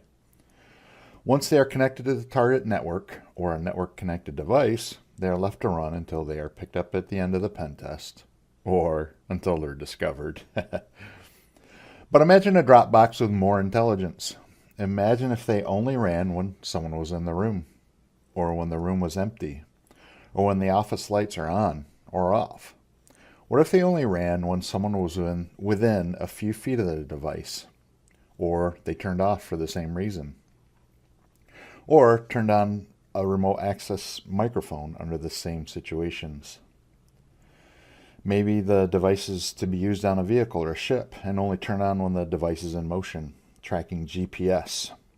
It only turns on when the device is at a certain location, possibly giving hackers remote access options inside a secured facility. Better yet, what if the device lay dormant, just waiting and watching until one specific person enters a room, or a group of specific people, maybe those with admin access or access to sensitive data. When the device has correctly ID'd the targets through facial recognition, imagine if it ran specific exploit payloads or scanners when that person was in the room, or those people. All the above and more are possible right now, and the capabilities and stealth options will only increase as time goes on. This is a proof of concept example of a smart Dropbox that could run scans only when someone is in the room or when they get within a certain distance from the device. It is a Raspberry Pi 4 with an Arduino-based AI edge computing hat and an ultrasonic range sensor. You could also use a light level detector or a human presence detector, or all three. The edge computing board handles all the sensor interaction and the processing. If a certain condition is met, it can handle control over to the Raspberry Pi. The screen shows the range sensor running and displaying distances of detected objects. All we need to do is modify the code so that when a certain range level is reached, only 9 centimeters in the demo, but it could be whatever you wanted, it tells the Raspberry Pi to perform an Nmap scan on the network that is attached to the Raspberry Pi. Again, this is just a proof of concept. It could run and perform any security test or do whatever else you want it to do when the range limit is met. For my final example, I want to show how you can easily take the same concept and apply facial recognition to it. By this I mean we can use a Pi camera, the regular one or night vision, and have the Raspberry Pi perform some sort of security test or function only when a certain person or certain people are detected in the room. Using a Raspberry Pi 4 and the Pi camera, you can easily perform facial recognition. With a little coding magic, you can have it perform specific tasks when it detects a certain person. In this case, it kicks off a Wi-Fi scan when it detects my face. The Raspberry Pi isn't the only IoT board being used in computer security. There are many. One of the new up-and-comers that has a lot of possibilities is the Arduino-based Wio terminal. It is a SAMD51-based all-in-one unit that has an LCD screen, Wi-Fi, Bluetooth, microphone, light sensor, accelerometer, and infrared emitter. It has 2 sensor ports that can connect to any of the several hundred available Grove sensors, or it can hook up to any of the many add-on boards for additional sensor capability. A couple are shown here in the picture. The Wio can function as a standalone unit or connect onto a Raspberry Pi as a hat, lending all of its processing power and sensor capability to the Pi. The unit was made to be a stealthy drop box, as it is the only unit I've ever seen that has a magnet built in, so it will stick to any metal surface. As you can see here, it's actually sticking on the side of a metal cabinet. Lastly, phones could be used as drop boxes or as pen test devices, or even interact with them. A lot of people are familiar now with NetHunter, so I'll only briefly mention this. But basically, NetHunter is a fully functional Kali Linux install on an Android-based phone. Just like the Pi, it is a fully capable Kali Linux install. It also works great with external devices and RF scanners, and it even interfaces with or controls other Raspberry Pi drop boxes. And the stealth factors with it is very high because everyone is walking around with their phone out. It draws little to no attention at all. I just wanted to thank everyone for taking the time to listen to my session today. If you'd like to learn a lot more about all the topics I talked about, check out my 3 latest books. I'm also currently working on a new advanced security testing with Kali Linux book that will be out early next year. Thank you and have a great day. Wow, hacking with Raspberry Pi, that was really a wonderful talk.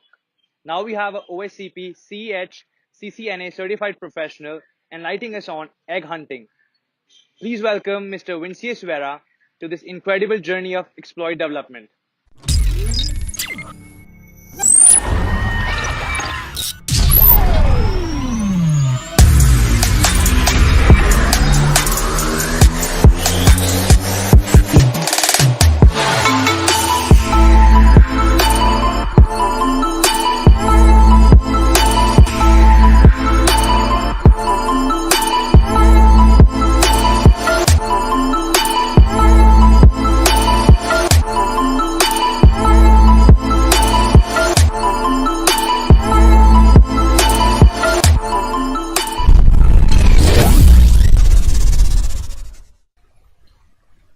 Hi everyone, my name is Vinícius Vieira from Brazil.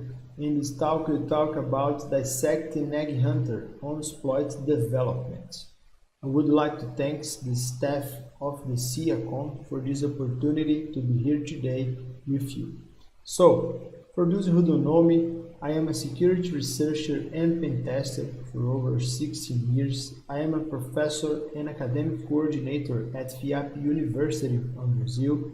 I am a cyber warfare expert by the Brazilian Army. I have some certifications like OSCP, CEH, and others. I am a CVE holder and exploit writer. I am a member of DC 5551, the largest DCG on Brazil, and DEFCON Hacking Village. And recently, I am joined at HINAC project. Hacking is not a crime. Today, we talk about binary exploitation. And for that we will understand what is exploit, what types of exploit. Let's remember a little bit about the fundamental concepts of buffer overflow, CA exploitation, what are egg hunters, and what steps to develop and exploit using EggHunter. But first, why exploit development? An exploit is a piece of software, a chunk of data or a sequence of commands that takes advantage of a bug vulnerability. That is, an exploit is an automated way to exploit a vulnerability. And although you use the term automated, we need to understand the concepts of binary exploitation and what type of exploitation is used to build the code that will automate the exploitation, that is, or exploit. I know that for some I am not saying anything new so far, but it is interesting to conceptualize the issues so that we can reach our goal. Going a little deeper into the exploit theme, we will understand a little more about the types of exploits. According to ExploitDB, one of the largest repositories of public exploits, there are basically 4 types of exploits. Exploits for web applications, exploit for denial of service, which can be either local or remote, exploit for remote attacks, which generally grant unauthorized access to any system or application, and exploit for local vulnerabilities that generally grant privileged access to operating system for exploiting kernel or end user permission flows.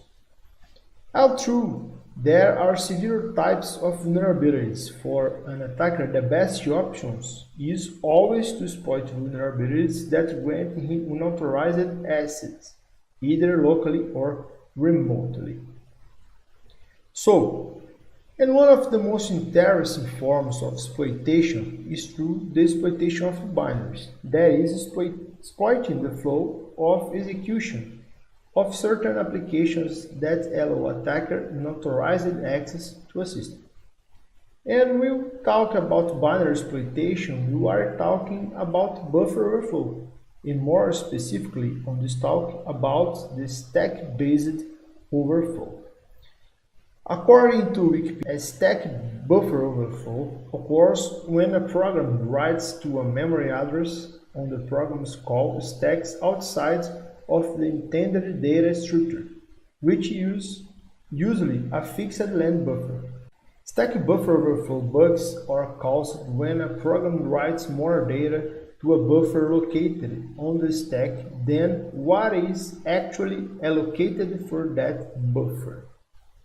So, there are several types of stack buffer overflow exploitations, such as vanilla EEP, overwrite, CH, EggHunters, ASLR, safe SEH, stack cookies, Unicode restrictions, and much more.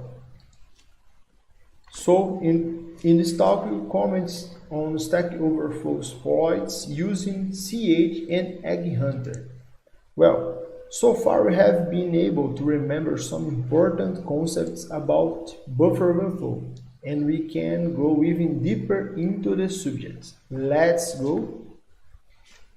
To execute arbitrary code, an attacker put his shellcode in the available buffer space created by the program in memory.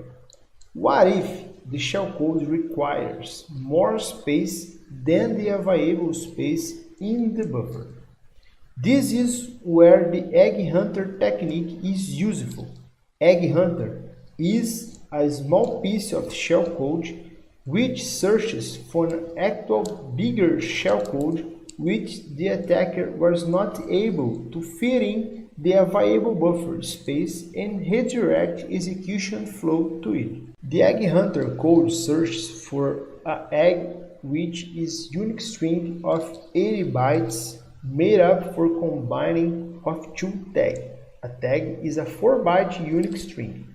Usually, attackers consider use strings like egg, 2 eggs, or any other strings which is unique enough to search in memory. An egg is formed by combining 2 tags to make it more unique, so that it won't come across itself while searching in a memory.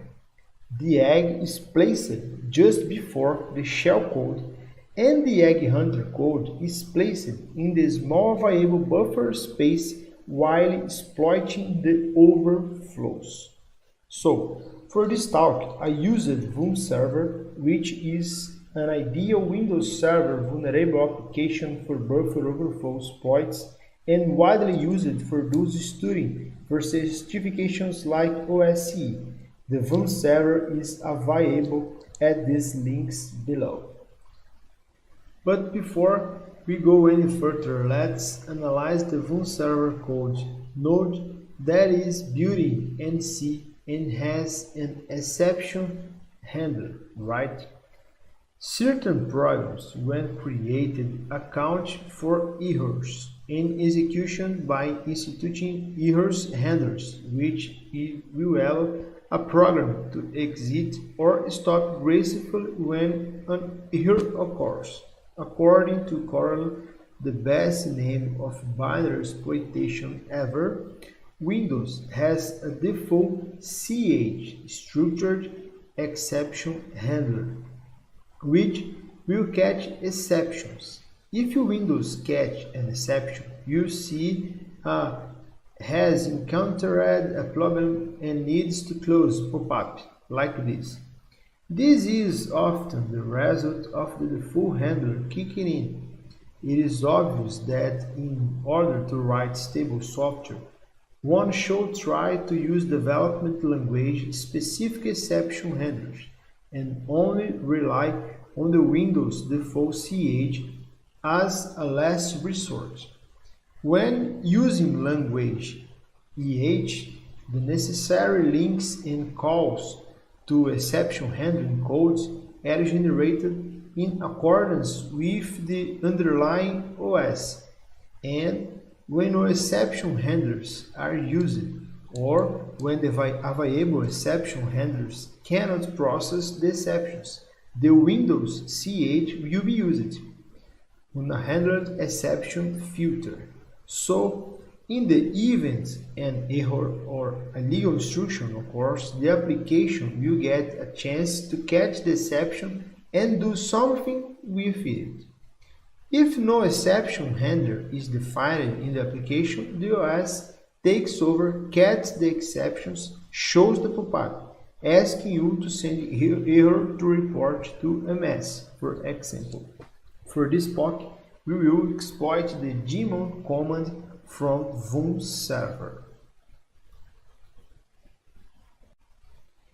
At the top of the main data block of the application's main function, or TEB thread environment block, or TEB thread information block, a pointer to the top of the CA's chain is placed.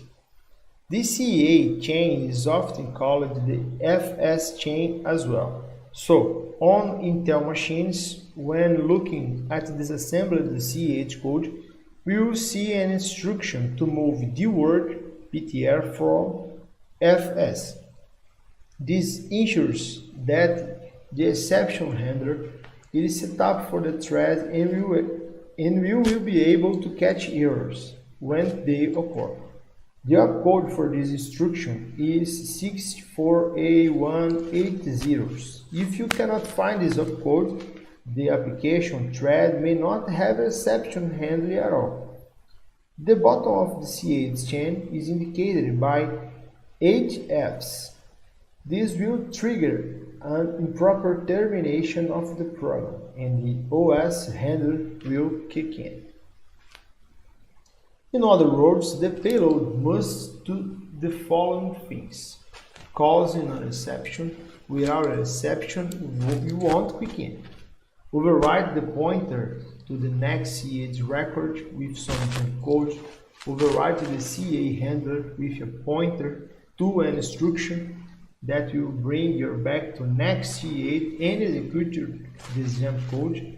The shell code should be directly after the overwriting C8 handler. To make it easy, let's see this visually. We need to cause an exception, overwrite the pointer to the next CEH record, and overwrite the CA handler with a pointer. So, I will not explain in detail fuzzing because the fuzzing technique is a basic for all types of binary exploitation through buffer overflow. In this POC, using this bool fuzzing script and the immunity debugger against our target, we will obtain the value of our EEP. Pay special attention to the use Shift F7, Shift F8, Shift F9 to pass exception to program message at the bottom of the screen. We see that ECX and EBP have been overwritten with bchars. This seems to align with the third fuzzing payload sent with bufuzz when you look through your command line outputs on your remote attacker. So let's use Shift F9 to pass an exception to the program. Now this is looking more familiar to us. EP has been overwritten by our B values. You will also notice that the registers we previously were able to overwrite have been XOR Bs again themselves and therefore zeroed out. If you read the current materials, this is explained as a defense mechanism to stop malicious payloads using these overwritten registers to jump straight to shellcodes. In fact, the current materials specify that the very techniques that we are using learning with this point is a direct response and bypass to these very measures. But why does EP now hold for 2, for 2, for 2, for 2? Let's go back to the pointer in your fuzzing when we first crashed the program and go to view and then CHN. We get this. So, when we initialized overflowed the program, we are able to override both the pointer of the next CH record and the pointer to the exception handler. So, since EEP is simple telling the program the address of the next instruction, which case is specified by the CH component, which we just verified both subcomponents are current for 2, for 2, for 2, for 2. The EP is for 2, for 2, for 2, for 2. At this point, we are done with buffers and need to verify that we can override the CH components with an exploit script. So, and now we can get our eggs. This is the basic mechanism of exploiting a stack buffer overflow using EggHunter. When a stack overflow occurs, at some point it overrides the EP register. EP points to the next instruction to be executed. Then we should make EP point to ESP, where our shellcode will be present. In some cases, shellcode might be just above the ESP. In that case, we need jump back and execute shellcode, which is EggHunter. In this case, which searches for egg tag in the entire memory and executes actual shellcode, which is next egg. To perform this, we will need to the following. Cause an exception by overflowing the application buffers. The overflow also overrides the CH components. We place a pop-ret instruction in the current CA handler address. The pop-ret instructions place code execution at the pointer pointing towards of the next CH record. This address has been overwritten with instructions to jump forward 6 bytes. After jumping forward 6 bytes, the instruction at this location tells execution to jump backwards 768 bytes. After jumping 768 bytes, we'll slide down a nope slit to our shellcode at the end of our nope slit buffer, and finally the program executes our shell code. Instead of jumping back 768 bytes with our pop ECX decrement jumping to ECX, we could also simply squeeze an EggHunter into our C buffer that we are jumping 6 bytes forward into. Here is what we look at like sitting in the pointer to the next CCH record, which at the time was filled with B values. So, Mona again shows us how awesome it is when we use it to generate EggHunter shellcodes along with a tag arguments that will prepend for main payload shellcodes. We can use egg-t eggh, which will output us this nice little EggHunter.txt. So, putting all together, we now can put in everything we have seen so far in a script to develop or exploit. Let's see how it looks on our exploits. We need to create an EggHunter variable in our exploit script.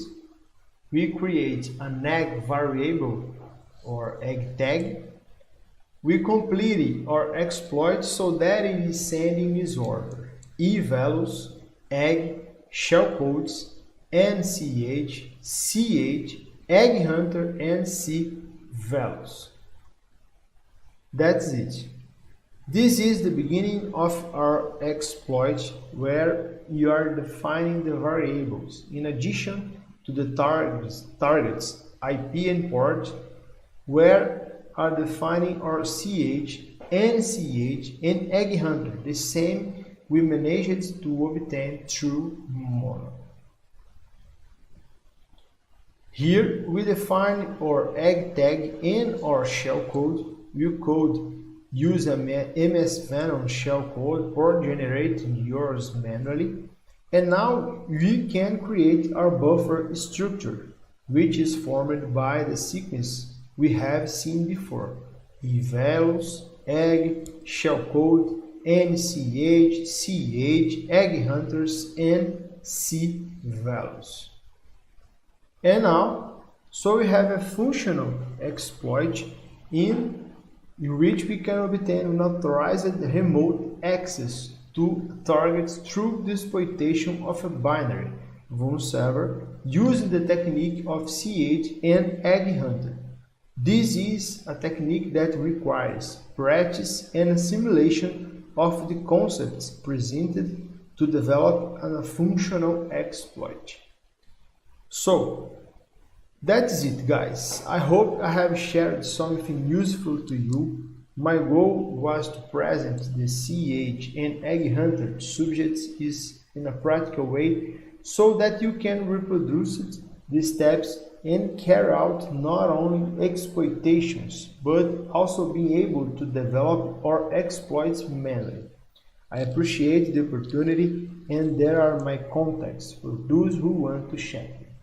Thank you. Thanks a lot, sir. That was really a wonderful talk on exploit development. So now let's welcome our next keynote speaker, none other than Mr. Rashid Tandon, the person who has been connected with more than 30,000 students from all across the globe, the person mentoring law enforcement agencies. Over to you, sir.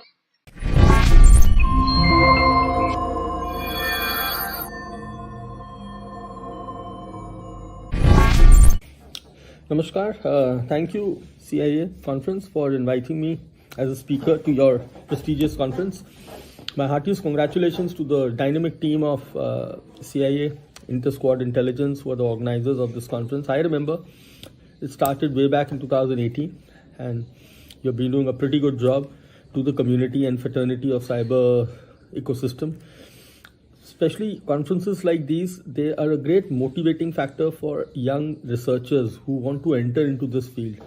You get a plethora of speakers, and you get so many activities happening in this kind of platforms, which is a kind of a breakthrough for all the young cybersecurity aspirants. So a heartfelt congratulations to all of you for doing this wonderful job. And as I have seen this year, you have also planned virtual CTFs, which is also going to give a great platform for all the young cybersecurity aspirants, researchers, and ethical hackers. As we all understand that these last 7-8 months have made internet a very important part of our lives, and everything has gone virtual. So is the number of cybercrimes have also increased. Looking to the latest statistics which have been coming out in the newspapers, showing that India is in one of the top 4 countries in the highest number of cybercrimes. And even 2019 to 2018, we have seen an increase of 63% cybercrimes. And in the last 7-8 months, there was a tremendous increase. So that tells us that how security is going to be very, very important. And entering into 2021, I think every company, whether you are a part of this cyber ecosystem or not, you will be needing cyber security specialized professionals to work for your organization, to protect your IT infrastructure, to protect your data breaches, and also to give you more power in terms of your product deliverables and services. So whether you are an online e-commerce website or you are a company which is only running on emails, you will be needing lots and lots of cybersecurity professionals. And this is what tells us that how important this subject is going to be. In the last year, we have seen Government of India taking a lot of initiatives to create cyber volunteers, to create an online reporting portal, to create a malware bot analysis center, to create a national critical information infrastructure protection center, and also to create think tanks and RVDP, responsible vulnerability disclosure programs. So these initiatives from the government itself tells us that how seriously government is thinking and working on the domain of cybersecurity. I have done a lot of internship programs with the state police of Haryana and Hyderabad and Uttar Pradesh, and we have seen tremendous response. And the best part is that now every state is also hiring cybersecurity experts and a very good salary. So these every states are doing it under the scheme of CCPWAC, that is Cybercrime Prevention for Women and Children. So all this positive happening tells us that why this cybersecurity domain is important. At my organization, Hacker Shala, also we have seen a good response of students who wants to come, train, work, learn and earn. So when you get into these kind of conferences, these are the platforms which actually expose you to best of the experts, speakers, technologies, and especially when you go through these challenges, you also analyze your skill set and you also know what and where is the room for improvement. So I think you are lucky and fortunate enough that in this domain you are getting exposure to such good conferences, and I congratulate the whole team. And there have been recently a lot of conferences and such clubs have been doing a lot of activities in the recent times, and I wish all the best of luck to all of you who have organized and worked hard day and night. And I would just say that we need more and more secured coders also. So the people who are in this domain of cyber or in the domain of technology, software programming, good knowledge of hacking and ethical hacking is going to improve your skill set as well. So don't think that cybersecurity has to be treated as a separate branch or a career. We have to take cybersecurity now as a process. So whether you are an electronic engineer, you are a software engineer, you are an application developer, you are a database developer, the skill set of cybersecurity is going to act as a booster and a vaccine for your work. So I wish all of the participants who are attending this conference, and you must attend, that's what I would like to say. And with this, I'll come for more sessions in future, more detailed sessions. For this, I just conclude my note, wishing CIA and the whole team working on it best of luck. And thank you so much. Jai Hind. Namaskar. Thanks a lot, Rakshit sir. Now let's switch over to our last keynote speaker, Miss Amy Storer. So guys, as you all know, for the first time in the history of India, we are joining our hands with US Homeland Security. So without any further delay, I would like to present Miss Amy Storer speaking on child exploitation and human slavery. Over to you, ma'am.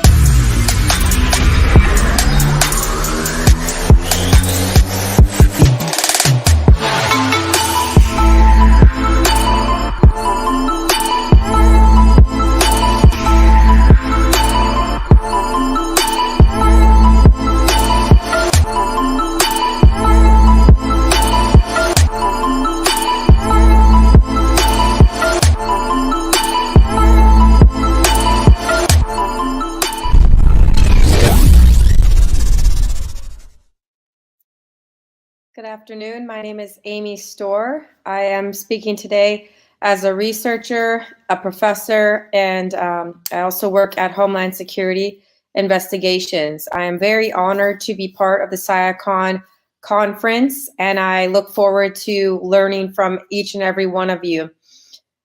India is one of the greatest countries for cyber in the world, and one of the greatest innovators of our time. For me, one of the greatest parts about being involved with this conference is to be able to spread the message and to be able to connect leaders around the world for tools and resources and talent that we can use to fight for the greater good in the challenge of human slavery and child exploitation. Worldwide, we're in a complete crisis with the levels of human slavery and child exploitation in the United States and around the world. For me, I am quite devastated to complete the research and to identify that a child is trafficked every 2.5 hours in the world. Children also represent over half of all human slavery victims. 1 in 4 children will unfortunately become victims of child exploitation in some estimates as we have currently studied. Unfortunately, it is going to take a lot of talent and effort to really combat this growing epidemic. The world was shocked by the evils of Jeffrey Epstein. As we've seen, there are unfortunately many hundreds and hundreds of victims that suffered under his disgusting acts. Sadly, Jeffrey Epstein is one of many that are out there hurting children, abusing children, and selling children for sex.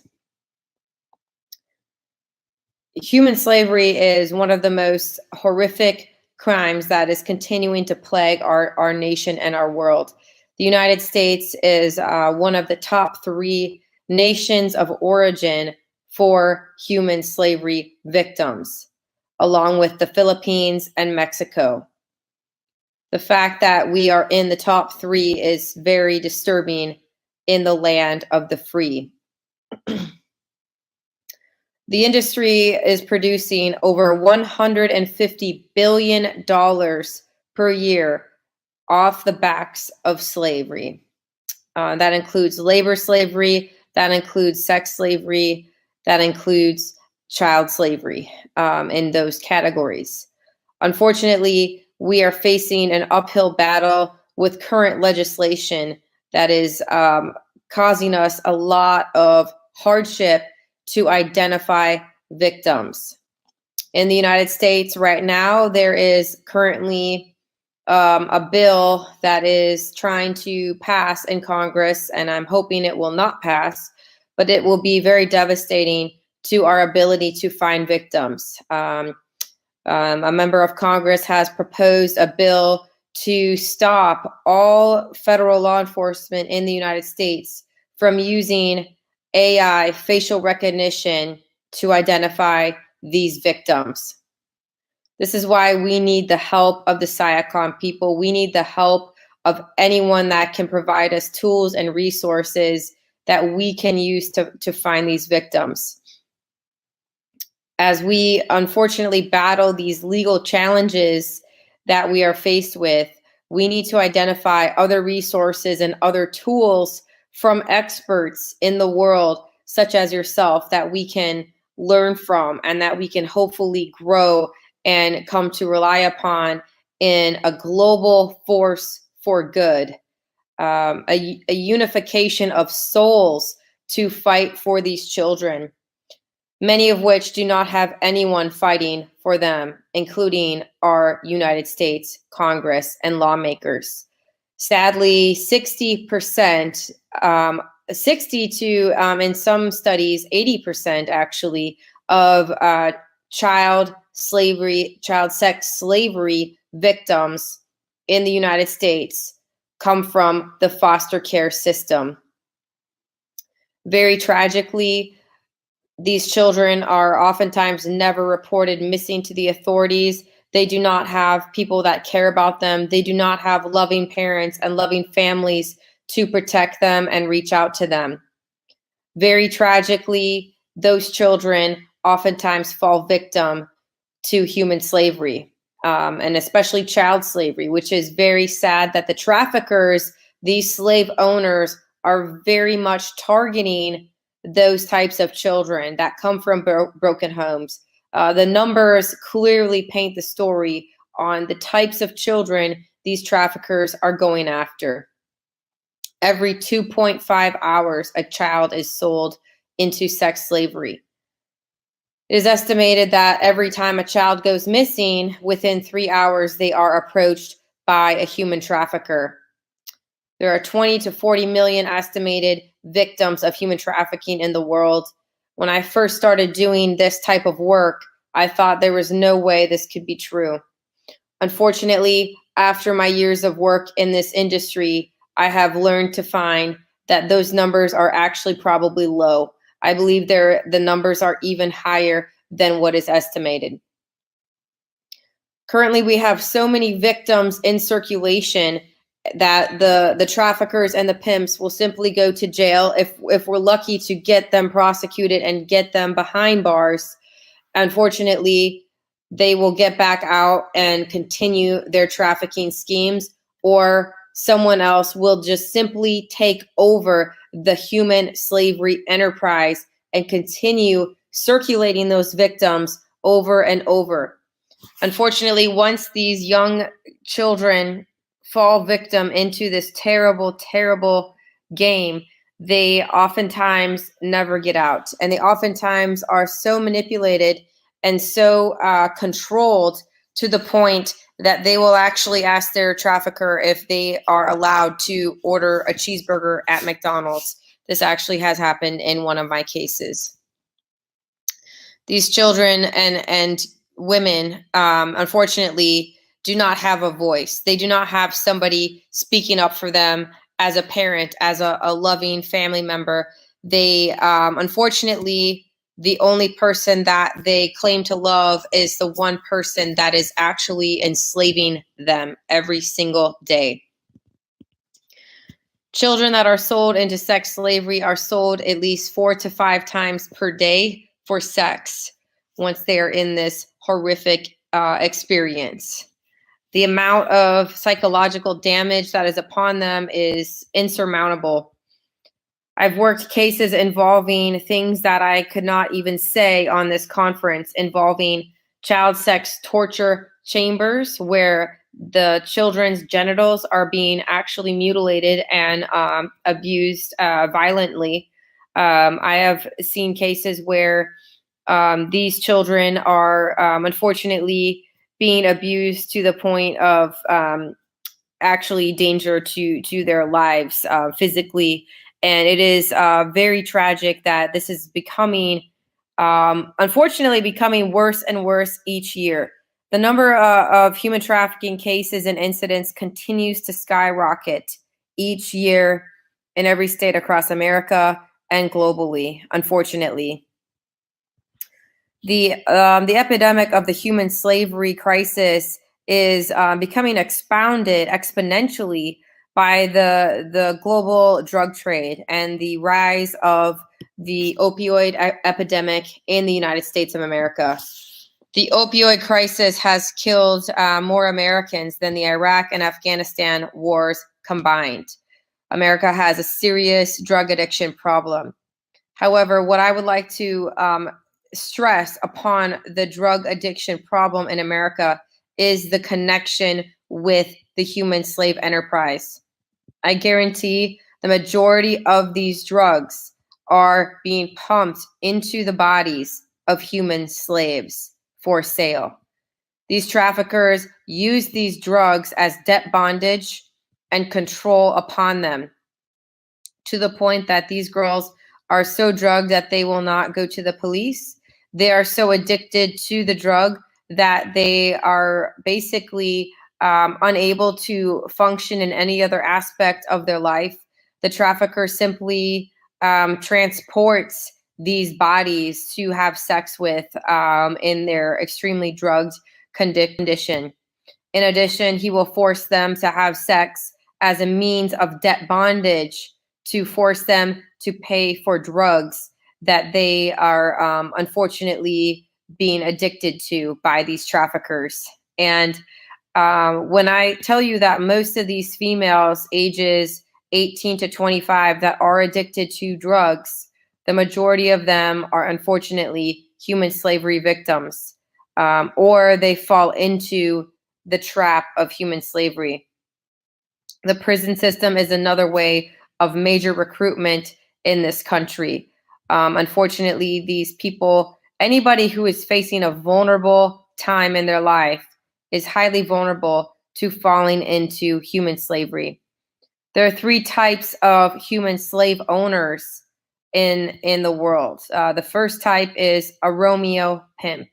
The Romeo pimp will oftentimes recruit young victims and give them affection that they've been deprived from. Affection is a drug to the deprived. Affection to children who have never had loving parents, who have never had anyone pay attention to them. That is a very real tactic that these Romeo pimps are using on the internet, specifically on social media, to recruit victims in mass proportions. Next, we also have what's known as the opportunity pimp. The opportunity pimp is the one that will recruit victims with a fake job offer, or it could be a real job offer that is a very grandiose promise to give someone a better job, to give someone a better life, specifically to give someone a better job or a better life to come to a country like America, where everyone is very much excited to go and hoping to get a new life, a better life. Very sadly, that hope of freedom and that hope of what America stands for is oftentimes a trap by these traffickers to enslave them. Unfortunately, these opportunity pimps prey upon these women and men and children to come to America for a better life, to come to America and promise them that they will get them here, and they end up becoming victims of human slavery on farms. 80% of child labor trafficking victims are in the agriculture industry, in farming, and in fishing.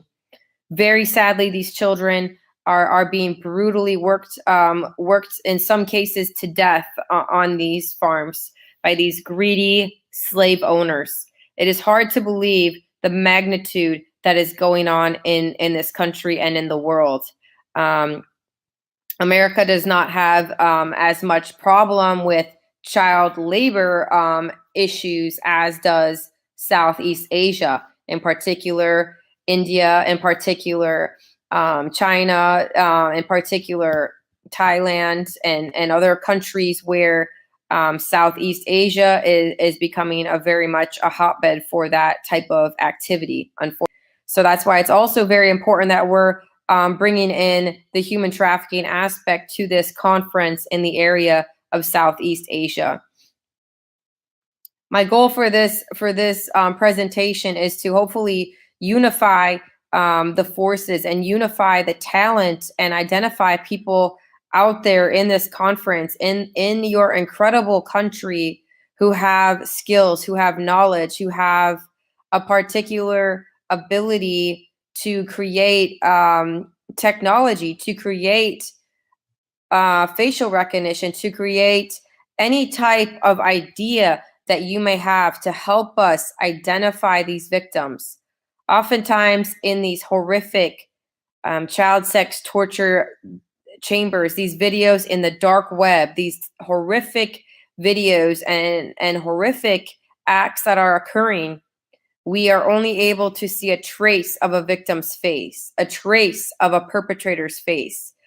And that is what we're trying to identify. We are trying to look for any ways that we can manipulate data, that we can try to find also big picture ideas of the trafficking networks. I am very open-minded to learning different technologies, both as a professor and also as a researcher and a Homeland Security employee. I believe that knowledge is power. I think this conference is a great way for us to really bring together leaders in tech and industry. Artificial intelligence is a beautiful thing. I see it as a positive thing for law enforcement at all different levels. Facial recognition gives basically more correct ability than the human eye to detect facial similarities. In many cases, the human eye is inaccurate in terms of if this photo is a match. Facial recognition, as we continue to evolve, especially as we continue to improve upon this technology, is an excellent tool for law enforcement to get a better picture or to at least narrow down a suspect list. It can also exonerate the innocent. Another very important aspect of facial recognition, of AI technology, is the ability to not only find the perpetrator, but also the ability to exonerate the innocent. And I say that with the idea that, for example, this technology might identify the child with a different individual than perhaps the suspect, okay? So that is one of the big reasons why I believe we should get AI facial recognition technology into surveillance cameras worldwide to identify missing children. In the United States, over 400,000 children go missing each and every single year. We have the highest rate of any other country in the world that keeps this record.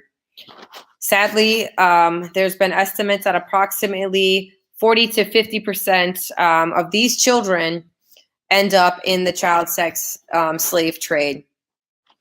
Very, very sad situation. I believe these children could be identified through facial recognition technology in surveillance cameras, in stores and banks. If we have businesses, if we have companies willing to come together to allow facial recognition for these missing children worldwide in their security cameras, we could really make a difference. And if anyone knows someone out there or has a business or has interest in participating as well in that effort, we would love to be part of that. I also want to put out there the Biometrica team, who is trying to make an effort worldwide to allow police departments worldwide to use facial detection in order for all law enforcement globally as a unified effort to identify targets of interest or victims that possibly have had an arrest record. If you want to find a suspect or you're looking for a human trafficking victim who may have had a previous arrest photo taken, this exact particular technology would be an incredible resource. If anyone out there is interested, I am happy to connect you. I am happy to learn from each and every one of you worldwide on your ideas and what we can do to better make a difference to fight these horrific crimes against children and to end slavery. I appreciate you all, and I hope to hear from you soon. Thank you so much. So I hope you must have enjoyed today's keynote and technical sessions, and you might have learned a lot. Let's meet tomorrow as we'll be announcing the CTF winners, and we're having a CTF by Security Innovations, and they're giving some amazing prizes, followed by a keynote talk by Ted Harrington, and after that we'll be having IoT Village.